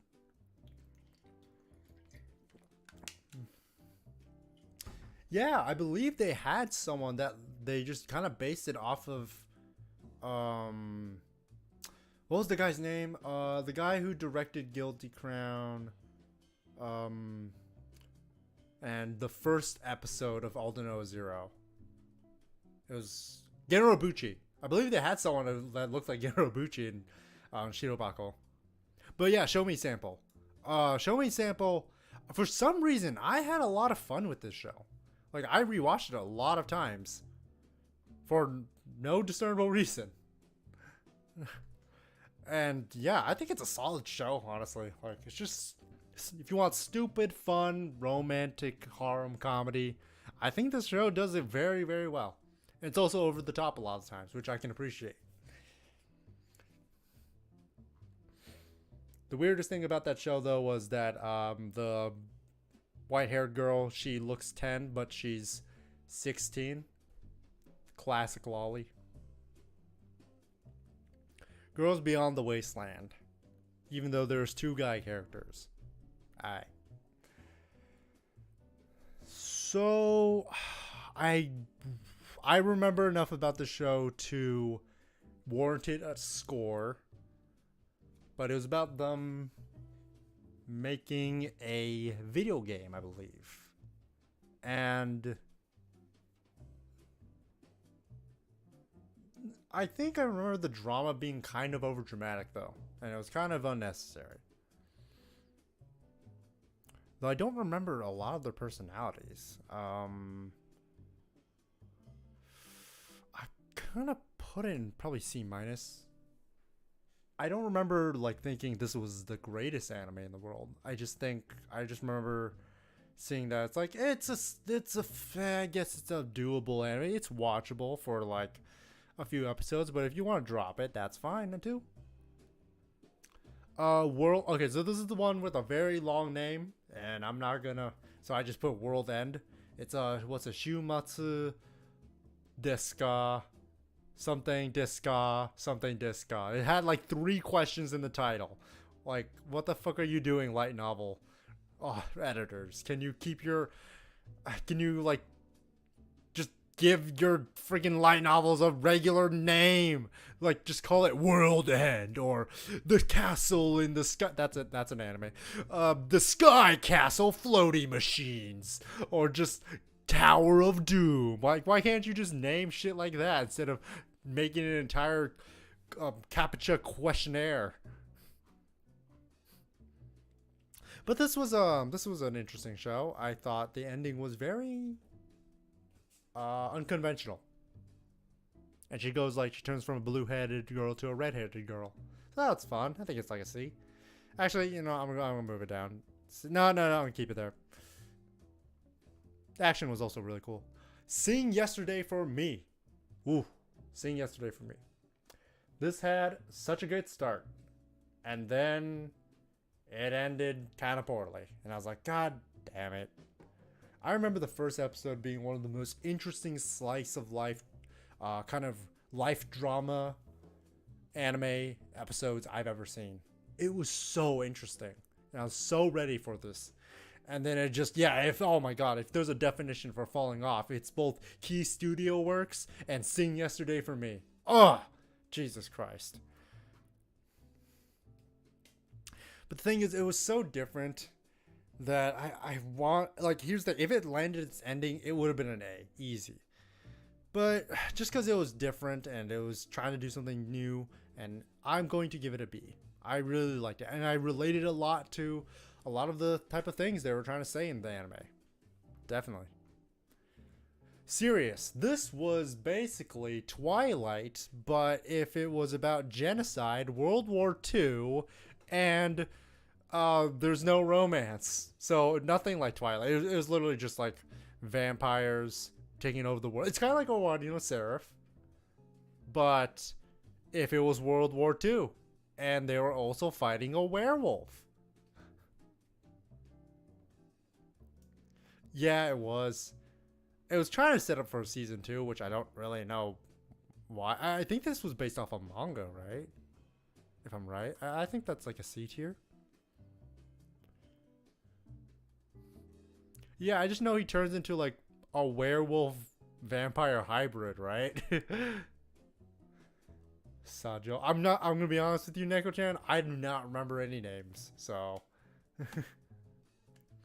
that name means nothing to me.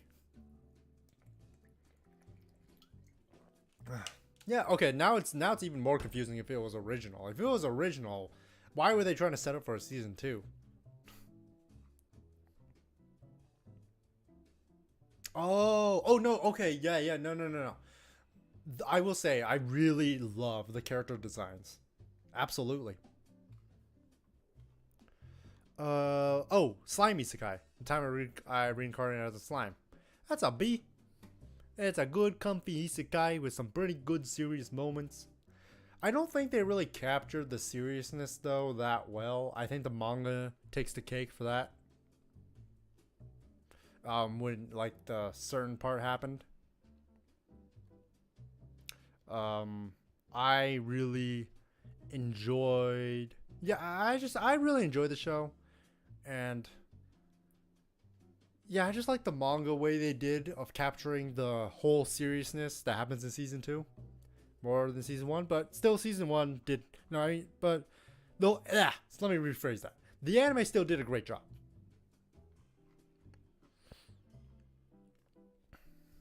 Samali and the Forest Spirit. What I really loved about this anime, above all else, that was different from the manga, was the art. The art direction. It's not as polished as the manga, but then again, the manga just goes berserk levels of details. But it definitely gives off. I love like the watercolor type of mystical fantasy type vibe it gives off. Different direction, or kind of like the same, but it was very nice, and I really appreciate it for what it was trying to like go for. And it's just a wholesome series and all around. Give that a B. Throw that in B. Are you lost? Cute girls doing survival things on a deserted island. That's the show. Honestly, I had a lot of fun with it, to be honest. I also really like learning about survival instant stuff. And to top it all off, there's a girl with it. Let's see.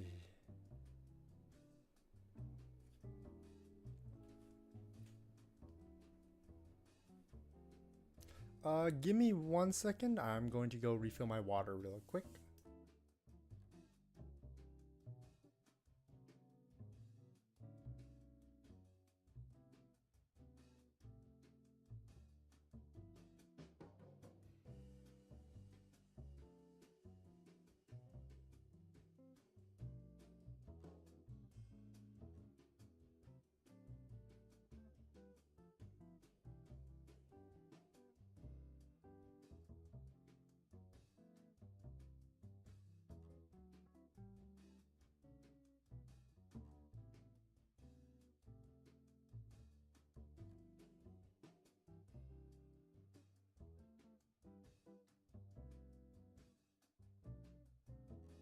Got my water.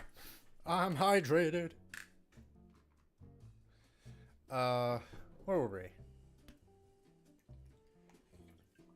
I was looking at my model and then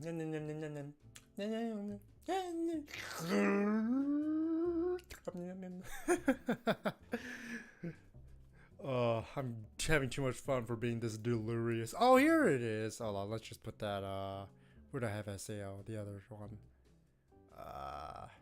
Right there. Yeah. Okay. Cool. Sound, euphemia. Sound euphemia. Euphemian.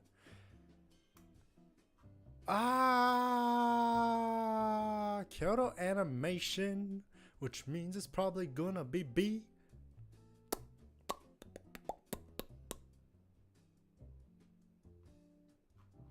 I'm trying to decide because like it's competition anime, and honestly,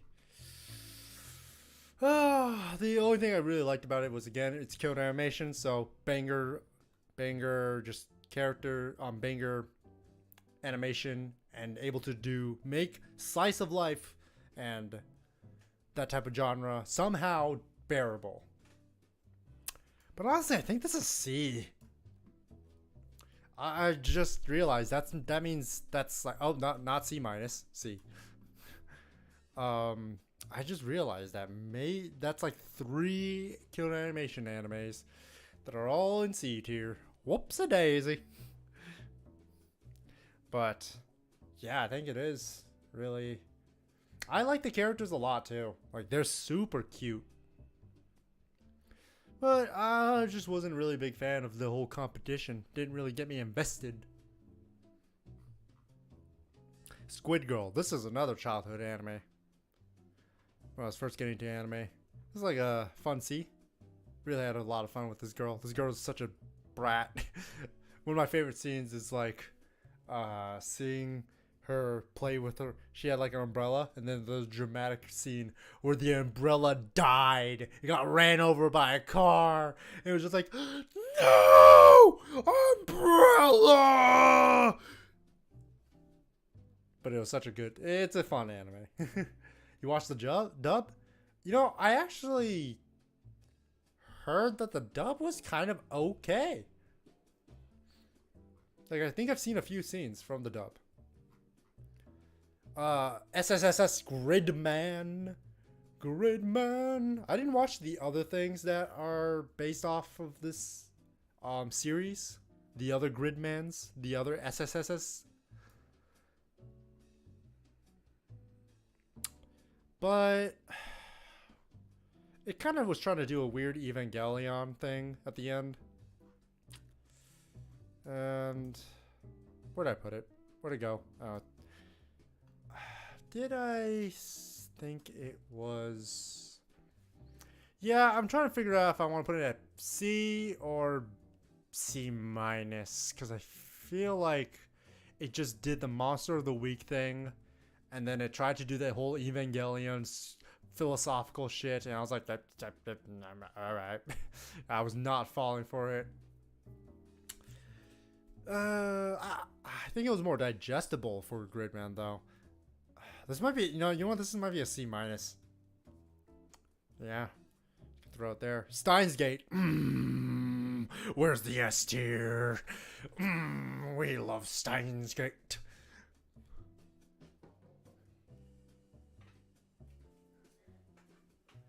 The other one. Yeah, I don't know what the other one is, but either way.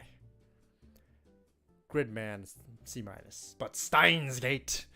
Oh, I love Steins Gate. And I love Steins Gate 0, which just connects back to Steins Gate. Steins Gate is one of those shows that kind of are actually slow at the start, but then as you go on and more, it just gets better and better and better. The ball keeps once. So it's like, I would imagine that Steins Gate, you pick up the ball, you just kind of look at it and you're like, damn, this is a very fun looking ball. You're just observing it, nothing too bad. But then you just give the ball a little push, and then it just keeps rolling and you're like, oh shit, the ball's been rolled. And then it just doesn't stop until the very end. Steins Gate is fucking sick. Such a good series. It's like, I would say, the out of all the yeses, let me just kind of like, actually, yeah, let me just, so we have, let me just put the impactful ones, I would say the ones that really mean a lot to me are,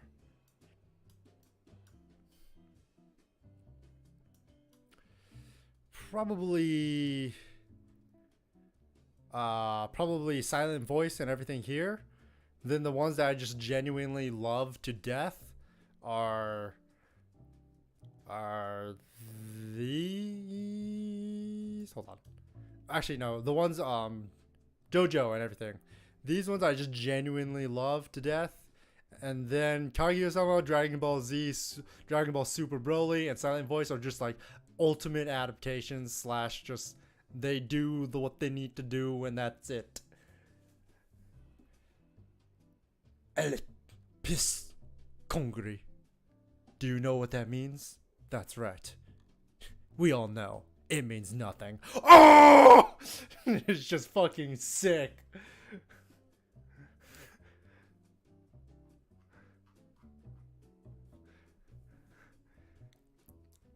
And yeah, you know, Kurisu, fucking best girl. We stand Kurisu. Strange, this was stupid. No, I'm just putting it at E. I don't even want to think about that. That was stupid. Stupid short anime. Strike the Blood. Strike the Blood's weird because it doesn't come out seasonally. It just comes out whenever it wants to come out. For season 2, 3. Technically season 2, 3. They're more like Strike the Blood 2, Strike the Blood 3. Their most come out like in specials. They're categorized as specials. But the thing is, they create their own complete season of anime. So it's just like, what the fuck? Well, they're like, Strike the Blood is still coming out, just in like intervals of 3. It's weird. But yeah, this is like a C tier. I think I had a lot of fun. Though I cringe internally every time they say like, "This is my fight." No, senpai, this is our fight. And he's like, "No, no, no, no, no, no, no." You're like, "Oh my god, okay, I get it. Nakama is power, whatever." Ugh. I just want to like throw up every time I hear that. I cringe internally. Internal hemorrhaging causes you to cough up blood? No, no, no, no, no. Internal cringing causes you to cough up blood. It's just, what the hell? Every time I hear it. But yeah, it was actually kind of fun. It was. I'll admit. Season 1, I had so much fun with this show. And I wanted to watch season 2, but that was around when Shark the Blood 2 and 3 came out. It was around the time I was starting to outgrow this type of genre, so that was unfortunate. Suicide no Gargantia.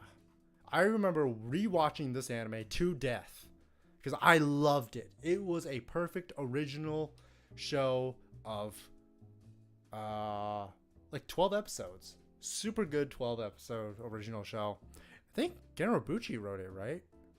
Pretty sure. This is a great show, though, regardless. I remember season, like the first episode, is just ingrained in my mind.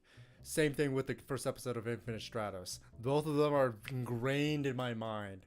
Like, I can give you a freaking play-by-play. Kind of like Groundhog Day, when that guy is just like naming off exactly what the guy's about to say in the newscast. It's just like, yeah, so like right here in episode 2, or that Pro ZD thing, where it's like, okay, why don't you hit me now in 3, 2, 1, and then the crocodile gets hit or something like that. It's just like same thing here. Okay, yeah, they're running, and he's gonna slap her ass in 3, 2, 1, pop. All right, there we go.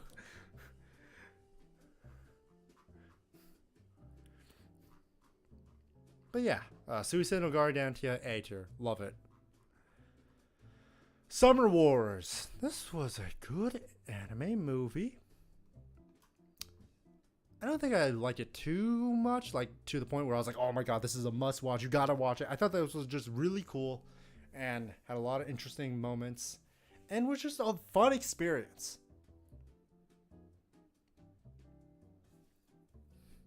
So I think it's a solid movie. Anime movie. Sunday Without God. I do not remember anything from Sunday Without God. I just know it's a girl with a shovel and people can't die. Oh, Suzumi Haruhi. The Melancholy of Suzumi Haruhi. It's like B.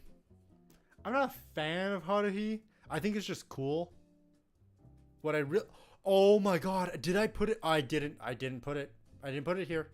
Okay. Here's the thing. Suzumi Haruhi, that's like a B. Solid B. We love it. We love it. Yeah, yeah, yeah, yeah. We like it. But Suzumi Haruhi-chan, the little spin-off. That's an A tier. No, you know what? That's S. Post-edit Flinnka. Put it in S. Suzumi Haruhi-chan. The shorts, fucking love them so much. They're just the dumbest shit ever, but I love it. It's so cute and so funny. And like, my brother possesses all of the volumes for that little cute anime. But I digress. Sweetness and Lightning. Very wholesome. Very good. And there's cooking.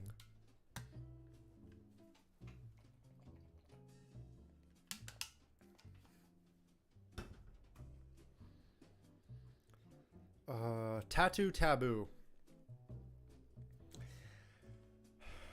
The best part of this anime were the opening and endings.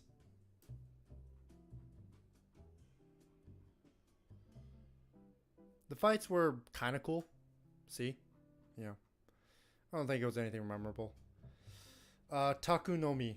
This is just for college or 20-year-old girls being alcoholics and teaching people about beer. It's like C minus. Well, they were shorts. You know, I'll put it at C. I like alcohol. Talentless Nana. Uh, I hope a season 2 comes out for this. This I thoroughly enjoyed. I loved the mind games, though I think the moment it was revealed, the reveal was made, the big reveal, it kind of was just kind of predictable at some points. And the main quote unquote antagonist, because you know he's just trying to solve a mystery, but he just gets smart in the most plot convenient ways. So I think it was B. I don't think it's. I think it's like a really cool show. Like I think it's better than C, but it's like low B. I bet the manga gets interesting.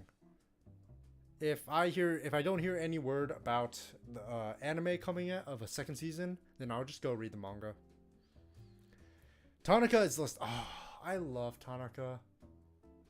Guys, I love Tanaka so much. Even though it's slice of life and it's kind of boring, I love it. Especially the opening. The opening makes me feel so happy. This show just makes me feel so happy every time I watch it. It's just so relaxing. Yeah, that's an A. I love that. Takagi-san, the teasing master.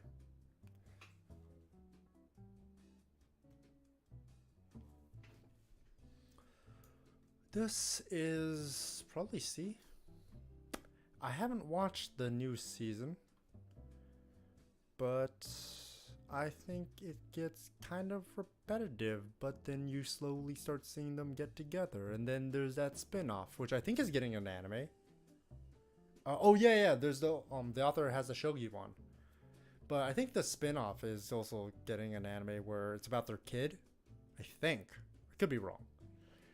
Yeah, I also want to watch the shogi one. There's also the ninja one, the female ninja one.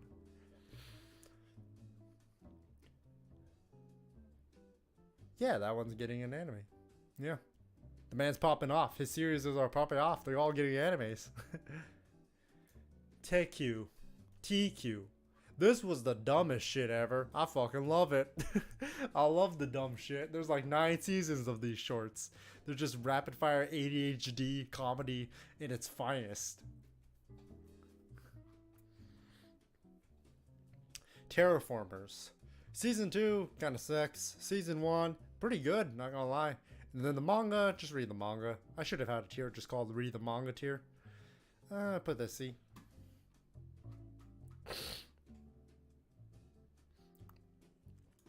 Terror and Resonance. This was a great show.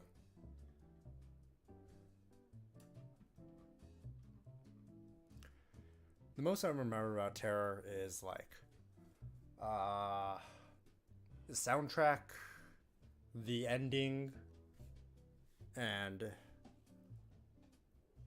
just that it had a lot of ambient moments. I think it was solid B. The Ancient Magus Bride.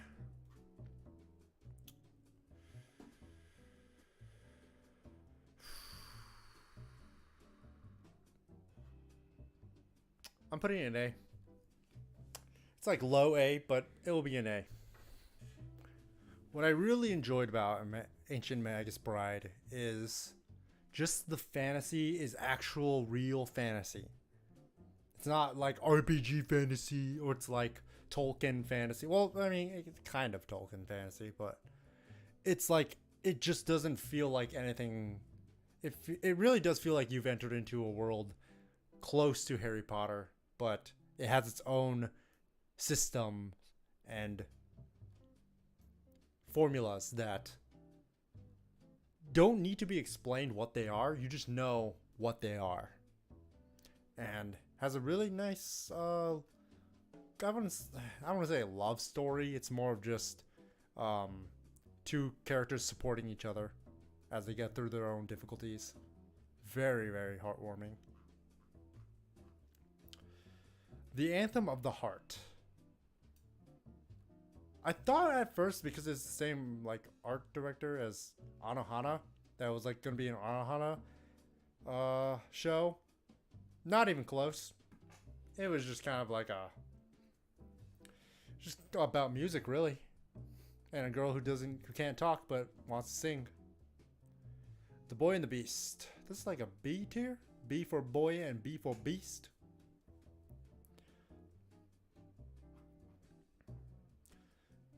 Oh, the day I became God. Hold on. Where's Charlotte? Where's Charlotte? Charlotte. Okay. Yeah. It goes in the same place. Like the ride was fun, but the ending was kind of like, okay, this is all right. Whatever. Fine. Sure. Why not? Nagato Yuki. Disappearance of Nagato Yuki.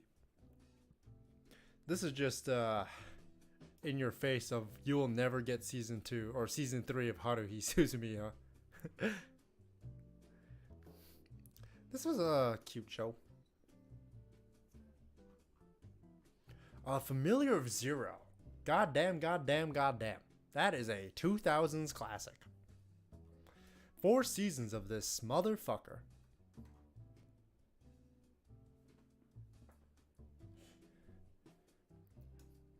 Unfortunately, I am not a tsundere guy. And that's what this girl was. I think it had a really fun story. I think it's like C, B. It got me through. It was interesting enough where I did not feel like dropping any of the seasons.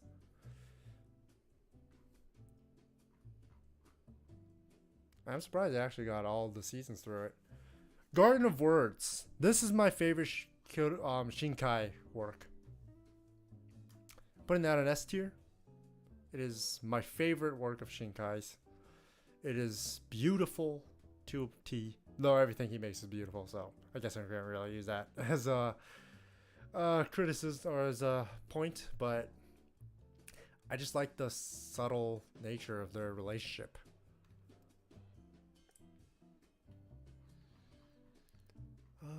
The Girl Who Leapt Through Time. I enjoyed this anime movie, but not as much as people were hyping up to be. Thought it was kind of interesting. I'll put it at B. The God of High School. You mean the God of being a disappointment and being the God of anime YouTube clips? Because that's the only way to enjoy this anime. Holy shit. This was kind of a, you know what, just for the animation, I'll put it at C-. But if it's just for the story, that's an E or a D. Just because they did not do justice to the manhwa. But then again, that's kind of how manhwas kind of work nowadays. The Helpful Fox Senko. Senko's like a C. It was very soothing. We all love the little fox lady. High School Life of Fudanshi. That's like C-. I wasn't really that into it. The Misfit of the Demon Academy. This is the most over-the-top power fantasy shit I've ever seen. Who the fuck can kill people with his damn heartbeat? That was just so stupid. I'll put it at C. I did have a little bit of fun with it, not gonna lie. The Price of Smiles. This went off. This fell off like at episode 2. It was just a downward spiral the entire time. 7 Deadly Sins. Okay. I think 7 Deadly Sins is pretty fun. I don't think it's the greatest thing in the world. But it definitely has its moments. That's for sure.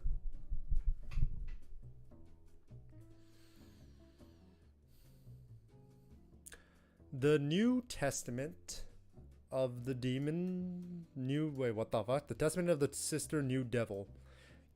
This is that one... She kind of looks like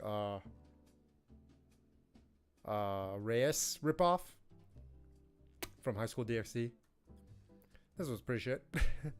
The World That Only God Knows. I had fun with that. Classic harem. And actual main character that's interesting. To be a hero. This was a short, and I think actually based off of manhwa. Pretty sure the joke kind of got stale after like episode 4, but give it a C. To Love Ru. Oh my god, To Love Ru, To Love Ru, To Love Ru. Just for the horny, we put it at B. Gotta give it to the horny. To the Abandoned Sacred Beasts.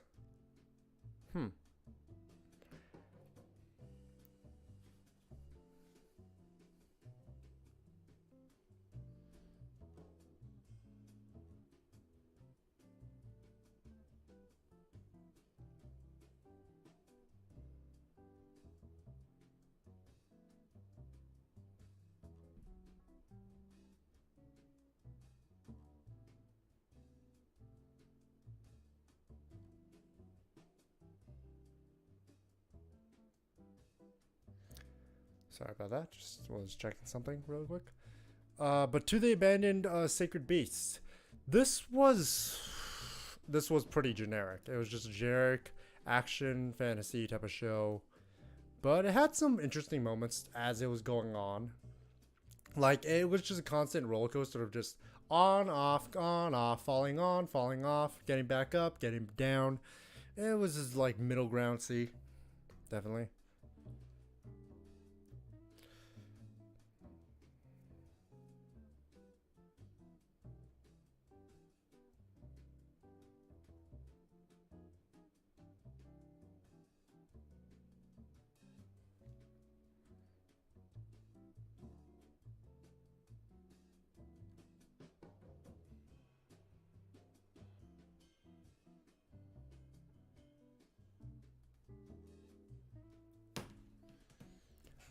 Okay, To Your Eternity.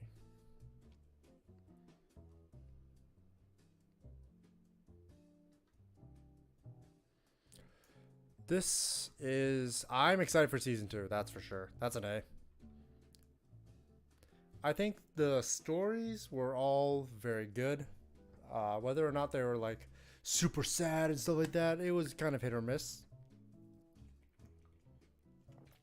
But I also feel like they all did what they needed to. And it tells a very interesting story of some guy just living through being immortal and watching people around him die. I love it.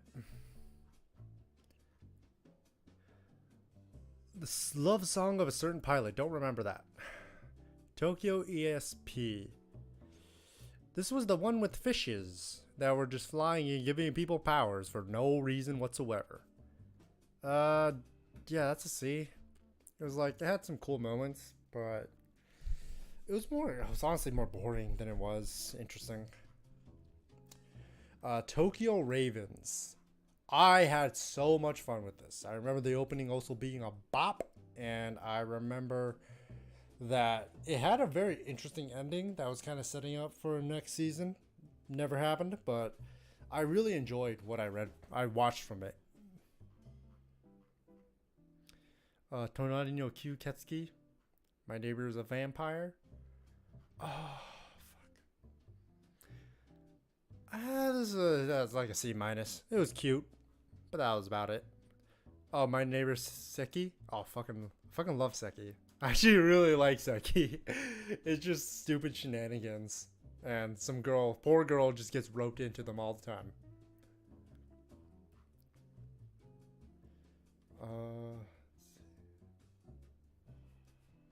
Toni Kawaii. Ooh, the best couple of like 2021. Not even contest. Fuck yeah. Yeah, that's all I can see. Super fun, cute. Really nice. Toradora. Let's fucking throw it in A and move on. Do we even need to describe it? It is a banger after banger. It is just the peak of high school comedy drama. Right? Not what? No. Peak of high school romance drama, and it's just so good. Except that, you know, Taiga's somewhat of a bitch a lot of the times. Trinity 7, that's like fucking where how much did I enjoy? This depends on how much I enjoyed it. Either it's E or D. It's E. I didn't enjoy it that much. To the children. This I enjoyed a lot. That's a B. That's definitely a B. I just loved all the analog episodic romances between all the characters. The president and the gangster girl, the Genki. It's probably the best pair though. Tsurene. Oh, this is the archery one by KyoAni. I actually really liked it.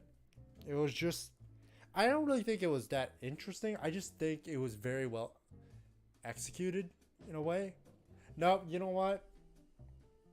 I will say out of all the KyoAni works, this is definitely a mediocre one. This is another one going in C. That's 4. God damn, guess KyoAni really can't hit them all. But I do remember having a lot of enjoyed it from start to finish. Which I think just KyoAni Animation's specialty is that they're able to make anything they make.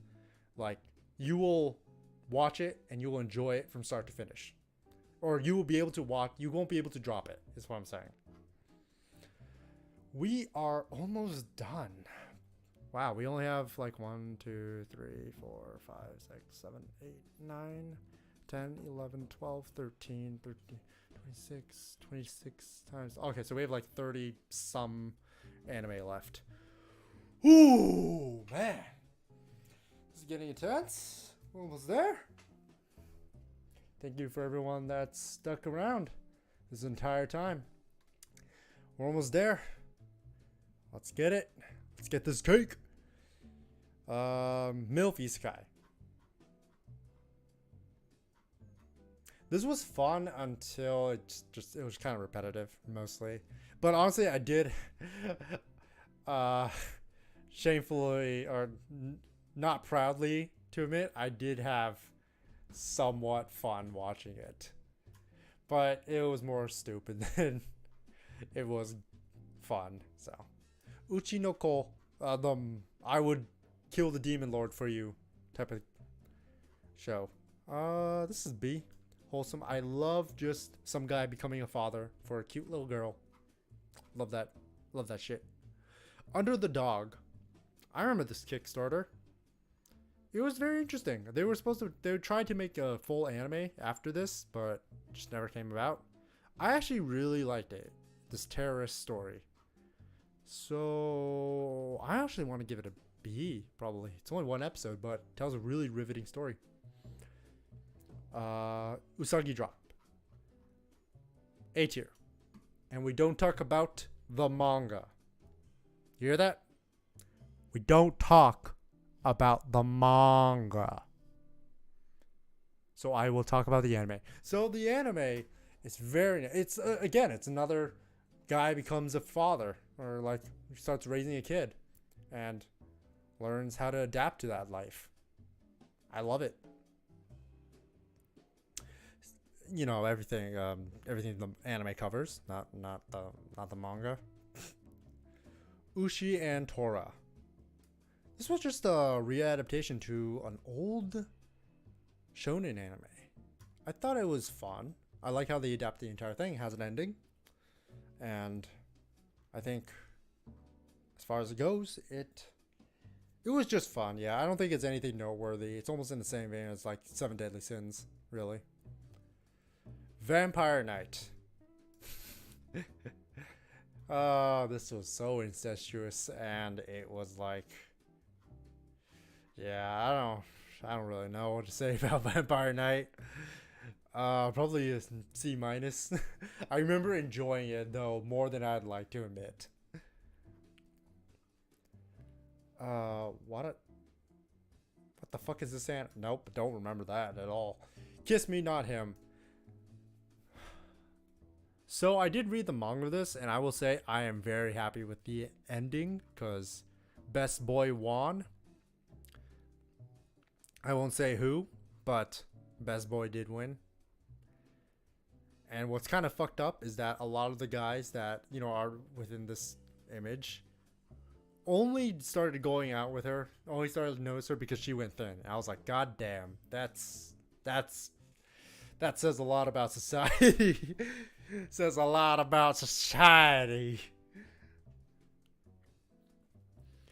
It's a shame, you know? And then, like, the one guy who sees her for her, not for, you know, what she is, actually gets with her, which is a very good message for the ending. Oh, another shoujo. Wolf Girl and the Black Prince. This was just kind of a basic shoujo, I think, so I don't remember anything remarkable about it. Except for the girl had attitude and the guy had attitude. So that was a fun dynamic.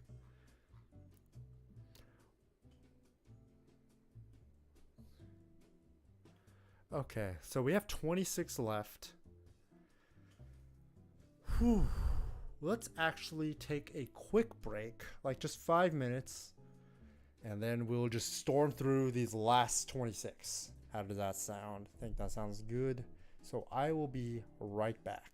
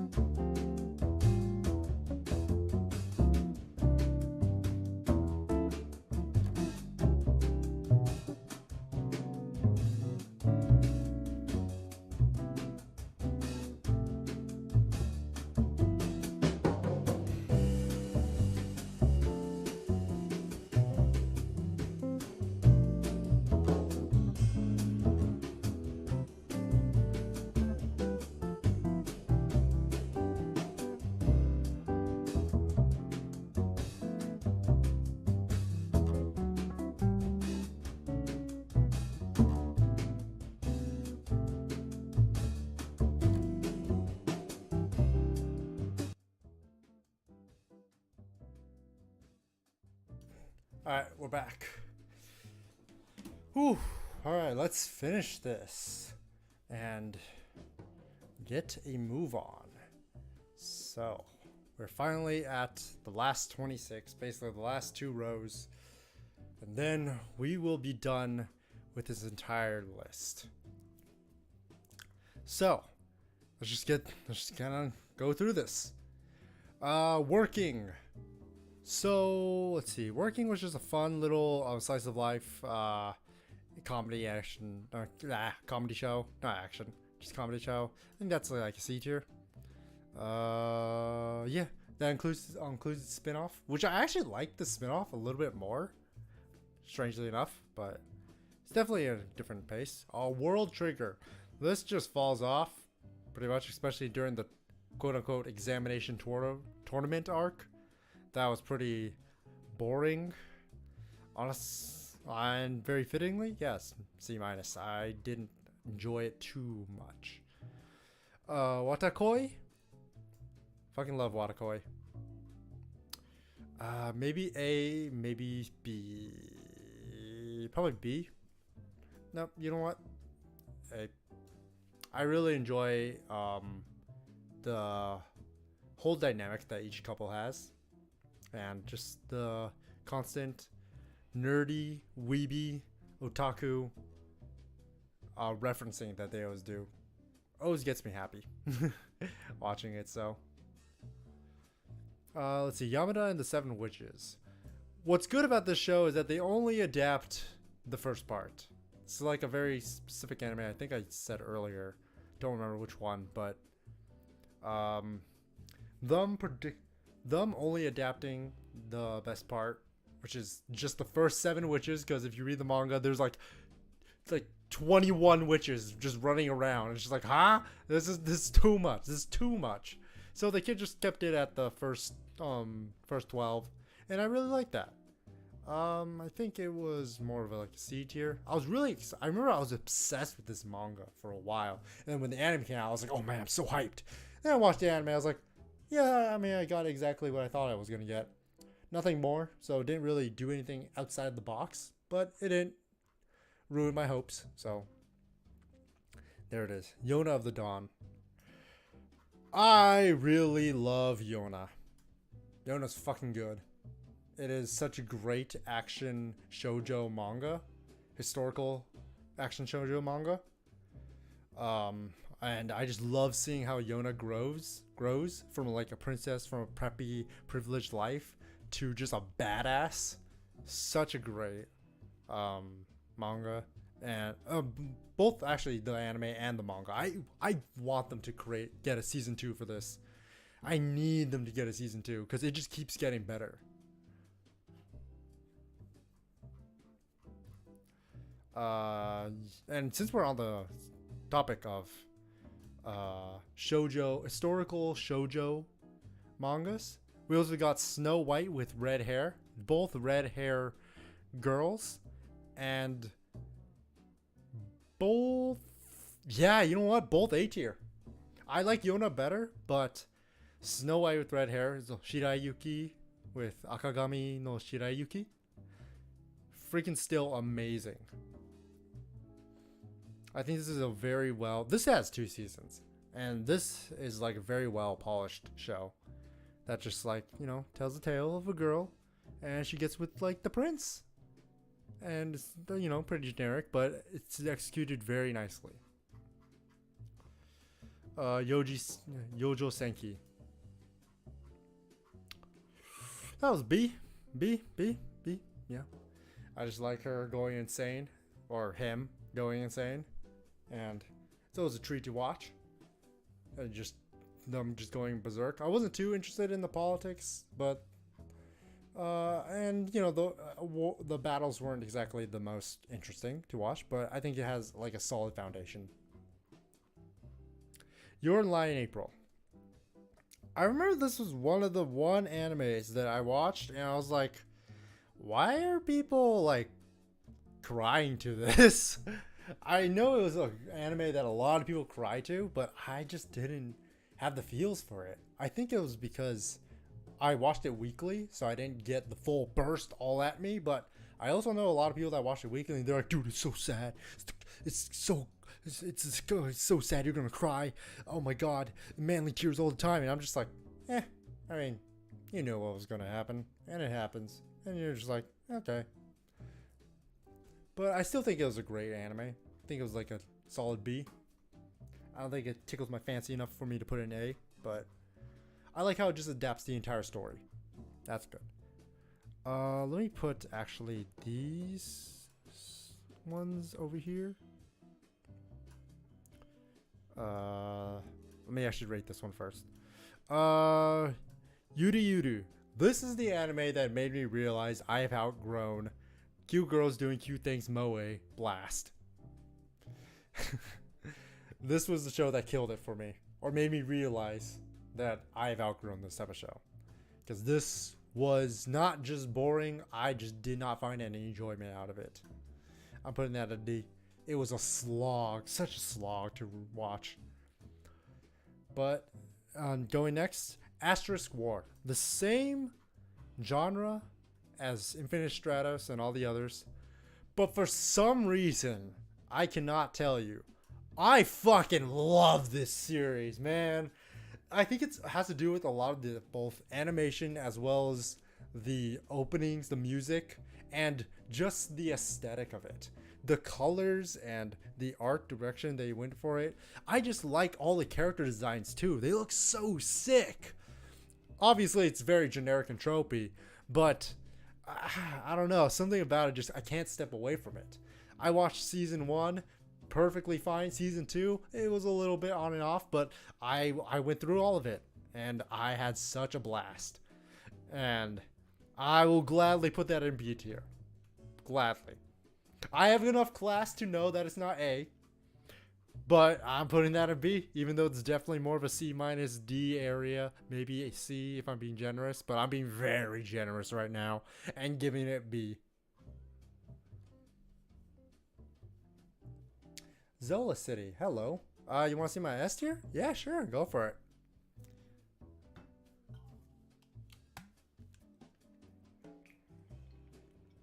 Let me know what you think. We're at the home stretch. We only have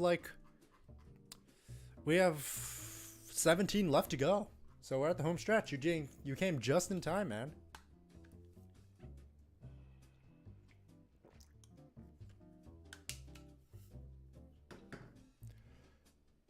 Well, you can let me know what you think, but I'm going to continue.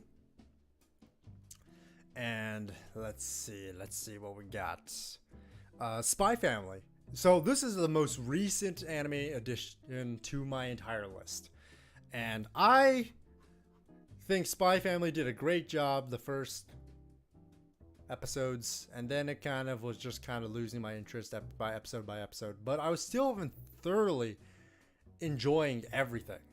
So I'm gonna give it a B. I don't think it's A by any means. No, not at all. But I think it is definitely a good B. I wish I saw more of Yoru doing assassination shit. I know that happens much more based on the manga, but I just wanted to see more Yoru. And I can't wait for the dog, the good boy, the doggo. Yuki Yuna is a hero. I remember this was trying to be like Madoka Magica, but then it wasn't. But it was kind of like interesting. I actually found this very enjoyable. And this is, by the way, just on the first season. I have not watched season 2 or 3. It hasn't caught my interest enough to make me want to go out and seek it out. But I still think that it is a very, very good series. Well, actually, no, not very, very good series. I just think it's a very, very good season 1. Very entertaining to watch. I thoroughly enjoyed it. Alright, Vinland Saga. Vinland Saga. What do I have to say about Vinland Saga? I think it is it is such a good seinen. They, out of the seinen trio, magnum opus trio, they did Vinland Saga so well. Berserk, Vandenberg, and Vinland Saga. Vandenberg, I don't think has an anime. Uh, Berserk, they botched that, and then Vinland Saga, they redeemed it with Studio Wit coming in, being the savior, and just absolutely being bamfs. Fucking love it. Vinland Saga does everything right. Hold on. Soul City, nice. For the ones I've seen, I agree with your S tier. Yeah! Yeah, you agree with it? Fuck yeah. Especially this guy. This guy, you agree with this guy? We all love this guy. Oh, and this guy? Yeah, we love these two. I'm glad you agree with both of them. Alright, let's get Yuri on Ice. I remember Yuri on Ice was the first time I ever popped off. And like I know everyone's always about like, oh yeah, it's, you know, gay relations, yeah, it's so oh my god, the gay relationships, it's so cute, for Joshi Kuming, you know, they all like that. But no, I popped off when my boy did a quad spin and he landed that shit. I was like, yes sir, let's go my boy Yuri. That was the best part. I like literally was on my bed just watching it, and then I just rose from my bed and just did a fisting movement. She's like, yeah, my boy, let's go Yuri. Oh yeah. Yeah, and then, you know, there was that one episode where they quote unquote kissed, but who cares about that? Yeah, I think it's like a B tier. I had a lot of enjoyment from it. Camp. Oh yes, my boy. That's what I'm talking about. Camp 100% in S tier. Let's go, lads. Vivi. Oh, Vivi's also kind of a new one. Not exactly too new. Like two seasons ago. But I think Vivi's A tier. I loved everything about Vivi. The music, the action, Studio Wit, B tier, B team. They're not fucking. They're definitely not a B tier. I'll tell you that. They're definitely like S, and then A team is like S plus. Like fucking, they still put it out of the park, with, especially like episode 9, that one scene, and oh my god, it's just there's so many good moments from Vivi. And I don't think there's like any down moments. It's just either constantly going up and then spiking and then constantly going up and then spiking. That's just how it goes. Vivi is an amazing anime. Mob Psych? Yeah, I mean, I think A tier is more reserved to like very good anime, but just anime that I don't completely vibe with. I think Mob Psycho is kind of one of them. I don't completely vibe with Mob that much, but I love Mob. Don't get me wrong, Zello City. I love Mob. Mob is such a good anime. I just don't think it's too impactful to me for what I come to an anime. That's all. Let's see. Okay. All right. No, you know what? Let's go. I want to save Sword Art Online for a little bit later. You know what? Let me just reorganize these. Let's do. Why is Ponko here? What the fuck? No, that should not be an anime for the last animes. Fuck no. Ponko. Oh, you know what? Actually, we'll do Sword Art Online last. We'll save the best for last. But Poco's Udon World, that's like what? C tier? It's just cute, wholesome goodness. We love our little raccoon boy. I actually enjoyed Ponko kind of a lot, just because the main character was also just relearning his origins, and I like that. I like that type of storytelling. And then also him raising a kid, even though the kid's a raccoon kid. Tanuki, same thing. Listen, wave, listen to me.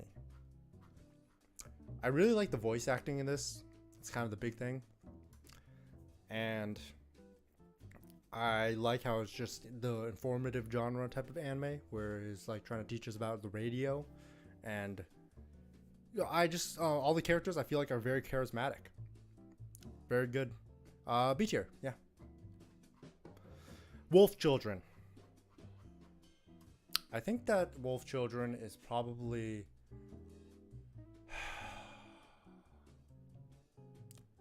either my favorite or one of my favorite or second favorite anime movie. This made me really like hit me in a very, very different spot and got me reflecting on my entire life. Just gave me an existential crisis after the credits started rolling. I was like, bruh. And it almost made me want to go and hug my mom.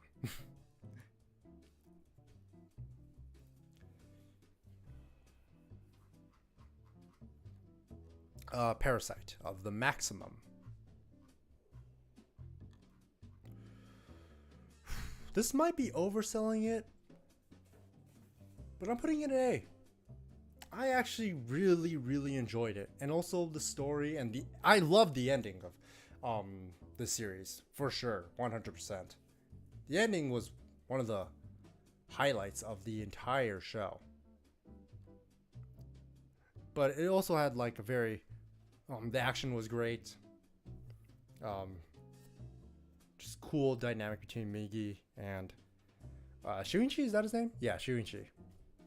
Overall, give me a sec. Just want to give some airflow into this room I'm in. Overall, no complaints. Yeah, I love Parasite. Psychopath season 1 and season 2. So I did this because, well, one, I didn't watch season 3. And season 1 just feels so different from season 2.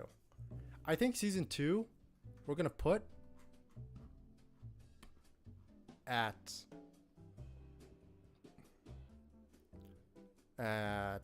probably B.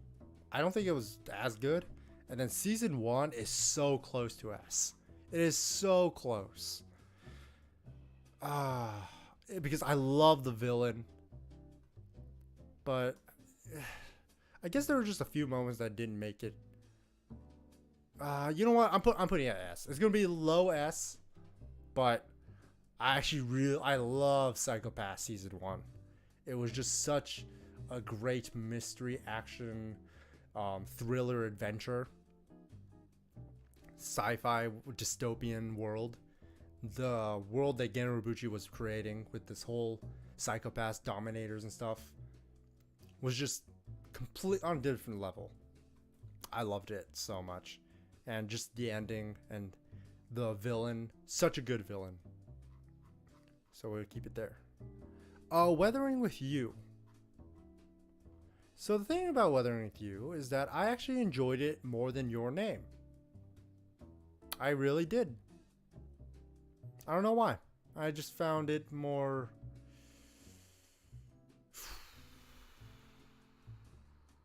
found it more digestible. Not digestible, that's the wrong word. I just found it more palatable to my taste.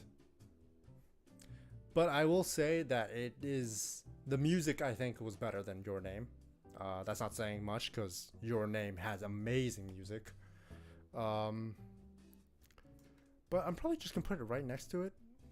There are definitely things that irked me. How the fact there was, like, 2 montages. Like, why would the movie need more than 1 montage to get a point across? Like, really? But there's that, and also... yeah, I just found it... I just really enjoyed Weathering with You. And the ending was actually, you know, it was just like, yeah, fuck the world. Just us two. But I kind of like that ending, honestly.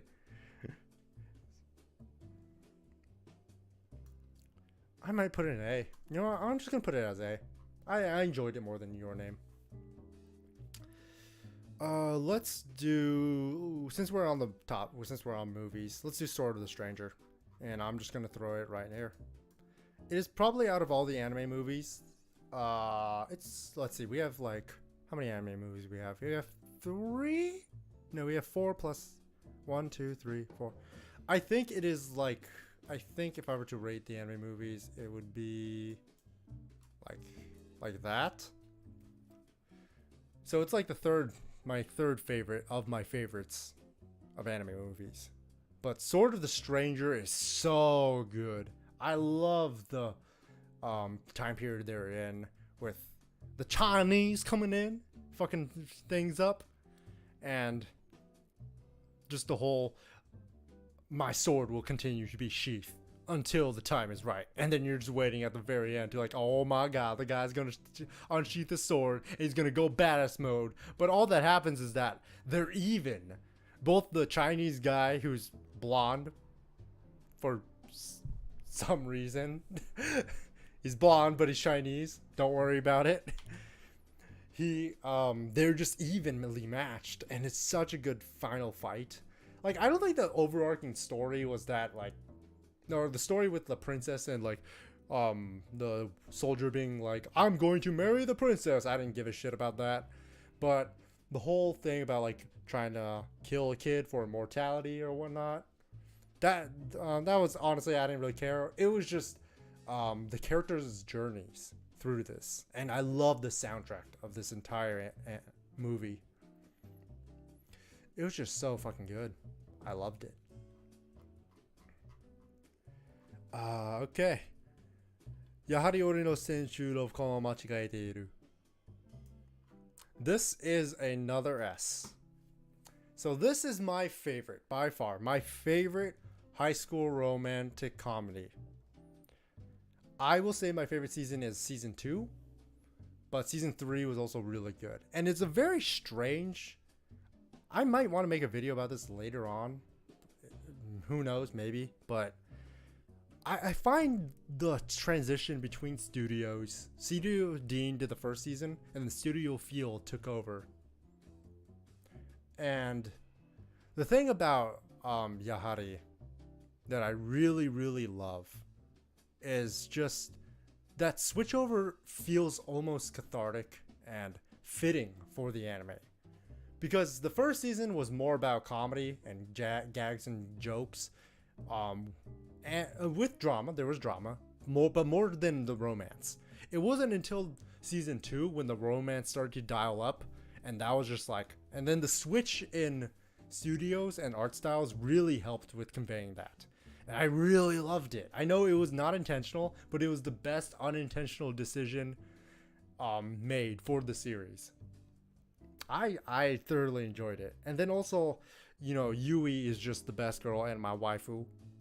So she's up here for... That's also a reason. Even though, you know, I mean, if you know what happens at the ending, you know what happens at the ending. The third season was kind of a kick in the ass for certain people.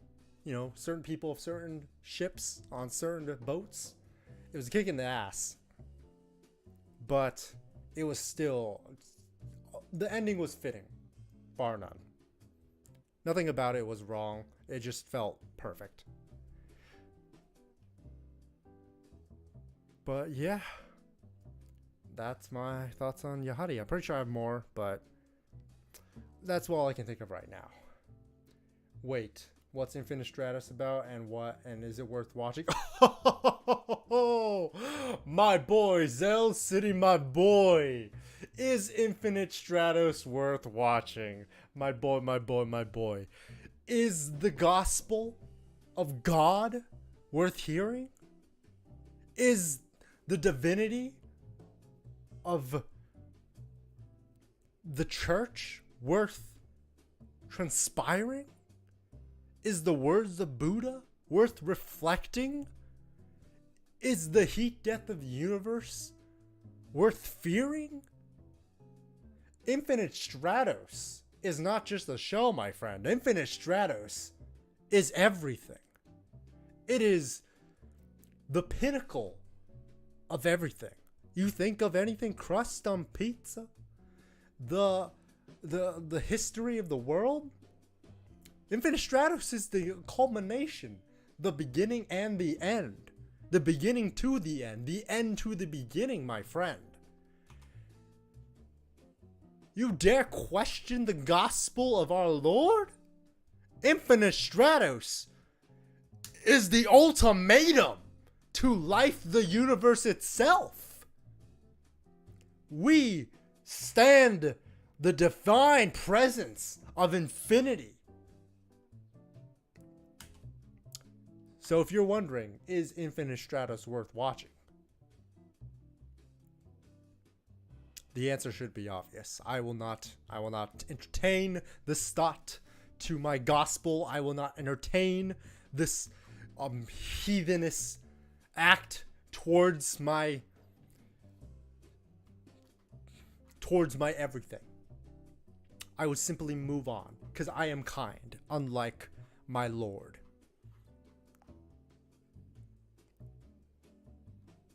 I hope that answers your question. I hope that answers your question.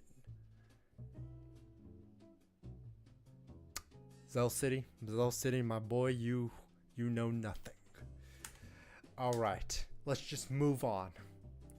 Sword Art Online. Sword Art Online is what I consider painting trash as gold. Because I don't know what it is. A1 Pictures went off with Sword Art Online. They gave it the highest possible production to one of the just mediocrely written series I've ever watched. Like, Sword Art Online, even the first season, is just like, it sucks. Like, the writing, the characters, it's just awful. Like, I'm not even gonna try to pretend to, like, I'm not even gonna I'm not gonna put any filters. It sucks. But oh my god, its production is so good. It's like, its production is so good, so I'm have to give it, well, there's no F tier, unfortunately. I'm gonna give it a D. Sword Art Online. But then I realized something, because you see, Sword Art Online World of the Underworld is in here. No, Overlord's not an F tier. Overlord's an E tier, my guy. Overlord's an E tier. Not F tier. We don't have F tier here. We actually understand the alphabet. Oh wait, hold on. Tiers tiers will always get rid of the F. No, the E. So yeah, no, it should be F tier. That's my bad. No, it is F tier. Yeah, it's F tier. But let me continue my Sword Art Online rant, okay? I realized what was actually holding back Sword Art Online this entire time. Because I'm going to put this in a very conspicuous and very strange place. Sword Art Online World of the Underworld is a B tier show. The reason is because the biggest gripe of the entire show is in a fucking coma. Kirito is nowhere to be seen. And that's the best thing they've done for the series. Making sure Kirito is 90% not in the last season. Holy shit, that did wonders because it was watchable. The series became watchable and the fights were insane. This show just went up so many tiers just because Kirito was out of commission, was fucking on the euthanation clinic, ready for some kid to want to charge his switch, pull the plug and charge his switch. And boy, I wish they did, but unfortunately they didn't. And then they went, the moment Kirito came back, the series went down again. Oh my god. But in those good like 9 episodes where Kirito was just not there, out of commission, woo, that was the best I have ever watched from Sword Art Online. I fucking loved it. That's why I had to separate. Like, I know Sword Art Online has what? You have Sword Art Online, and then, you know, we consider Sword Art Online, the second half of Sword Art Online, as its own freaking season. We consider Alfheim as its own season. So we have Sword Art Online, we have Alfheim, we have season 2. Then we have second part of season 2, basically. I mean, it's completely 2 different series. Then we have Alicization. Then we have Alicization World of Underworld. So like 6 seasons, or 6, I guess, parts of Sword Art Online. And 5 of those parts culminate to a D tier. But then that one part, the last part, that is 100% a B tier because Kirito's out of commission for most of it.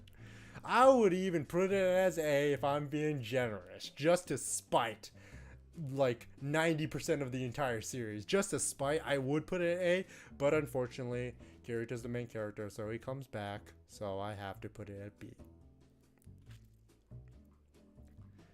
And Zell City, I think I've ranted about Overlord enough, but I'll just do it one more time. The narrative's kind of shit. Fan base sucks. That's it. You know, I'm gonna say that. I've ranted about Overlord twice. I've ranted about Overlord in the first stream, and I've ranted about Overlord in this one previously. But Sword Art Online should have ended. You know what? If Sword Art Online ended in season 1, granted, I'd probably give it a C tier, maybe C minus. No, C tier. I'd give it a C tier. I would.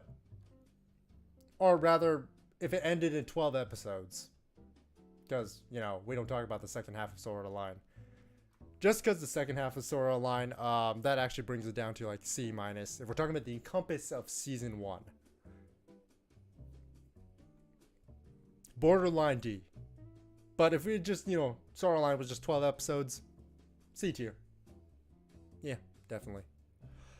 But with that said, we have finished all the anime that I've ever watched in my entire life. Now, that's actually kind of not true because I missed a lot of them, and I did post edits of I'm gonna do post edits because I'm gonna make this a highlight reel and put it on YouTube, illustrated highlight reel. But there are some I missed, and then there are some I just didn't add because I dropped it or I'm still watching it. There's a lot of anime that I'm still watching because I'm so behind so many HN. Yeah, sure. There's so many anime that I'm just behind on for season wise. Like, I think I'm 2-3 seasons behind. But as of right now, this is everything I've ever watched. And thank you all for coming on this journey with me. Actually, that sounds like I'm about to end the stream right now. Let's just kind of go through it. Go through a little bit of a cinematic collage reel. Just gonna let it sit there. Let you guys bask. Just take it all in. Soak it all in. That is in my entire anime history. No, it is definitely missing a few. But as of right now, definitely is. Oh, thanks, Sans. Yeah, I mean, if you want to watch most of my stream, oh yeah, I do have an announcement at the end of it, so stay tuned for that, Sans. So, but let's just let it go. Let it go up.